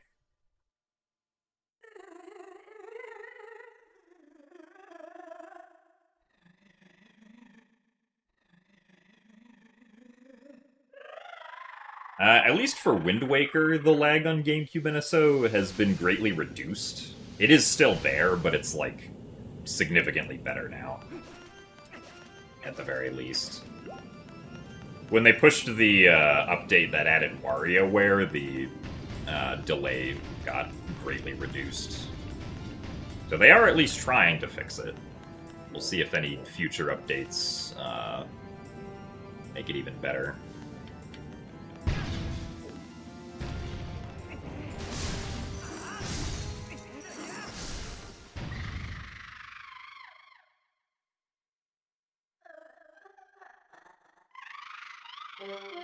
But yeah, the delay for at least Wind Waker when like the Switch 2 first came out was horrible. Like, at least for me, it was basically unplayable.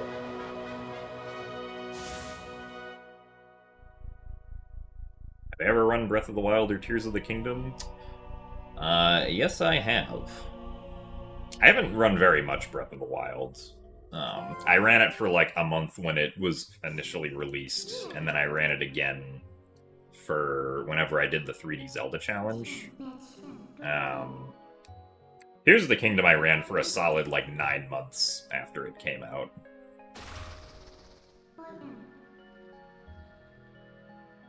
I did any percent in all dungeons runs.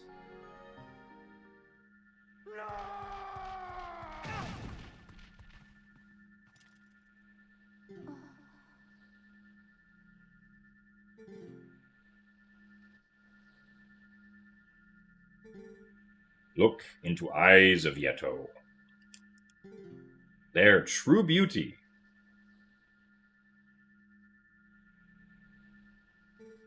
Who need mirror?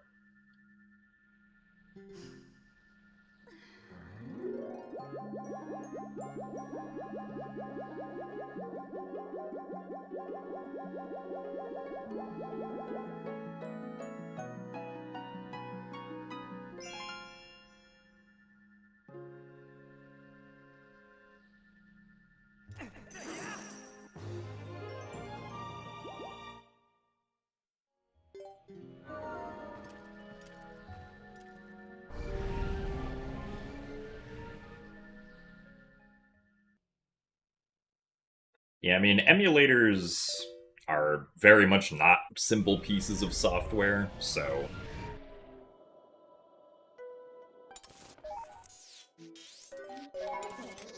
Like, the reason that,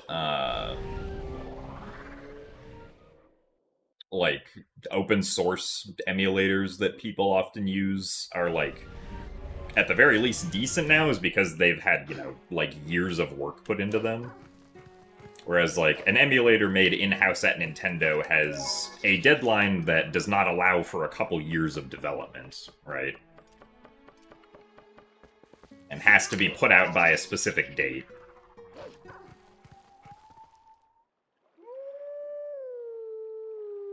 Oh. And I screwed this up, hold on. It's bottom to top.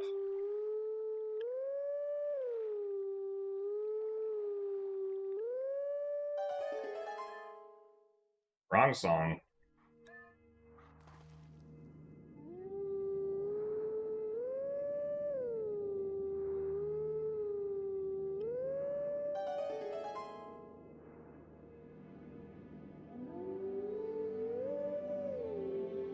Well, so I'm not using an emulator. I'm just playing this on my Wii U. And then capturing it with a capture card.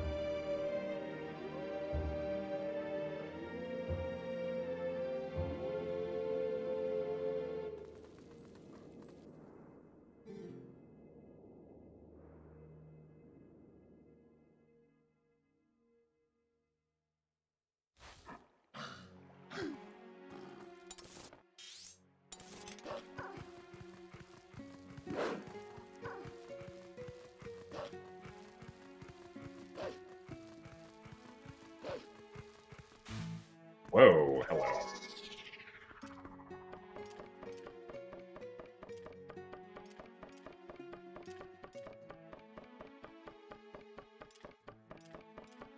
You just picked up Outer Wilds on sale. You're pretty excited to play it, and you know literally nothing about it except that everyone loves it. Excellent. This is a gymnast-approved decision to play Outer Wilds. I hope you have fun with it.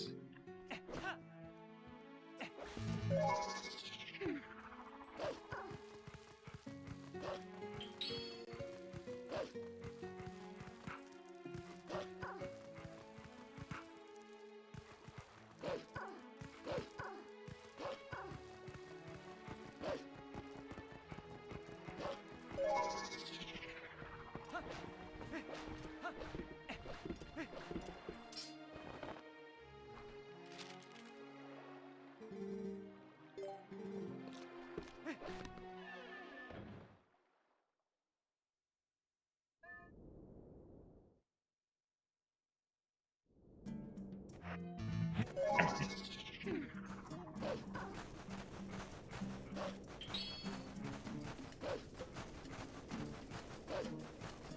But thanks for the good luck, Mr. H.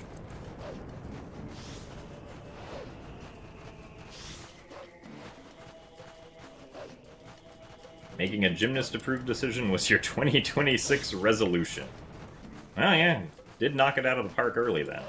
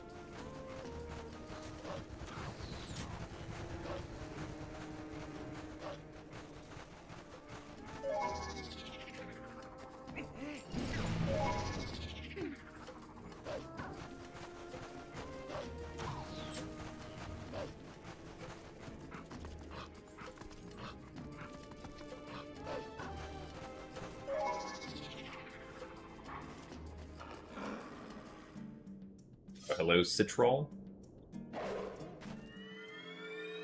You love the Explorer characters in this game? Yeah, they're all pretty cool.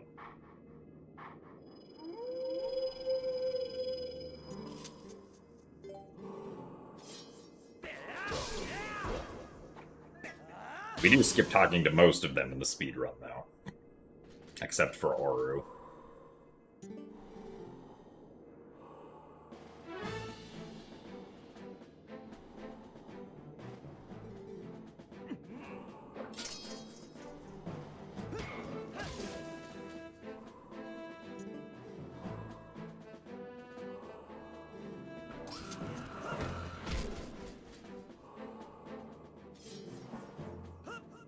Alright, Lysair, we'll see you later.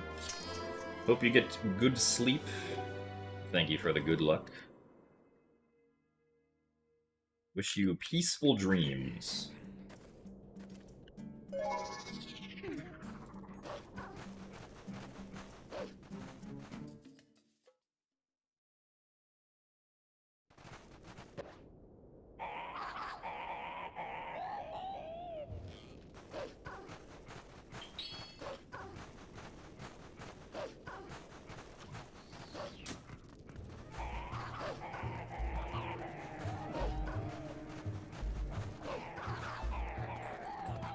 Oh, come on, really?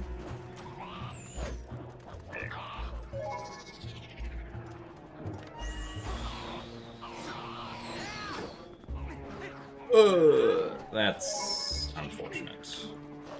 I thought my angle was fine. Well, now I'm sad.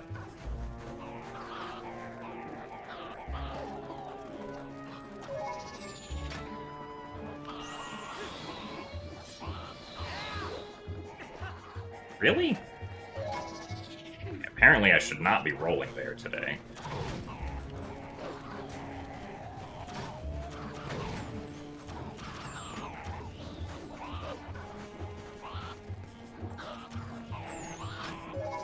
Well, this is stinky.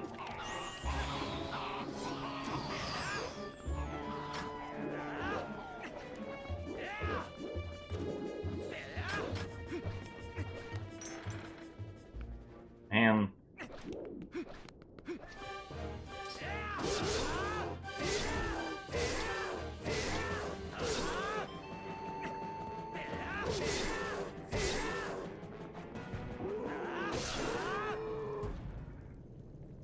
Well, that sucks.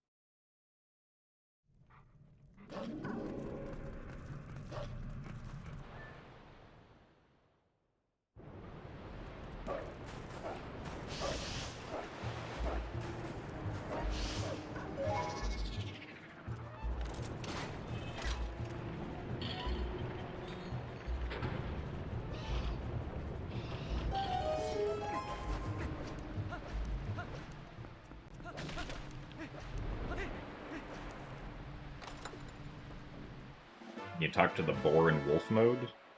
I don't think so. I'm not actually sure, to be honest.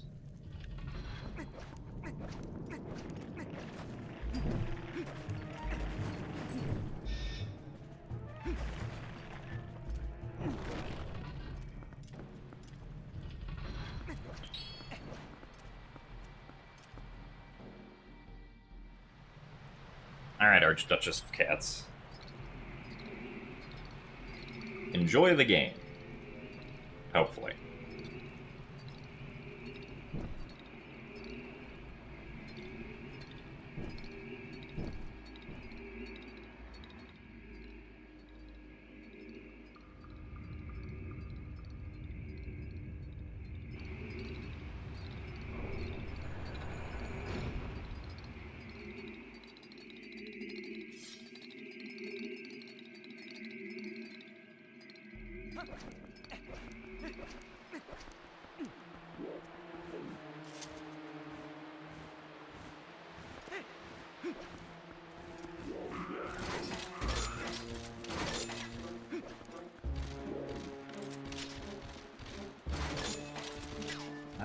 Yeah, I didn't think that was going to work.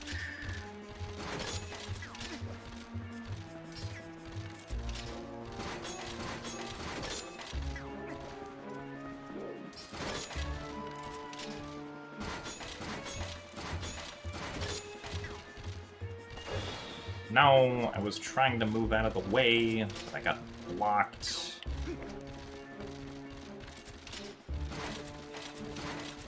What is this guy doing?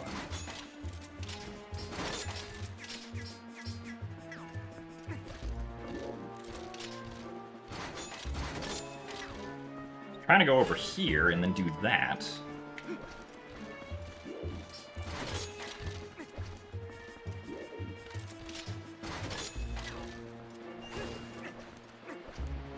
Oh, that was not great.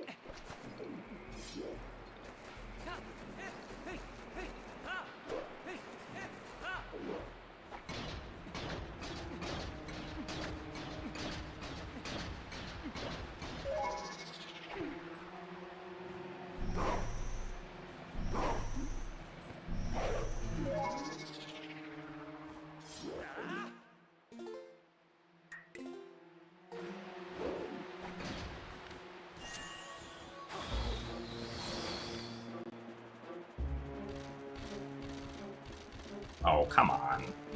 Really? They were so close.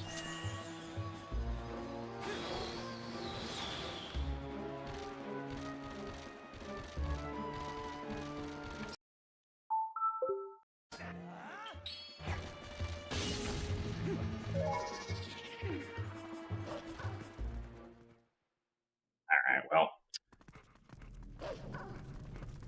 We made it, I guess.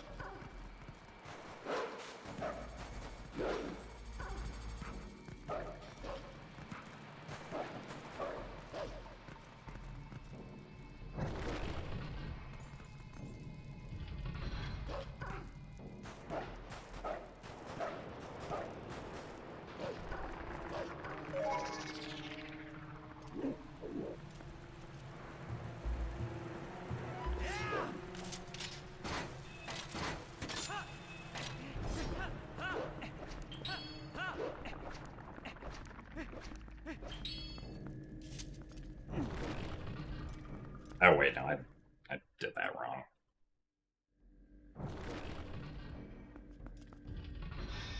Yeah, we'll be getting the boss key on the way back. Because I didn't want to transform out of, Wolf as I passed by the chest. Since when I pass by it later, I will be human.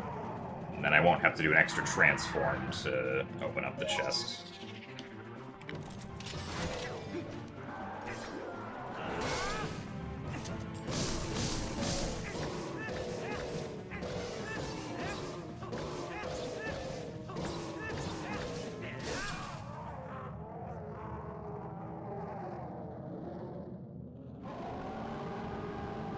How are we doing for the run? Unfortunately, this segment and the previous segment were not great. This segment sort of expectedly because it has Pogate skip, but the previous segment was bad for stupid reasons of me accidentally jumping off a platform twice. That I should not have jumped off of.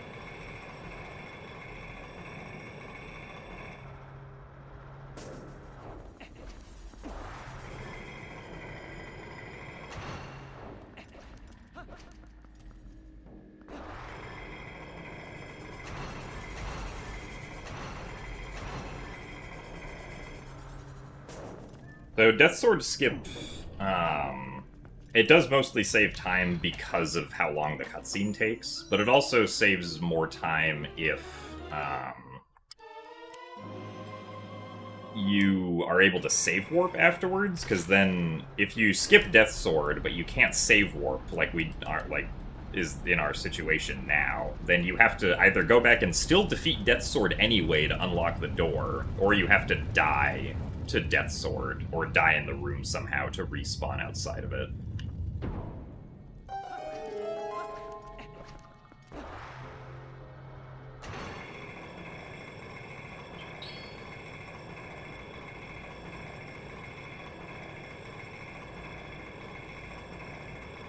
So it's like it would still technically save time to do Death Sword skip and then die to Death Sword, but that would only save like 10 seconds or so, and my consistency with Death Sword skip is not high enough to make sense for me to go for that trick if it only saves 10 seconds.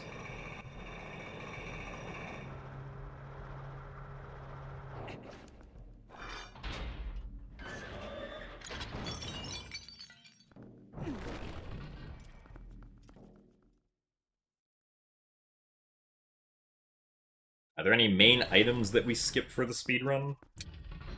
Yeah, we don't get Slingshot or Fishing Rod. We skip going through the first couple days of Ordon. All of the other main dungeon items we get, though. I guess by extension of skipping Fishing Rod, we skip Coral Earring, but that doesn't take up an extra slot. Oh, I guess we skip Bomb Bag, actually.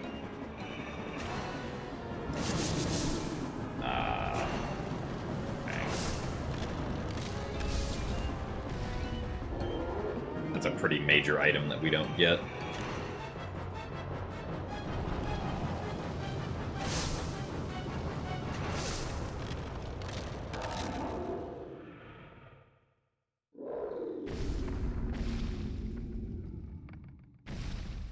And we also never get a bottle.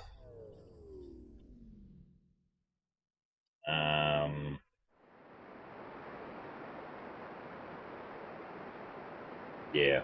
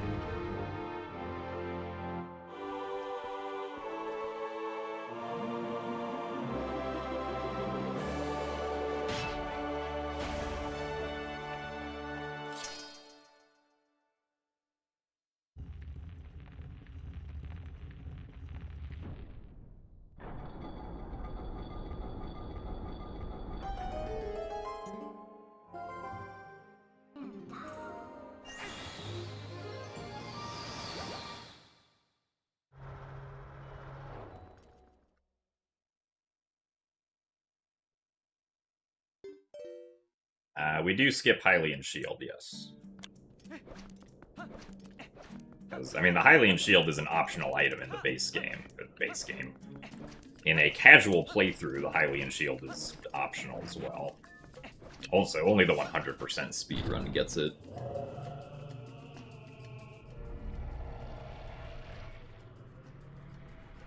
Also, thanks for the raid, CO422.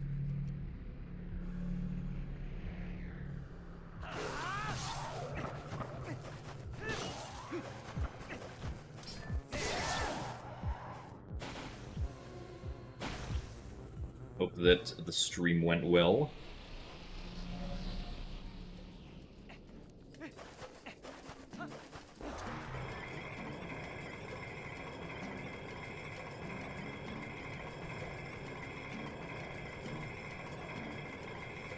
It was fun? Nice. I'm also having fun. Despite the fact that I unfortunately lost a bunch of time. But PB is still possible, so...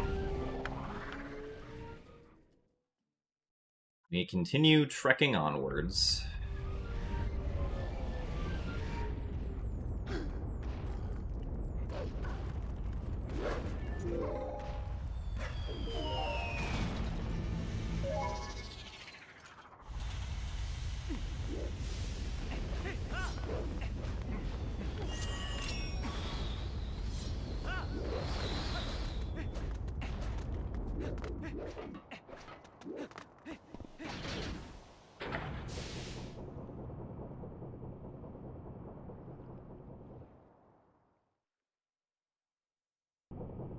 Also, yeah, Stallard, or at least doing the second phase of Stallard normally takes a very long time.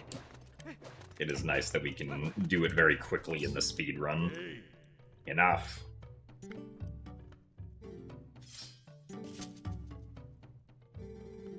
However...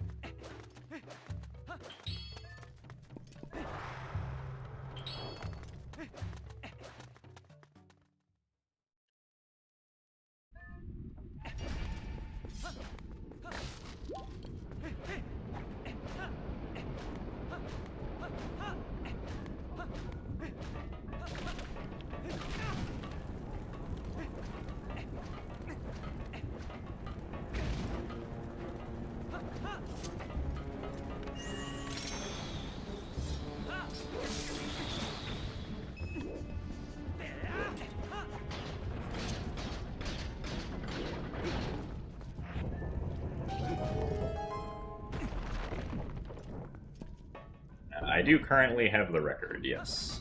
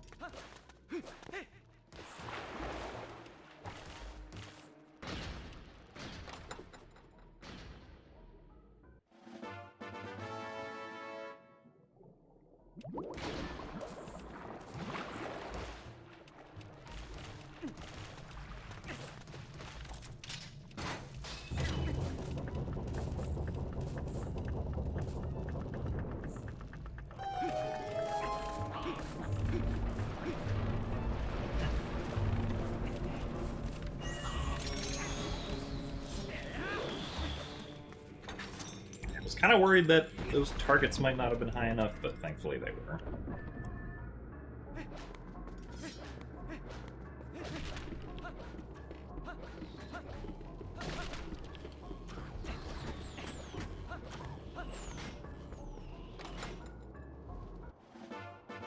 Is the fairy pointer canonically Navi? I don't think so. I don't think the fairy pointer has a name.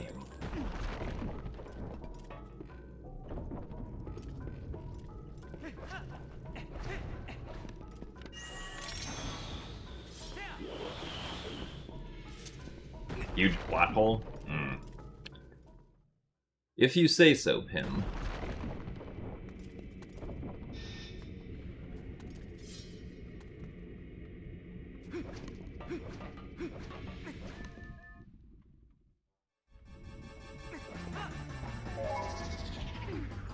I don't know why I take the sword out there, it's not necessary.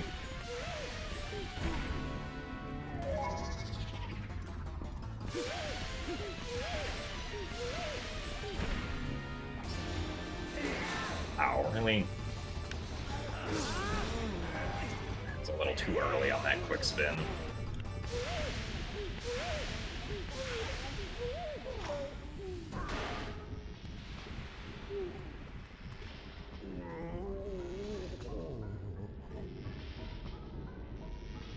Yeah, I'm pretty sure Navi's only actually seen in OOT, and then, like, vaguely referenced in Majora's Mask at the start.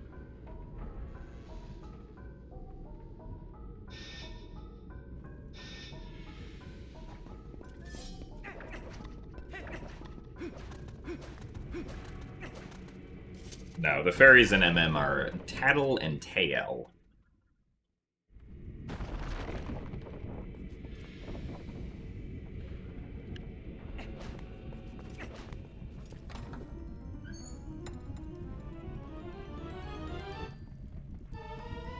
Oh boy, a best segment.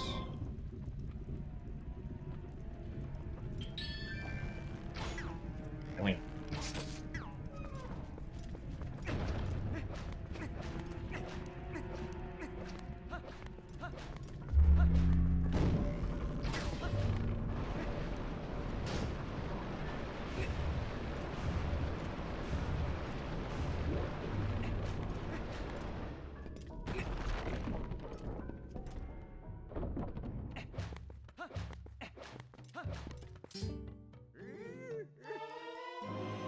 Twilight Princess, my last GameCube or first Wii game?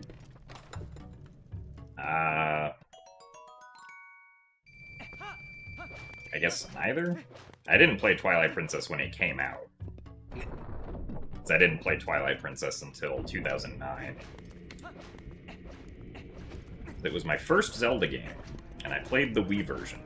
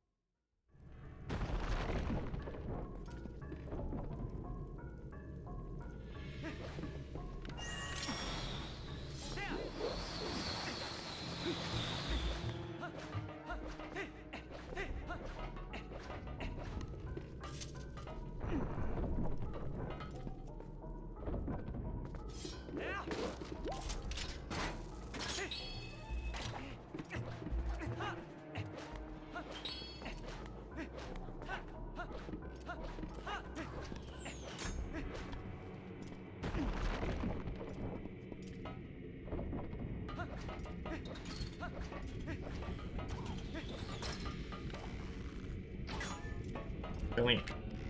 Bro.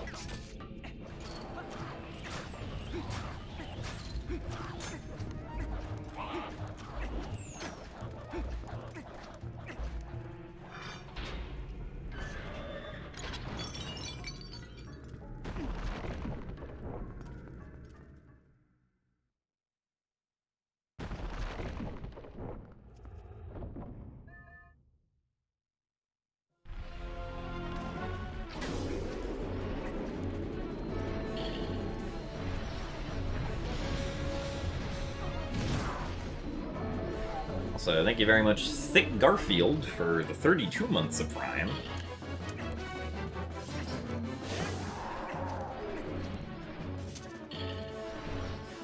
Thank you very much for your continued support, and that you still enjoy the speed content.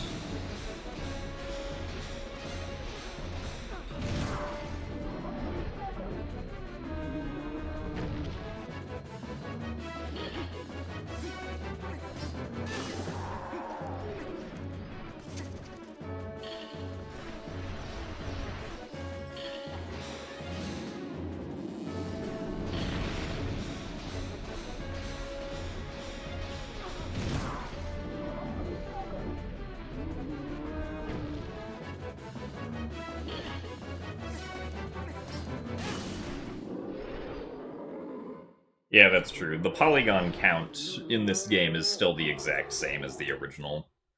At least as far as I can tell.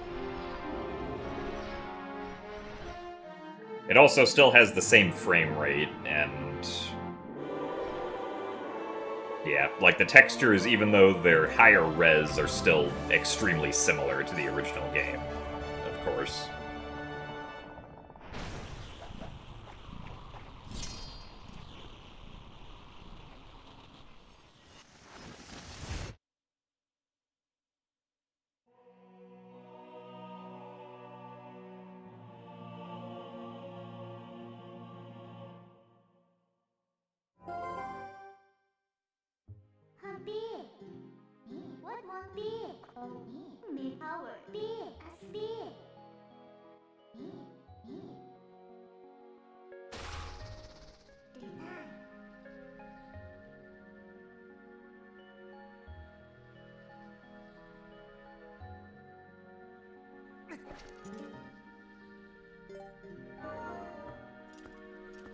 Well, we still saved 3 seconds, I guess.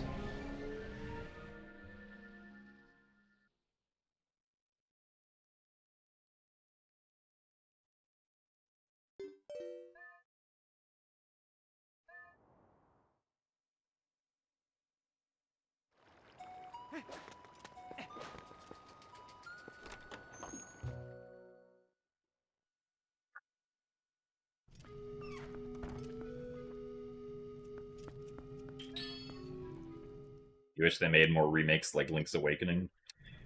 Yeah, I do kind of wish that every time they remade a 3D Zelda game, they,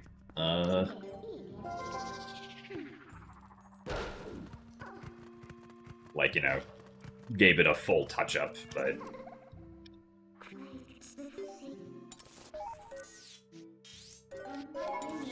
Unfortunately, it is much cheaper to... Or at least I imagine it's cheaper, and doesn't take as much time to, like, only up-res the textures and just say that the model quality is good enough, like for this one.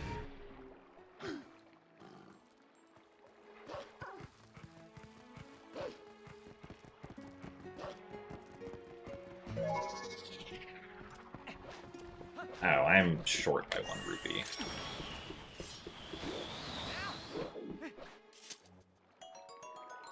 That's awkward. I should have just collected the 5 in Arbiters, probably.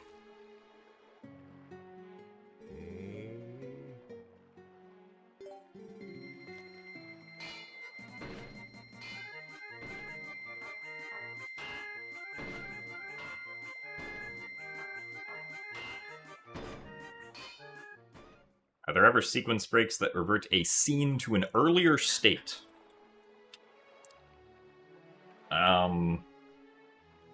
I mean, there can be, depending on, like, how the game calculates what state to load a map in. Like, sometimes there are triggers that completely force it to load a specific state regardless of what the actual state of the game is.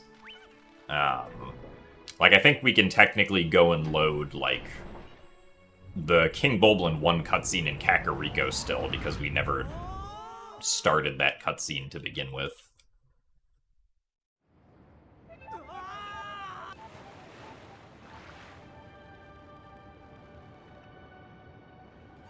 Alright, Kirol, we'll see you later.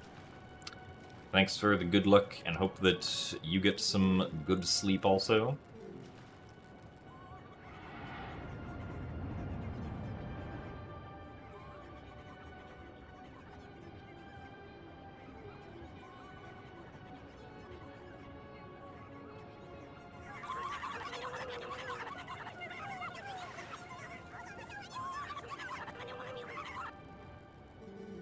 This temple took your dad 12 hours to complete. It can definitely be confusing.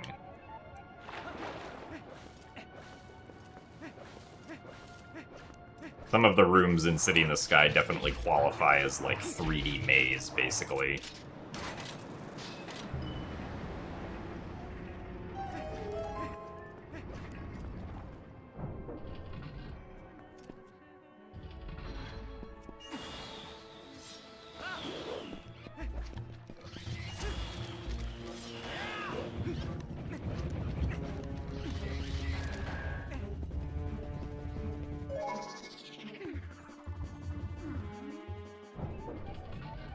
So thanks for the good luck, Shankshaw.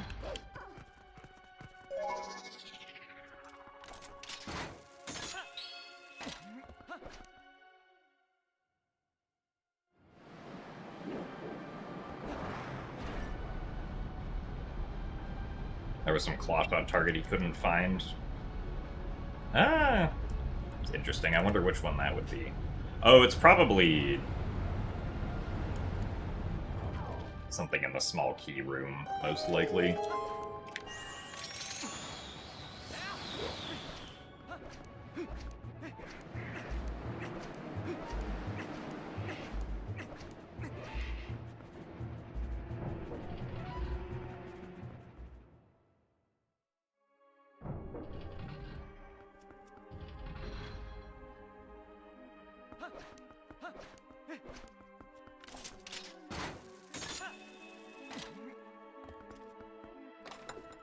Yeah, skipping the fan trigger is definitely very silly.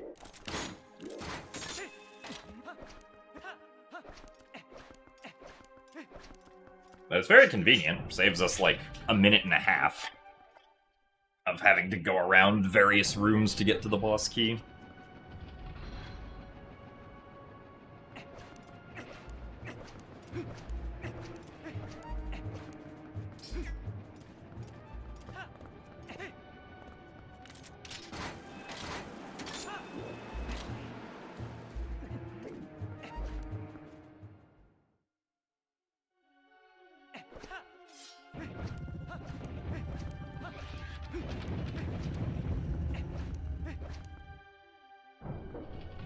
I do not have any plans on doing Moonjump all dungeons now.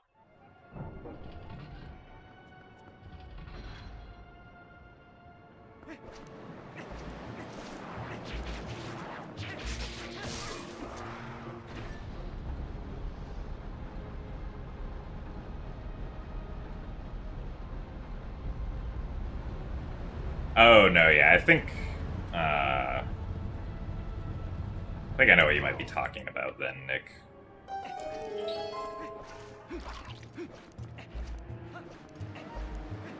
After you get the boss key, you have to, like, lower yourself down from where the boss key is to be able to claw shot a specific switch or target that you then have to yoink down.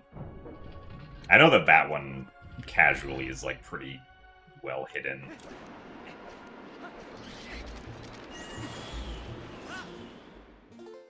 Okay, time to bring out the third-person camera.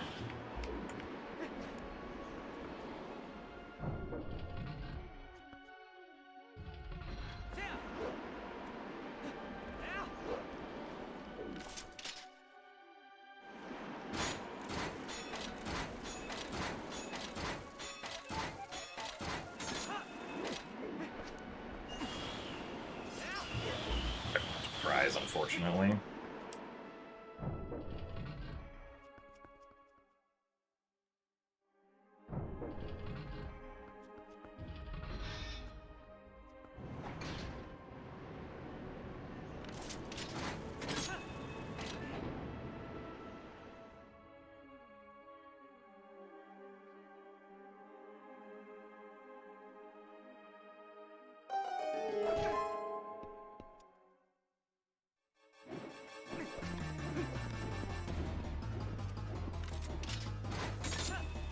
Well, that was first try, though, so that was very nice.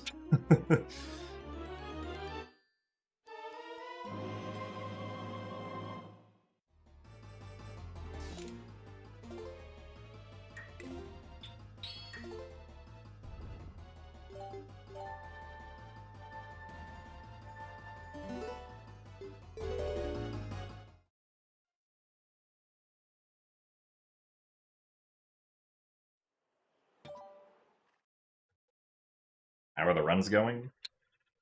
This run had some issues around and in Arbiter's grounds.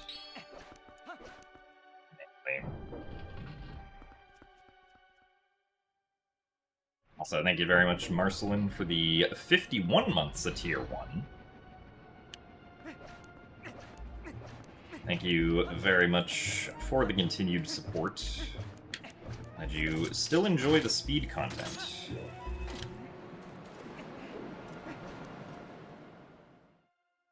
And thank you very much, Looms, for the Prime subscription.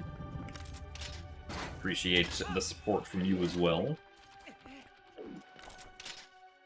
Enjoy the badge and emotes, of which a waving fish is one of them.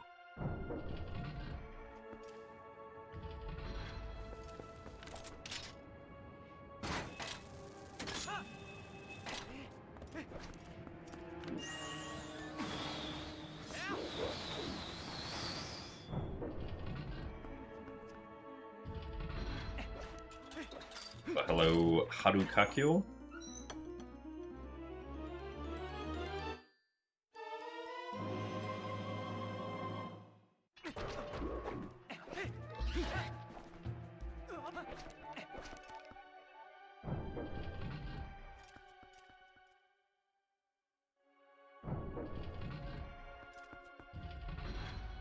I mean, Twilight Princess can sometimes be a frustrating game to play, but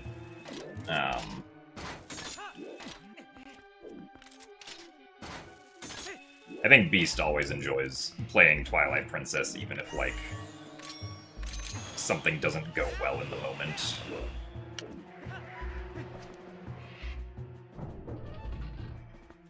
Generally, if you have the ability to consistently finish 6-hour 100% runs, you probably enjoy what you're doing, or the game that you're speedrunning, I would hope.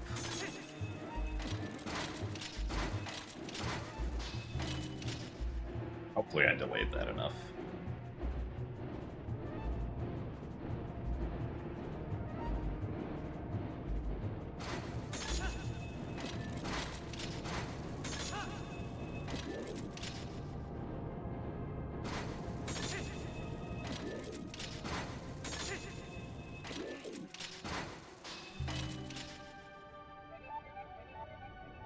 And I mean, like, I also get, like,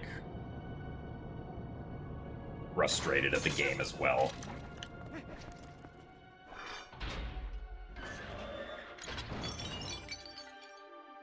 I'll say yes, 100%, or at least 100% on GameCube. For Bewildebeest specifically is about a 6-hour run. For pretty much everyone else, it's a 6.5-hour run.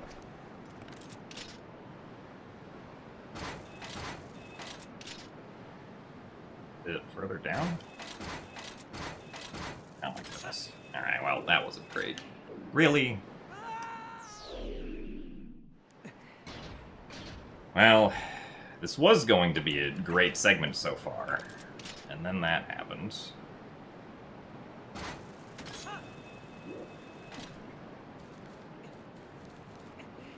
Surprised that neither of those are in the right position. I guess I'm not surprised by the first one, but the second one I'm surprised was too far left.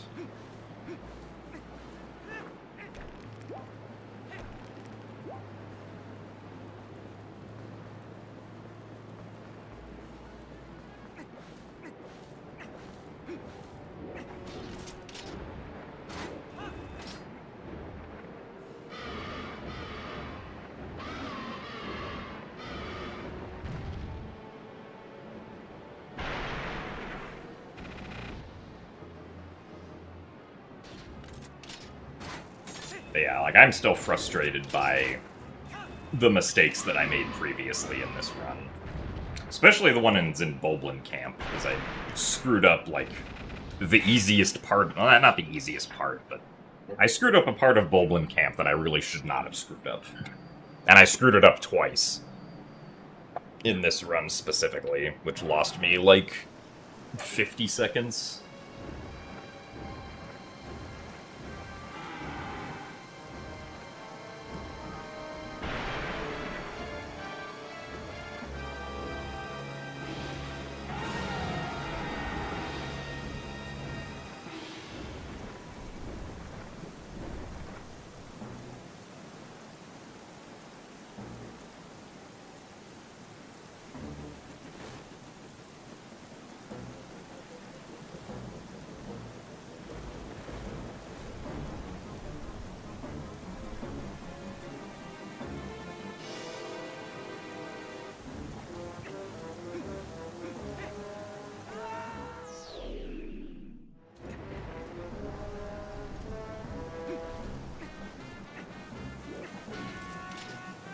Nice. But the claw shot was already out, but... Or maybe I just failed to go into first person again.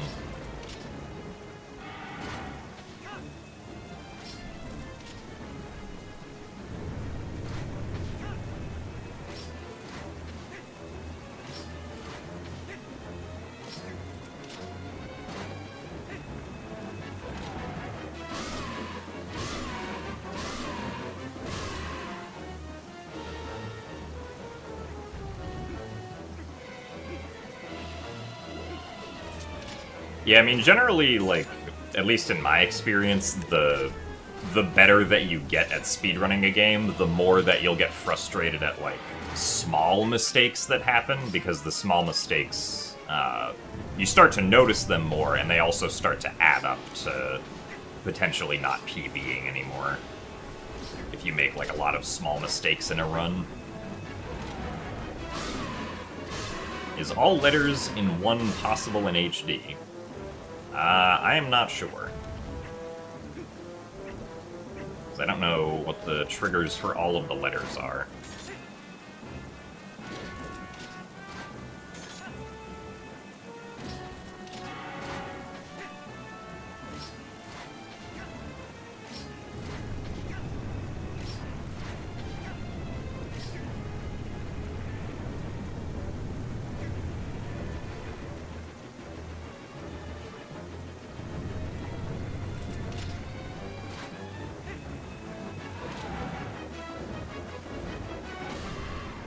Unfortunately, we're losing like 20 seconds here.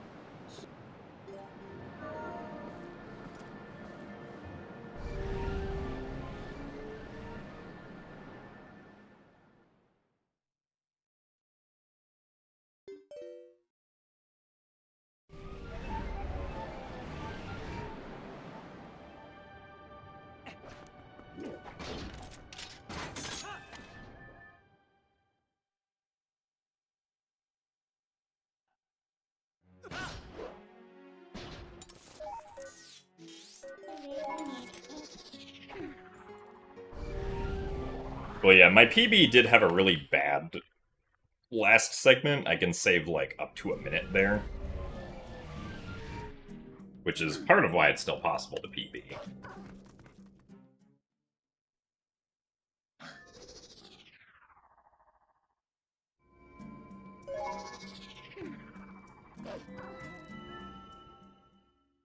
The 39 out of 308 is the number of completed runs over the number of total attempts. So I have 39 completed runs across 308 attempts, with this being the 308th attempt. So when this run finishes, which we will at least finish the run if it doesn't PB, the number 39 will jump to 40.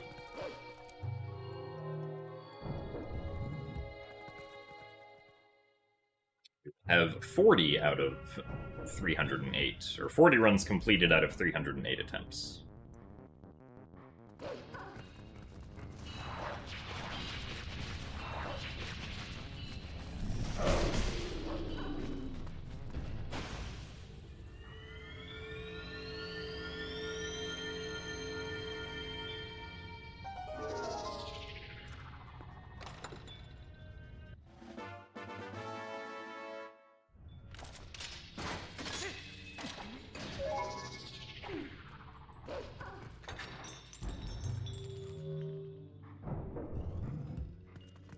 Yeah, haha. There are plans to do that. I did submit, like a membership request, or like a request for, being able to have memberships on YouTube. I don't know if it was approved yet. But once that goes through, I should be able to add the emotes, I think, to YouTube chat. At least it seemed to indicate that I would be able to do that.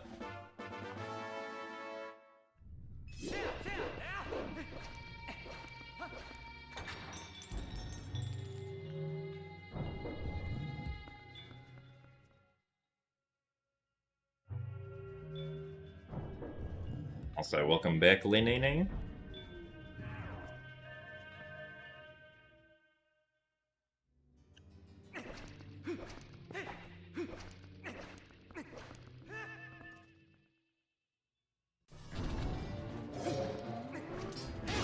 Ow. Really? Well.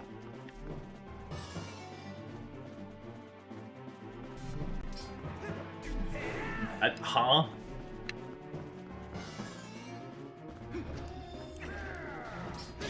Unfortunately, I did an oopsie, and so I lost more time.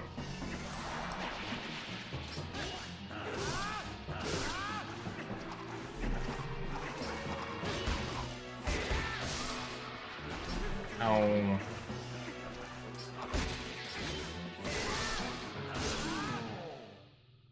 Wow. Now I feel silly, because I don't remember the last time that I accidentally did that.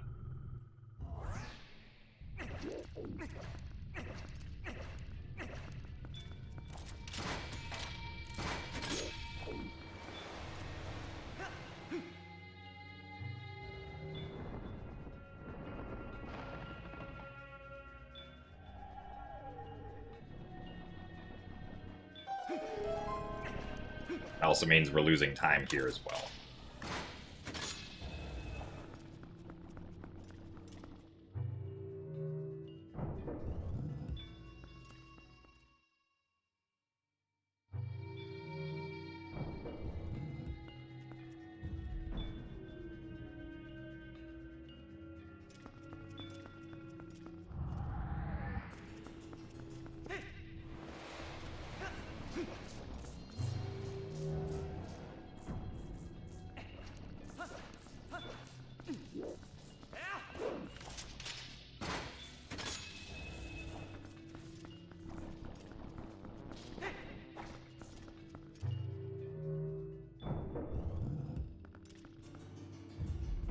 Yeah, the hand,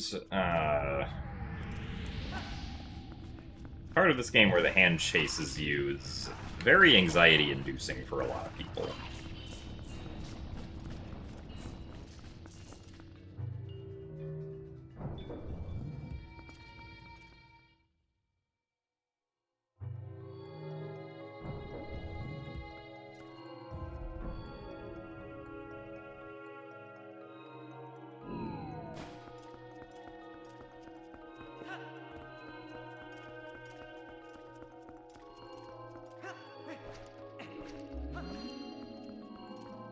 Really?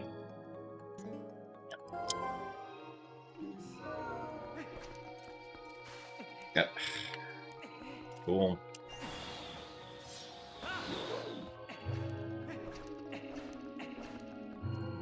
Nice skid.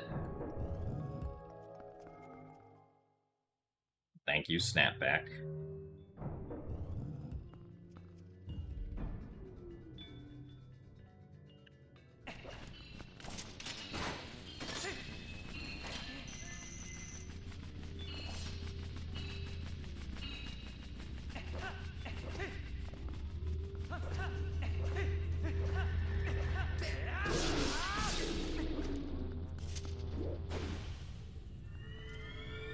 They're a part of Twilight Princess I dislike the most. I mean, I would say generally I'm just not a huge fan of the Twilight sections.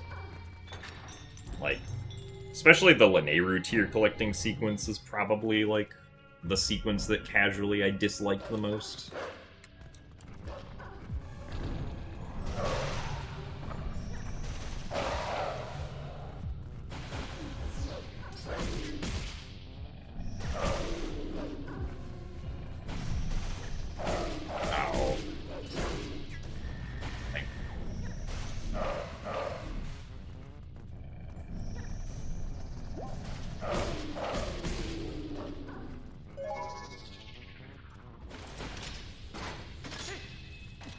That was also very silly.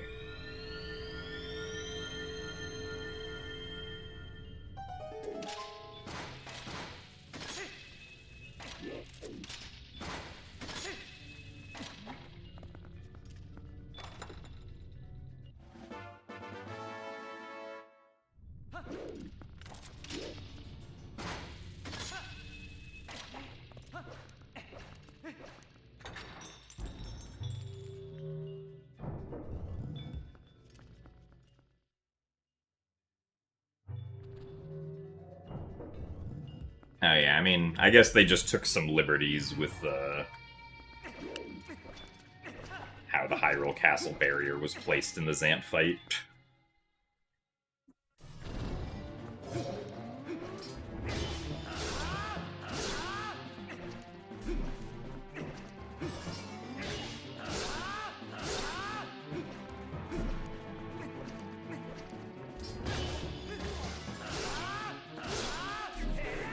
Really?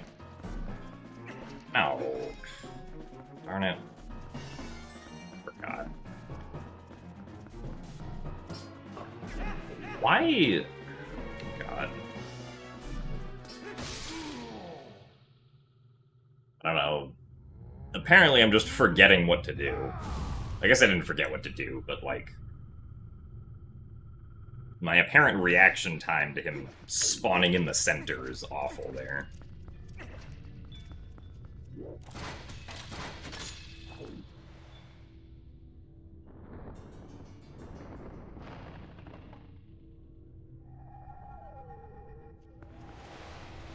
But also, PB is probably very unlikely now.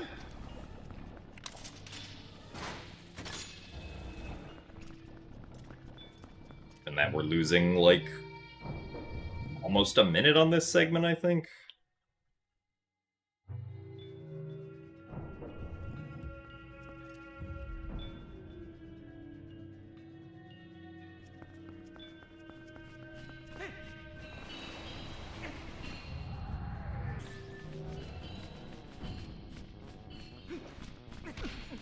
Nice.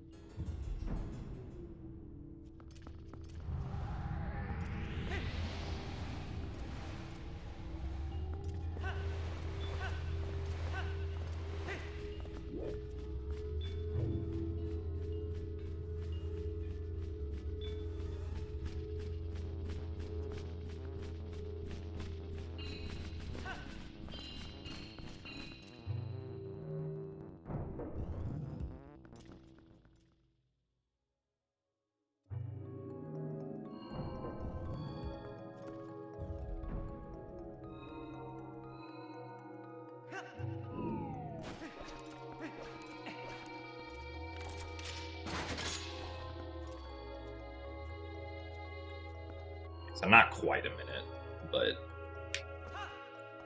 still all really silly mistakes. It's time to. About 55 seconds over best.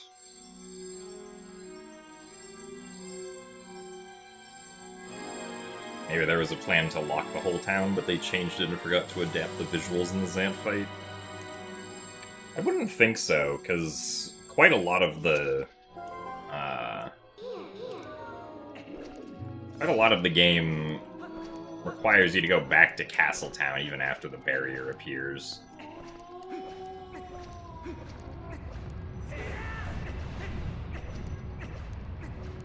But who knows? Is hydrate still a thing?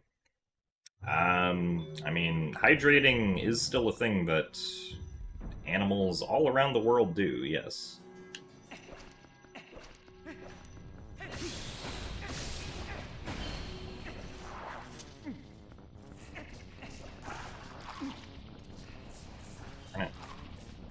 Wait for the camera to come back.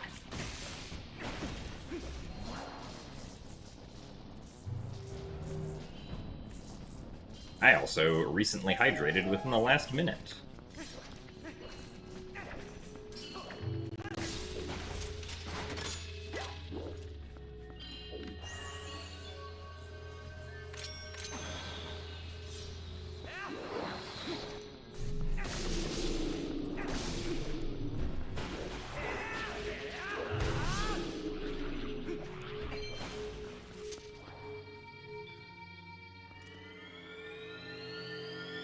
Thanks for the raid and the good luck, Smooty. Hope that the stream was good. Welcome to a run that probably will not PB, but still technically could, I guess.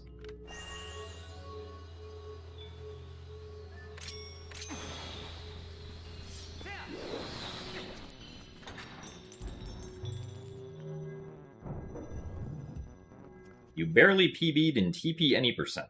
Ah, nice. Alright, Glamanda, hope the sleep goes well.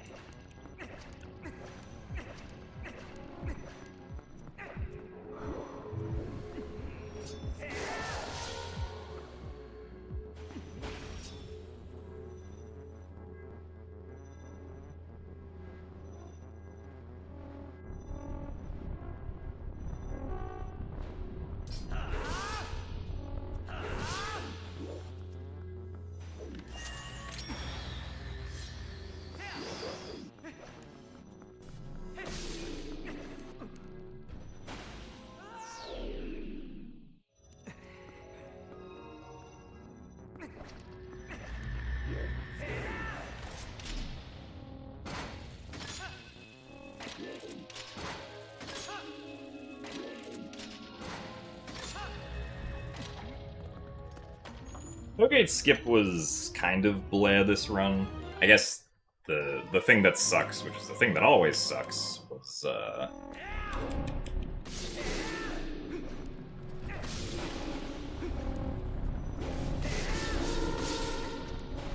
attempting to clip the bubbles out of bounds was a chore.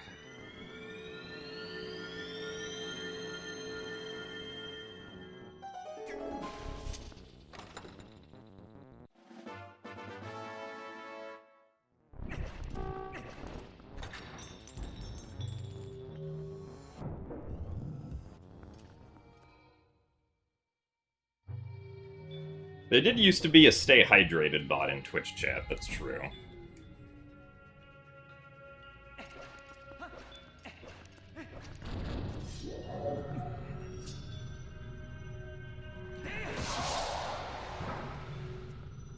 I don't know if it's still around or not, but it used to be in my chat, and now it's not.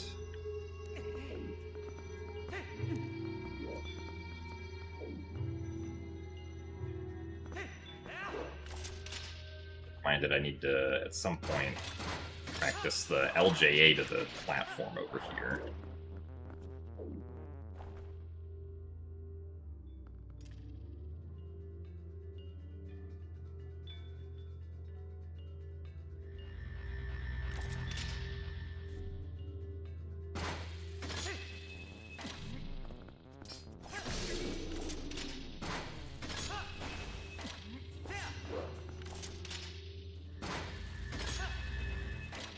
No. Darn it.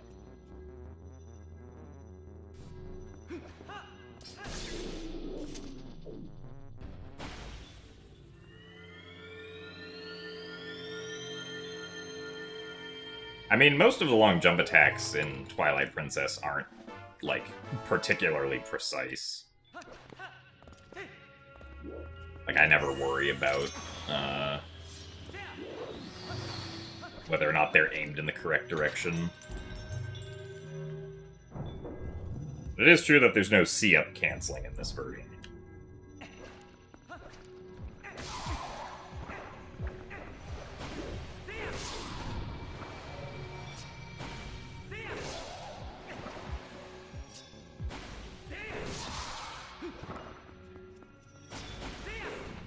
Really?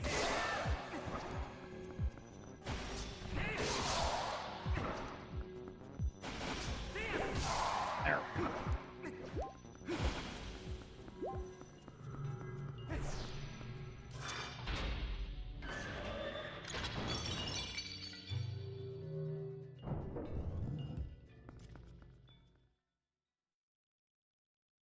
The biggest differences between HD and GameCube and Wii are that HD doesn't have Back in Time or Early Master Sword.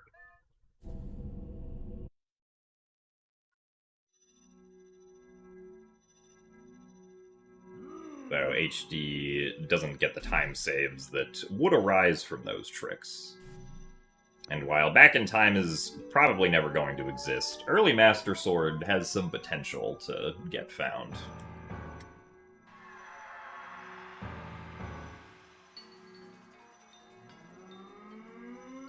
Also, thanks for the good luck, Vermilion Who.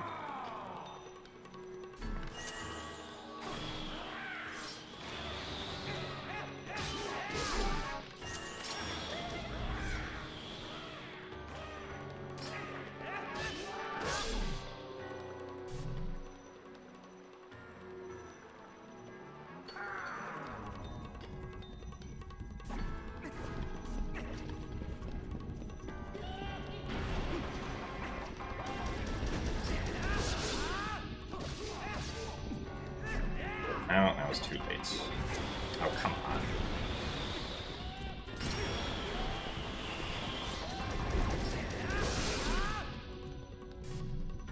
Oh, that wasn't good.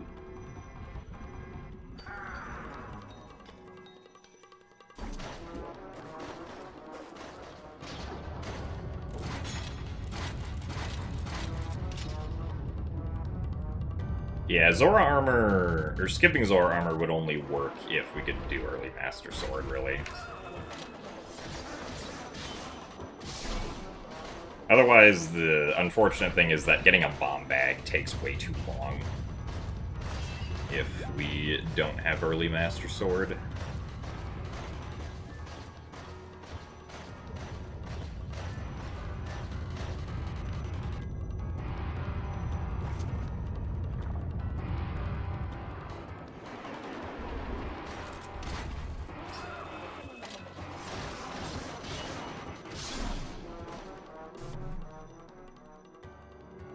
How difficult do I think no hit would be for me?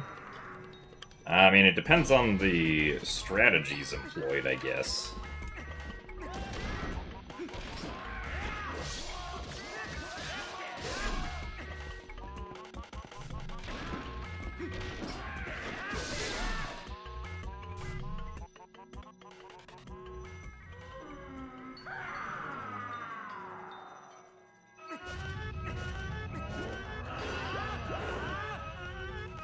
Most of the game probably wouldn't be too bad, but, like, I imagine certain sections,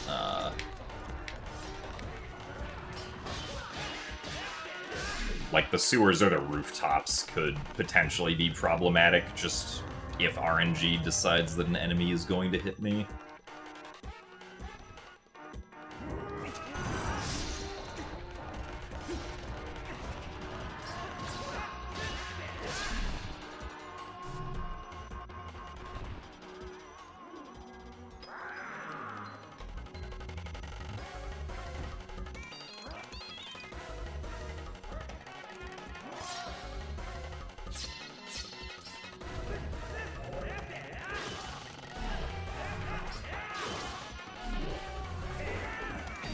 Really? Alright, well, I guess that didn't actually lose that much time.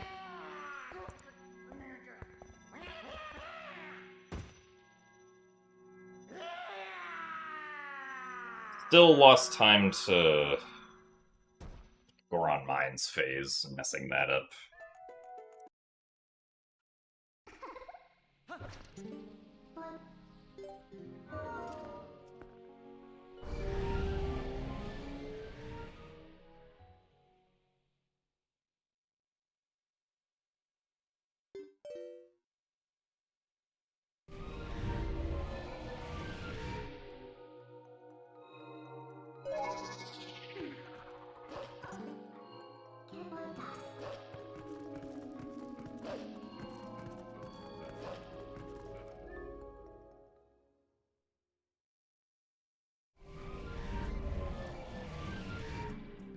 Yeah, at this point, PB is pretty unlikely, but we're gonna finish the run anyway. I haven't actually finished a run of this category in, like, almost a month since... Not quite a month, like 3 weeks. Since I wasn't home for 2 weeks, so...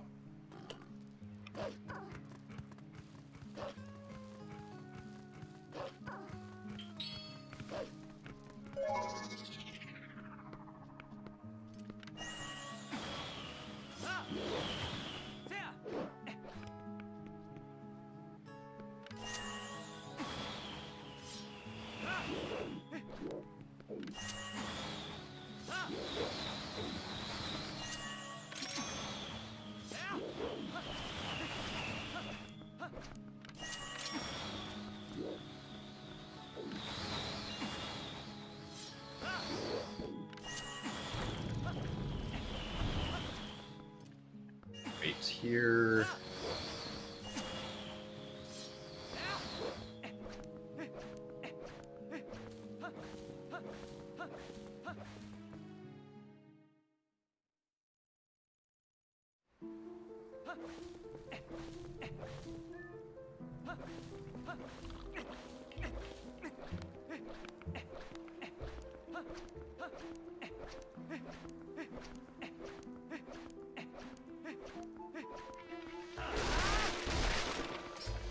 And out of here.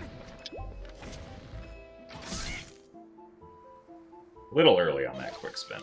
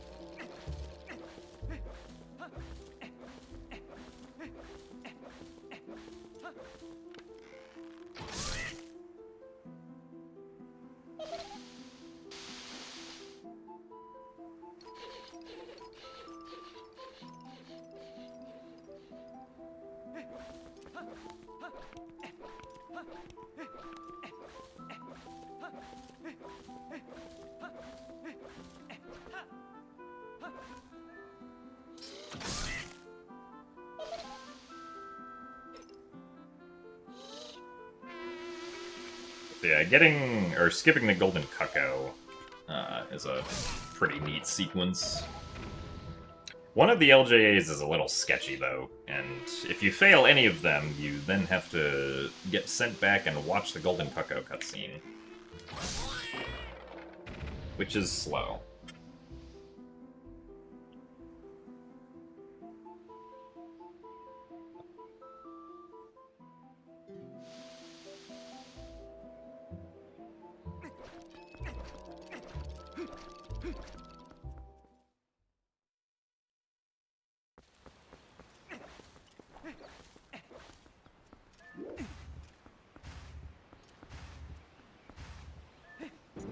Really?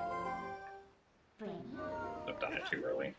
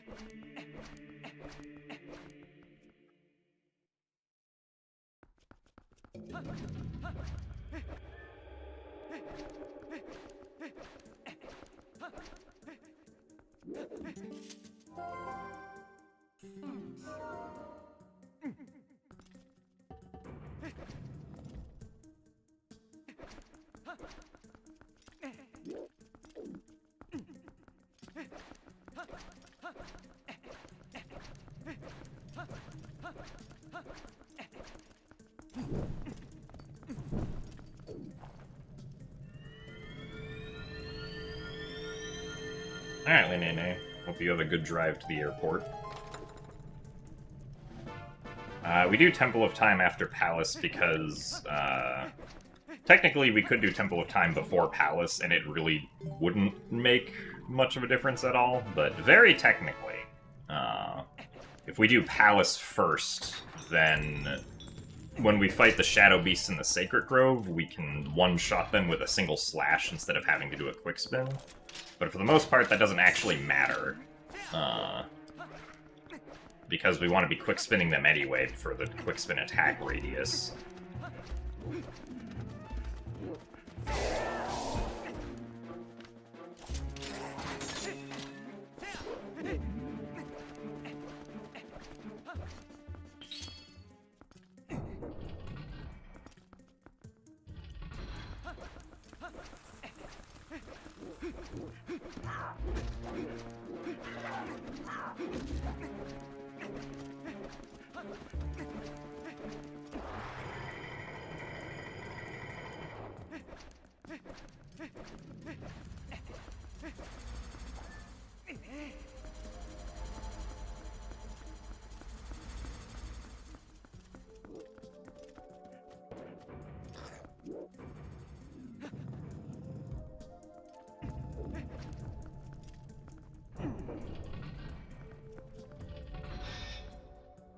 When's my next stream?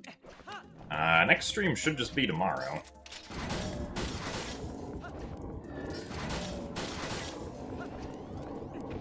I guess it depends on what time I'm gonna do the Wind Waker randomizer multi-world async match. But probably tomorrow at like the same regular time.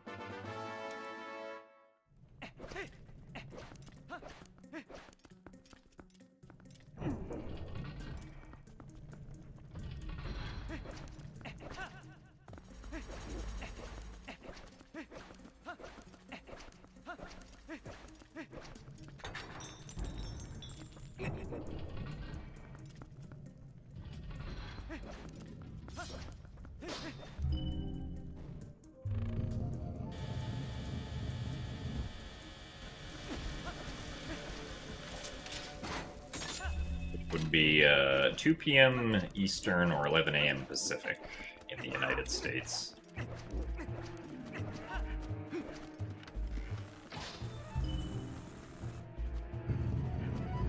Because generally I try to stream every day of the week except Tuesdays and Fridays. And start at the previously mentioned time of 11 a.m. Pacific or 2 p.m. Eastern.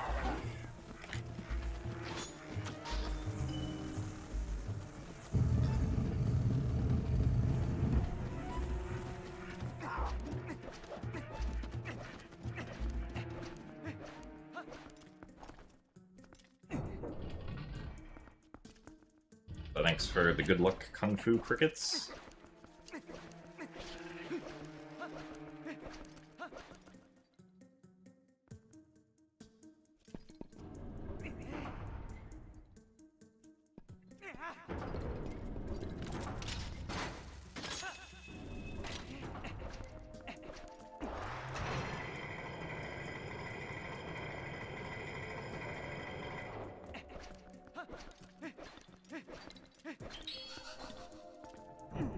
I do in my free time?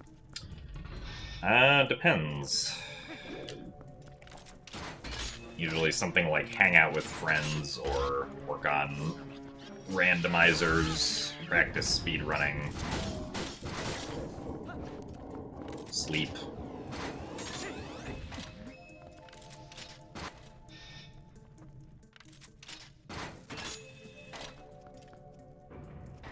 Nice. I love when that happens.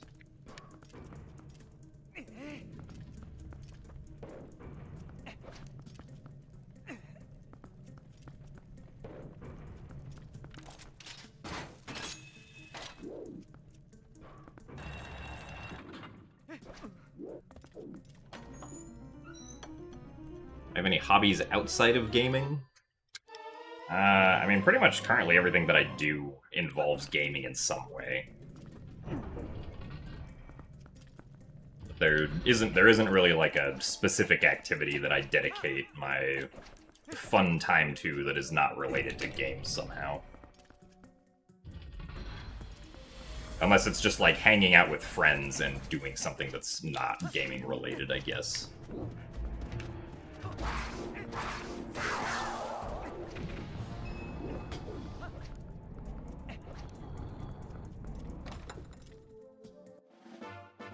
I do enjoy board games, but I do not board game much, no. Mostly because there's no one in, like... Nice. Good switch. There's no one, like, in my immediate vicinity who also enjoys playing board games. Except when I go to, like, GQ.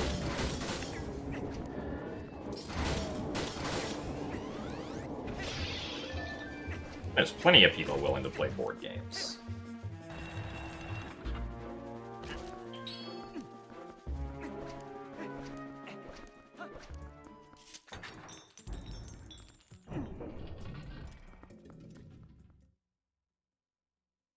Also, thanks for the good luck, Carlos Raven.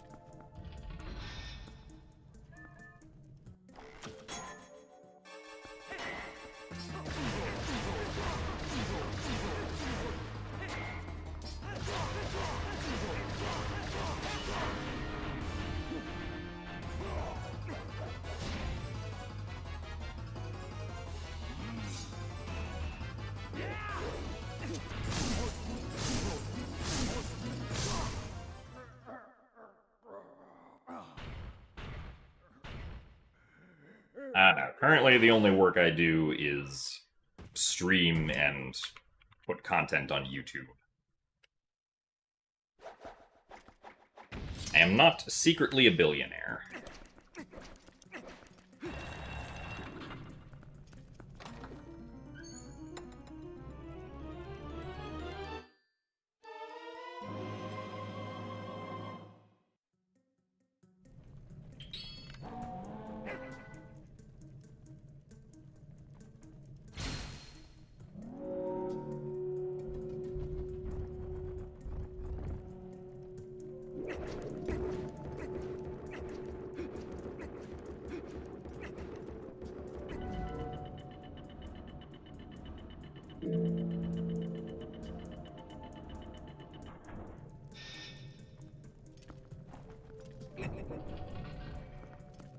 So hello, X-Ruby.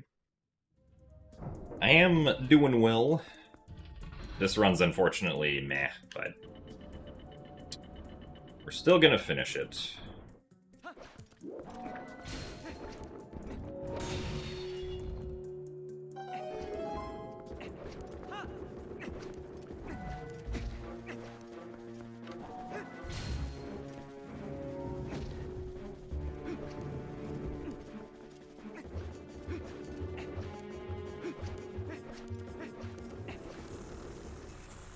Come on, there you go.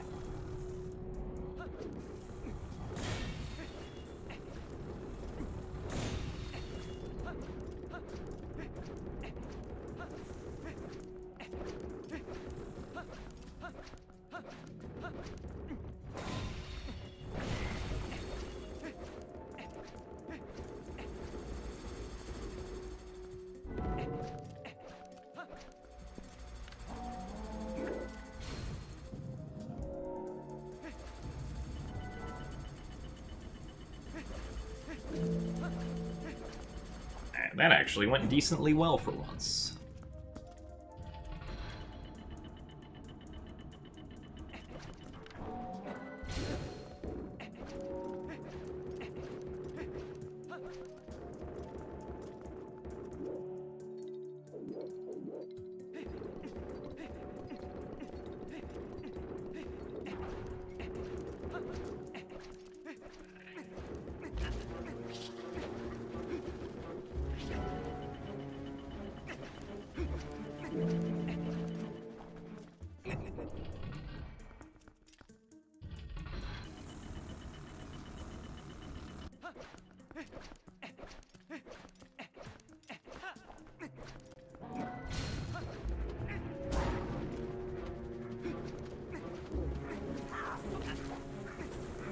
Yeah, I don't know why I wanted to get rid of that wall for some reason. That wasn't necessary.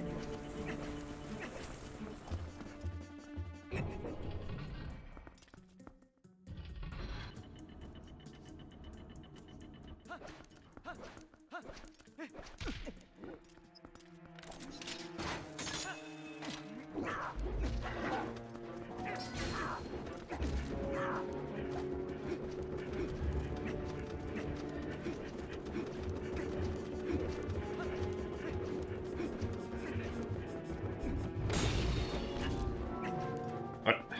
Seriously? Silly.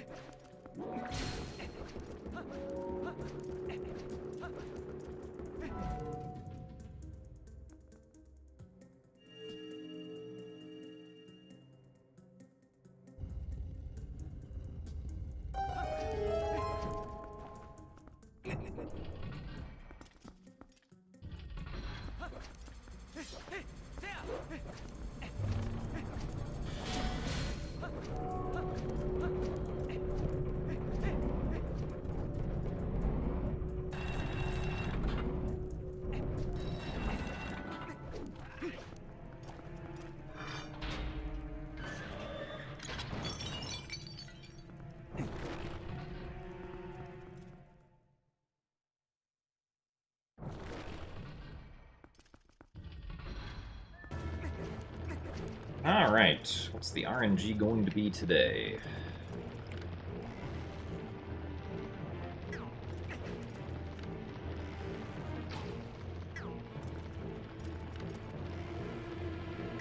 Bad, apparently.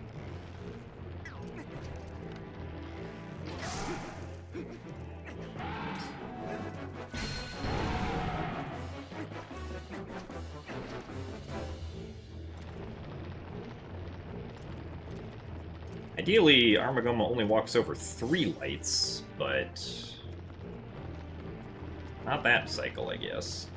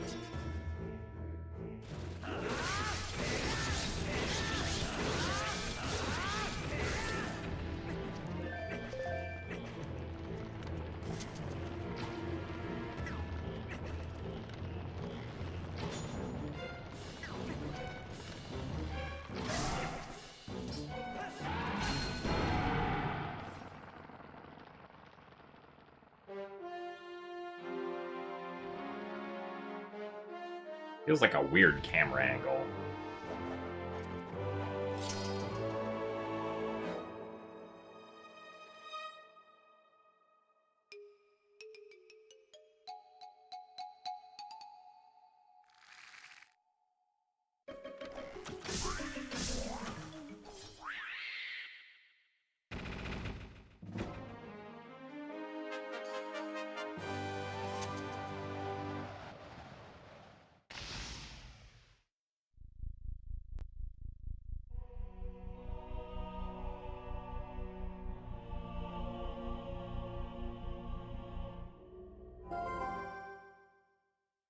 You hear youths.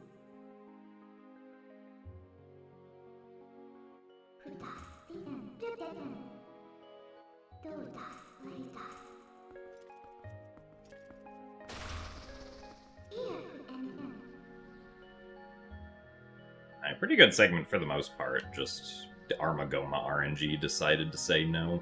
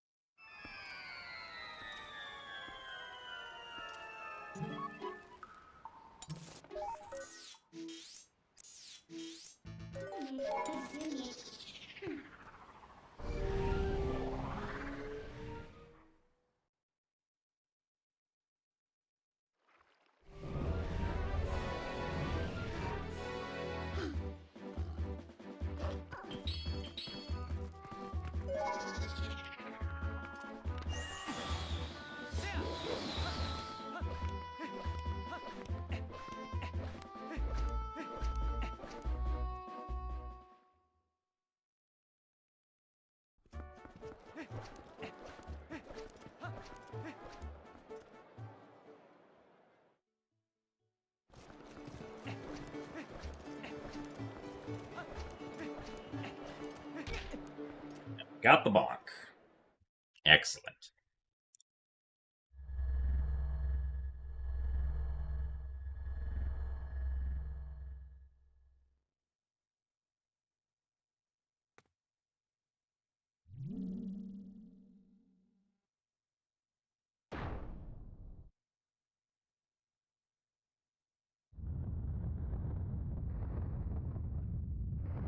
If somehow we get supremely lucky RNG on Puppet Zelda and we PB, the run is valid thanks to the bonk.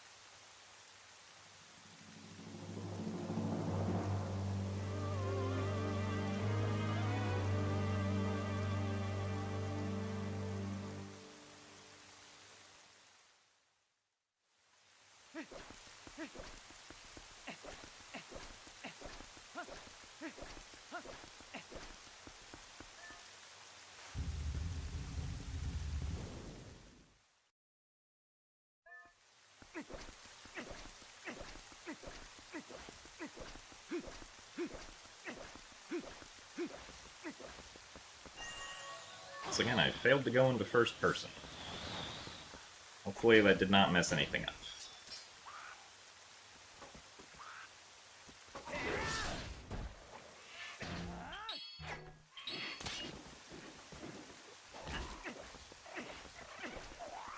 Wasted maybe like a second or so with the delayed Bokoblin reaction, but otherwise that was fine.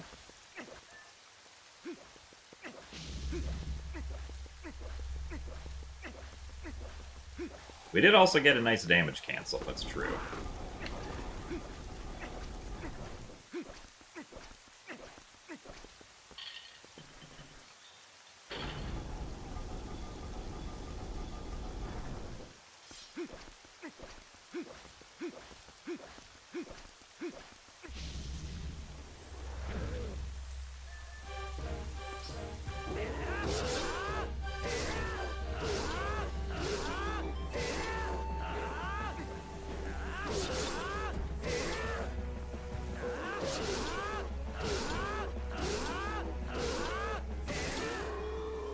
And we actually had an optimal King Boblin fight.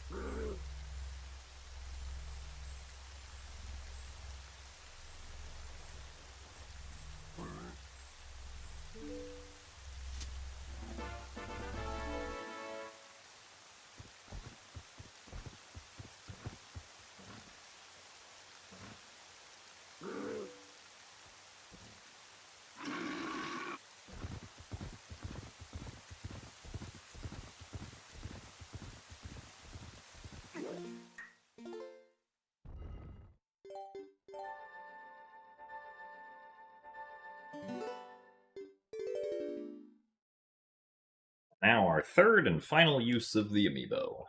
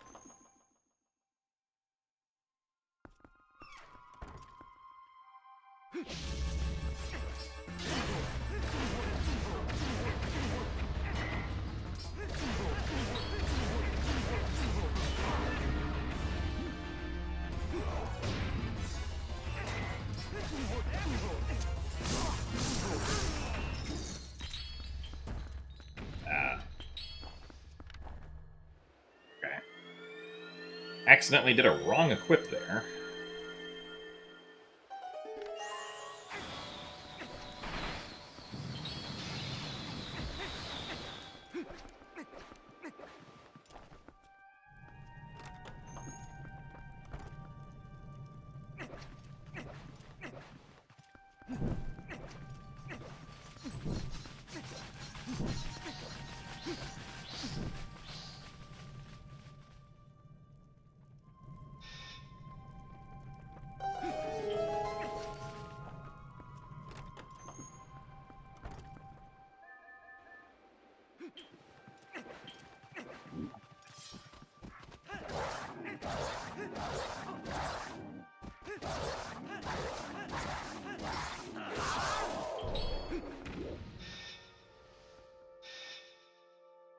Specifically, this this ball and chain equip on Y is, like, really finicky sometimes.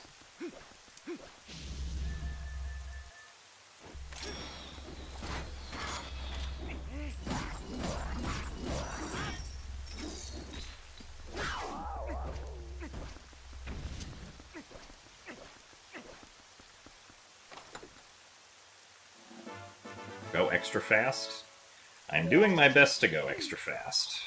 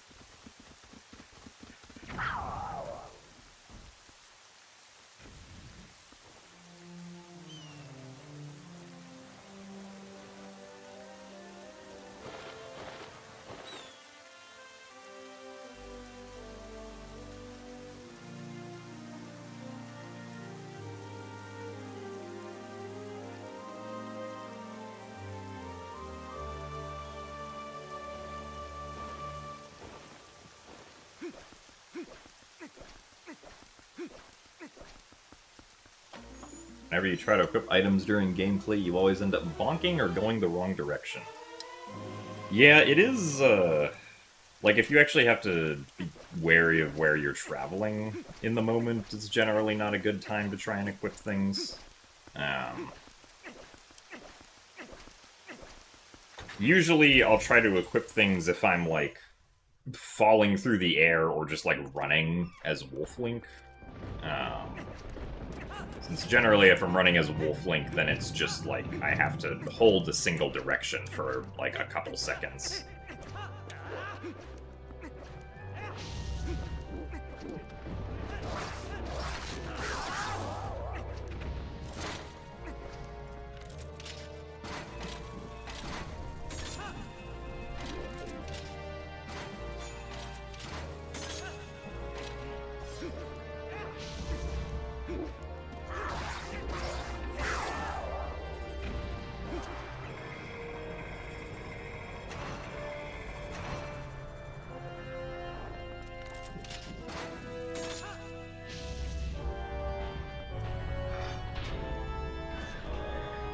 Pretty good Hyrule Castle, though.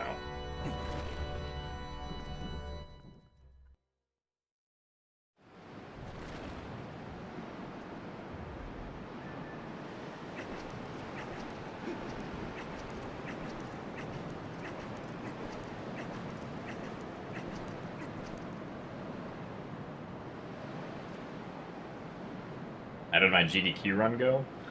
So, unfortunately, I didn't do my GDQ run. I ended up testing positive for COVID a few days before GDQ started. And so GDQ said, oh, also nice. Alright, well, probably can't PB now, because we're immediately starting off with a triangle. But, essentially, GDQ said that if I was able to test negative 48 hours before my slot during the marathon, then I could, like, keep the slot, but if at 48 hours beforehand I was still testing positive, they were going to have to make arrangements to fill in a backup runner for my run, which is why Glubbers instead ran GameCube all dungeons instead of me running HD all dungeons.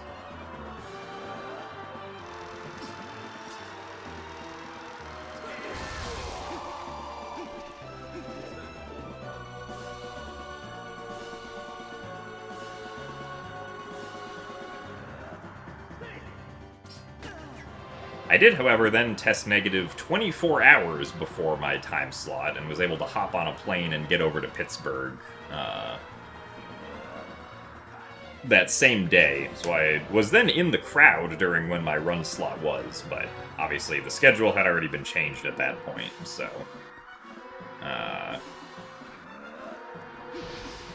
unless something then happened to Glubbers, I was not going to be able to do the run. So it was essentially just inconvenient timing with getting sick.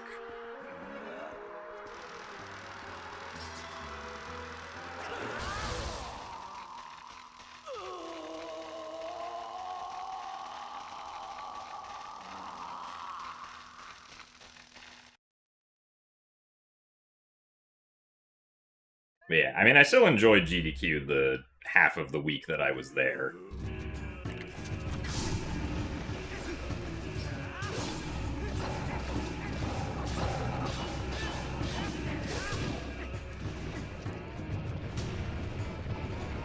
And, like, I'm sure I'll get to do more GDQ runs in the future. And I've already done quite a few GDQ runs before, so...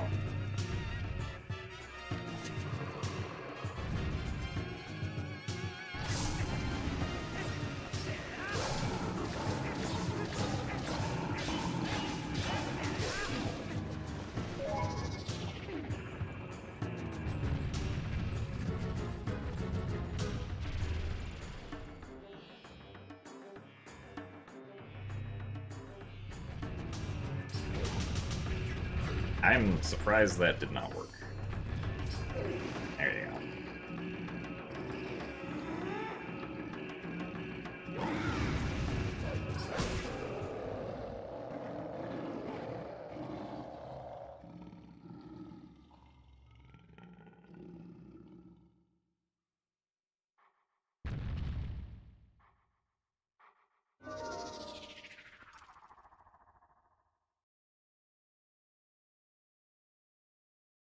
Ghost of GDQ Past got me.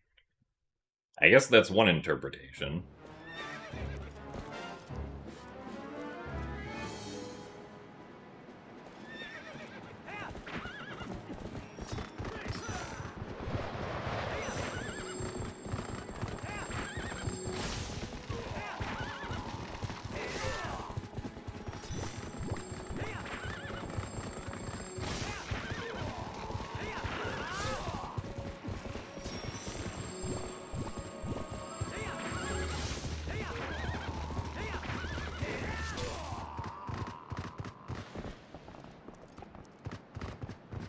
Alright, well, good news, we're saving time.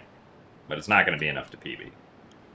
Which makes sense, because we got 8-cycle Zelda, and then also messed up the last phase of Beast Ganon.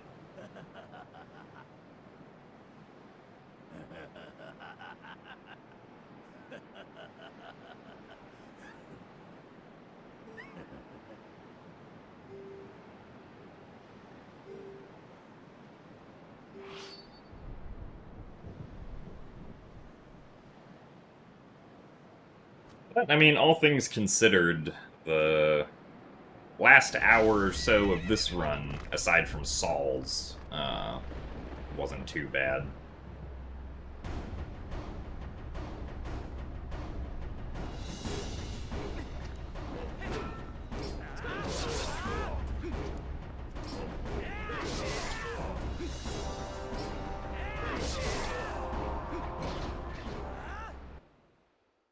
We went from plus 159 to plus 23, so...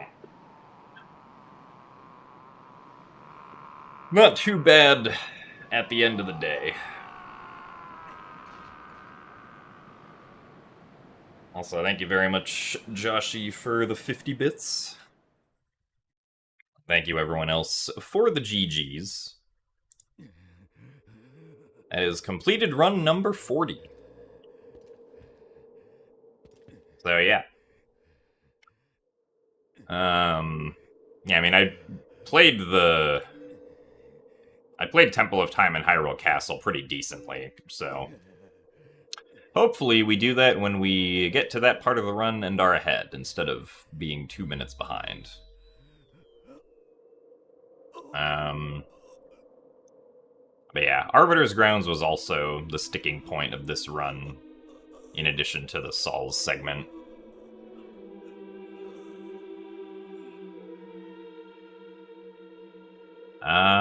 But yeah, so I will stream tomorrow. I'm not sure what exactly it'll be. Or since I do have to do an async match tomorrow for a randomizer tournament, but I don't know when that's going to be because we haven't decided on a time.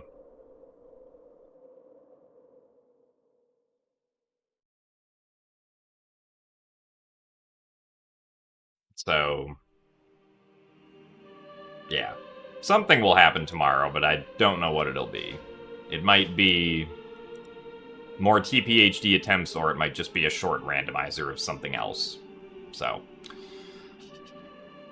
in any case, yeah. I know that on Monday we'll be doing a Skyward Sword randomizer match for the Skyward Sword Randomizer Season 4 tournament, so that's the plan for Monday. So at the next time that I can guarantee we'll do TPHD, All Dungeons Attempts, will be next Wednesday. So, with that in mind, I will see you guys all later. Thanks for watching, and goodbye. Clank, clank, clank.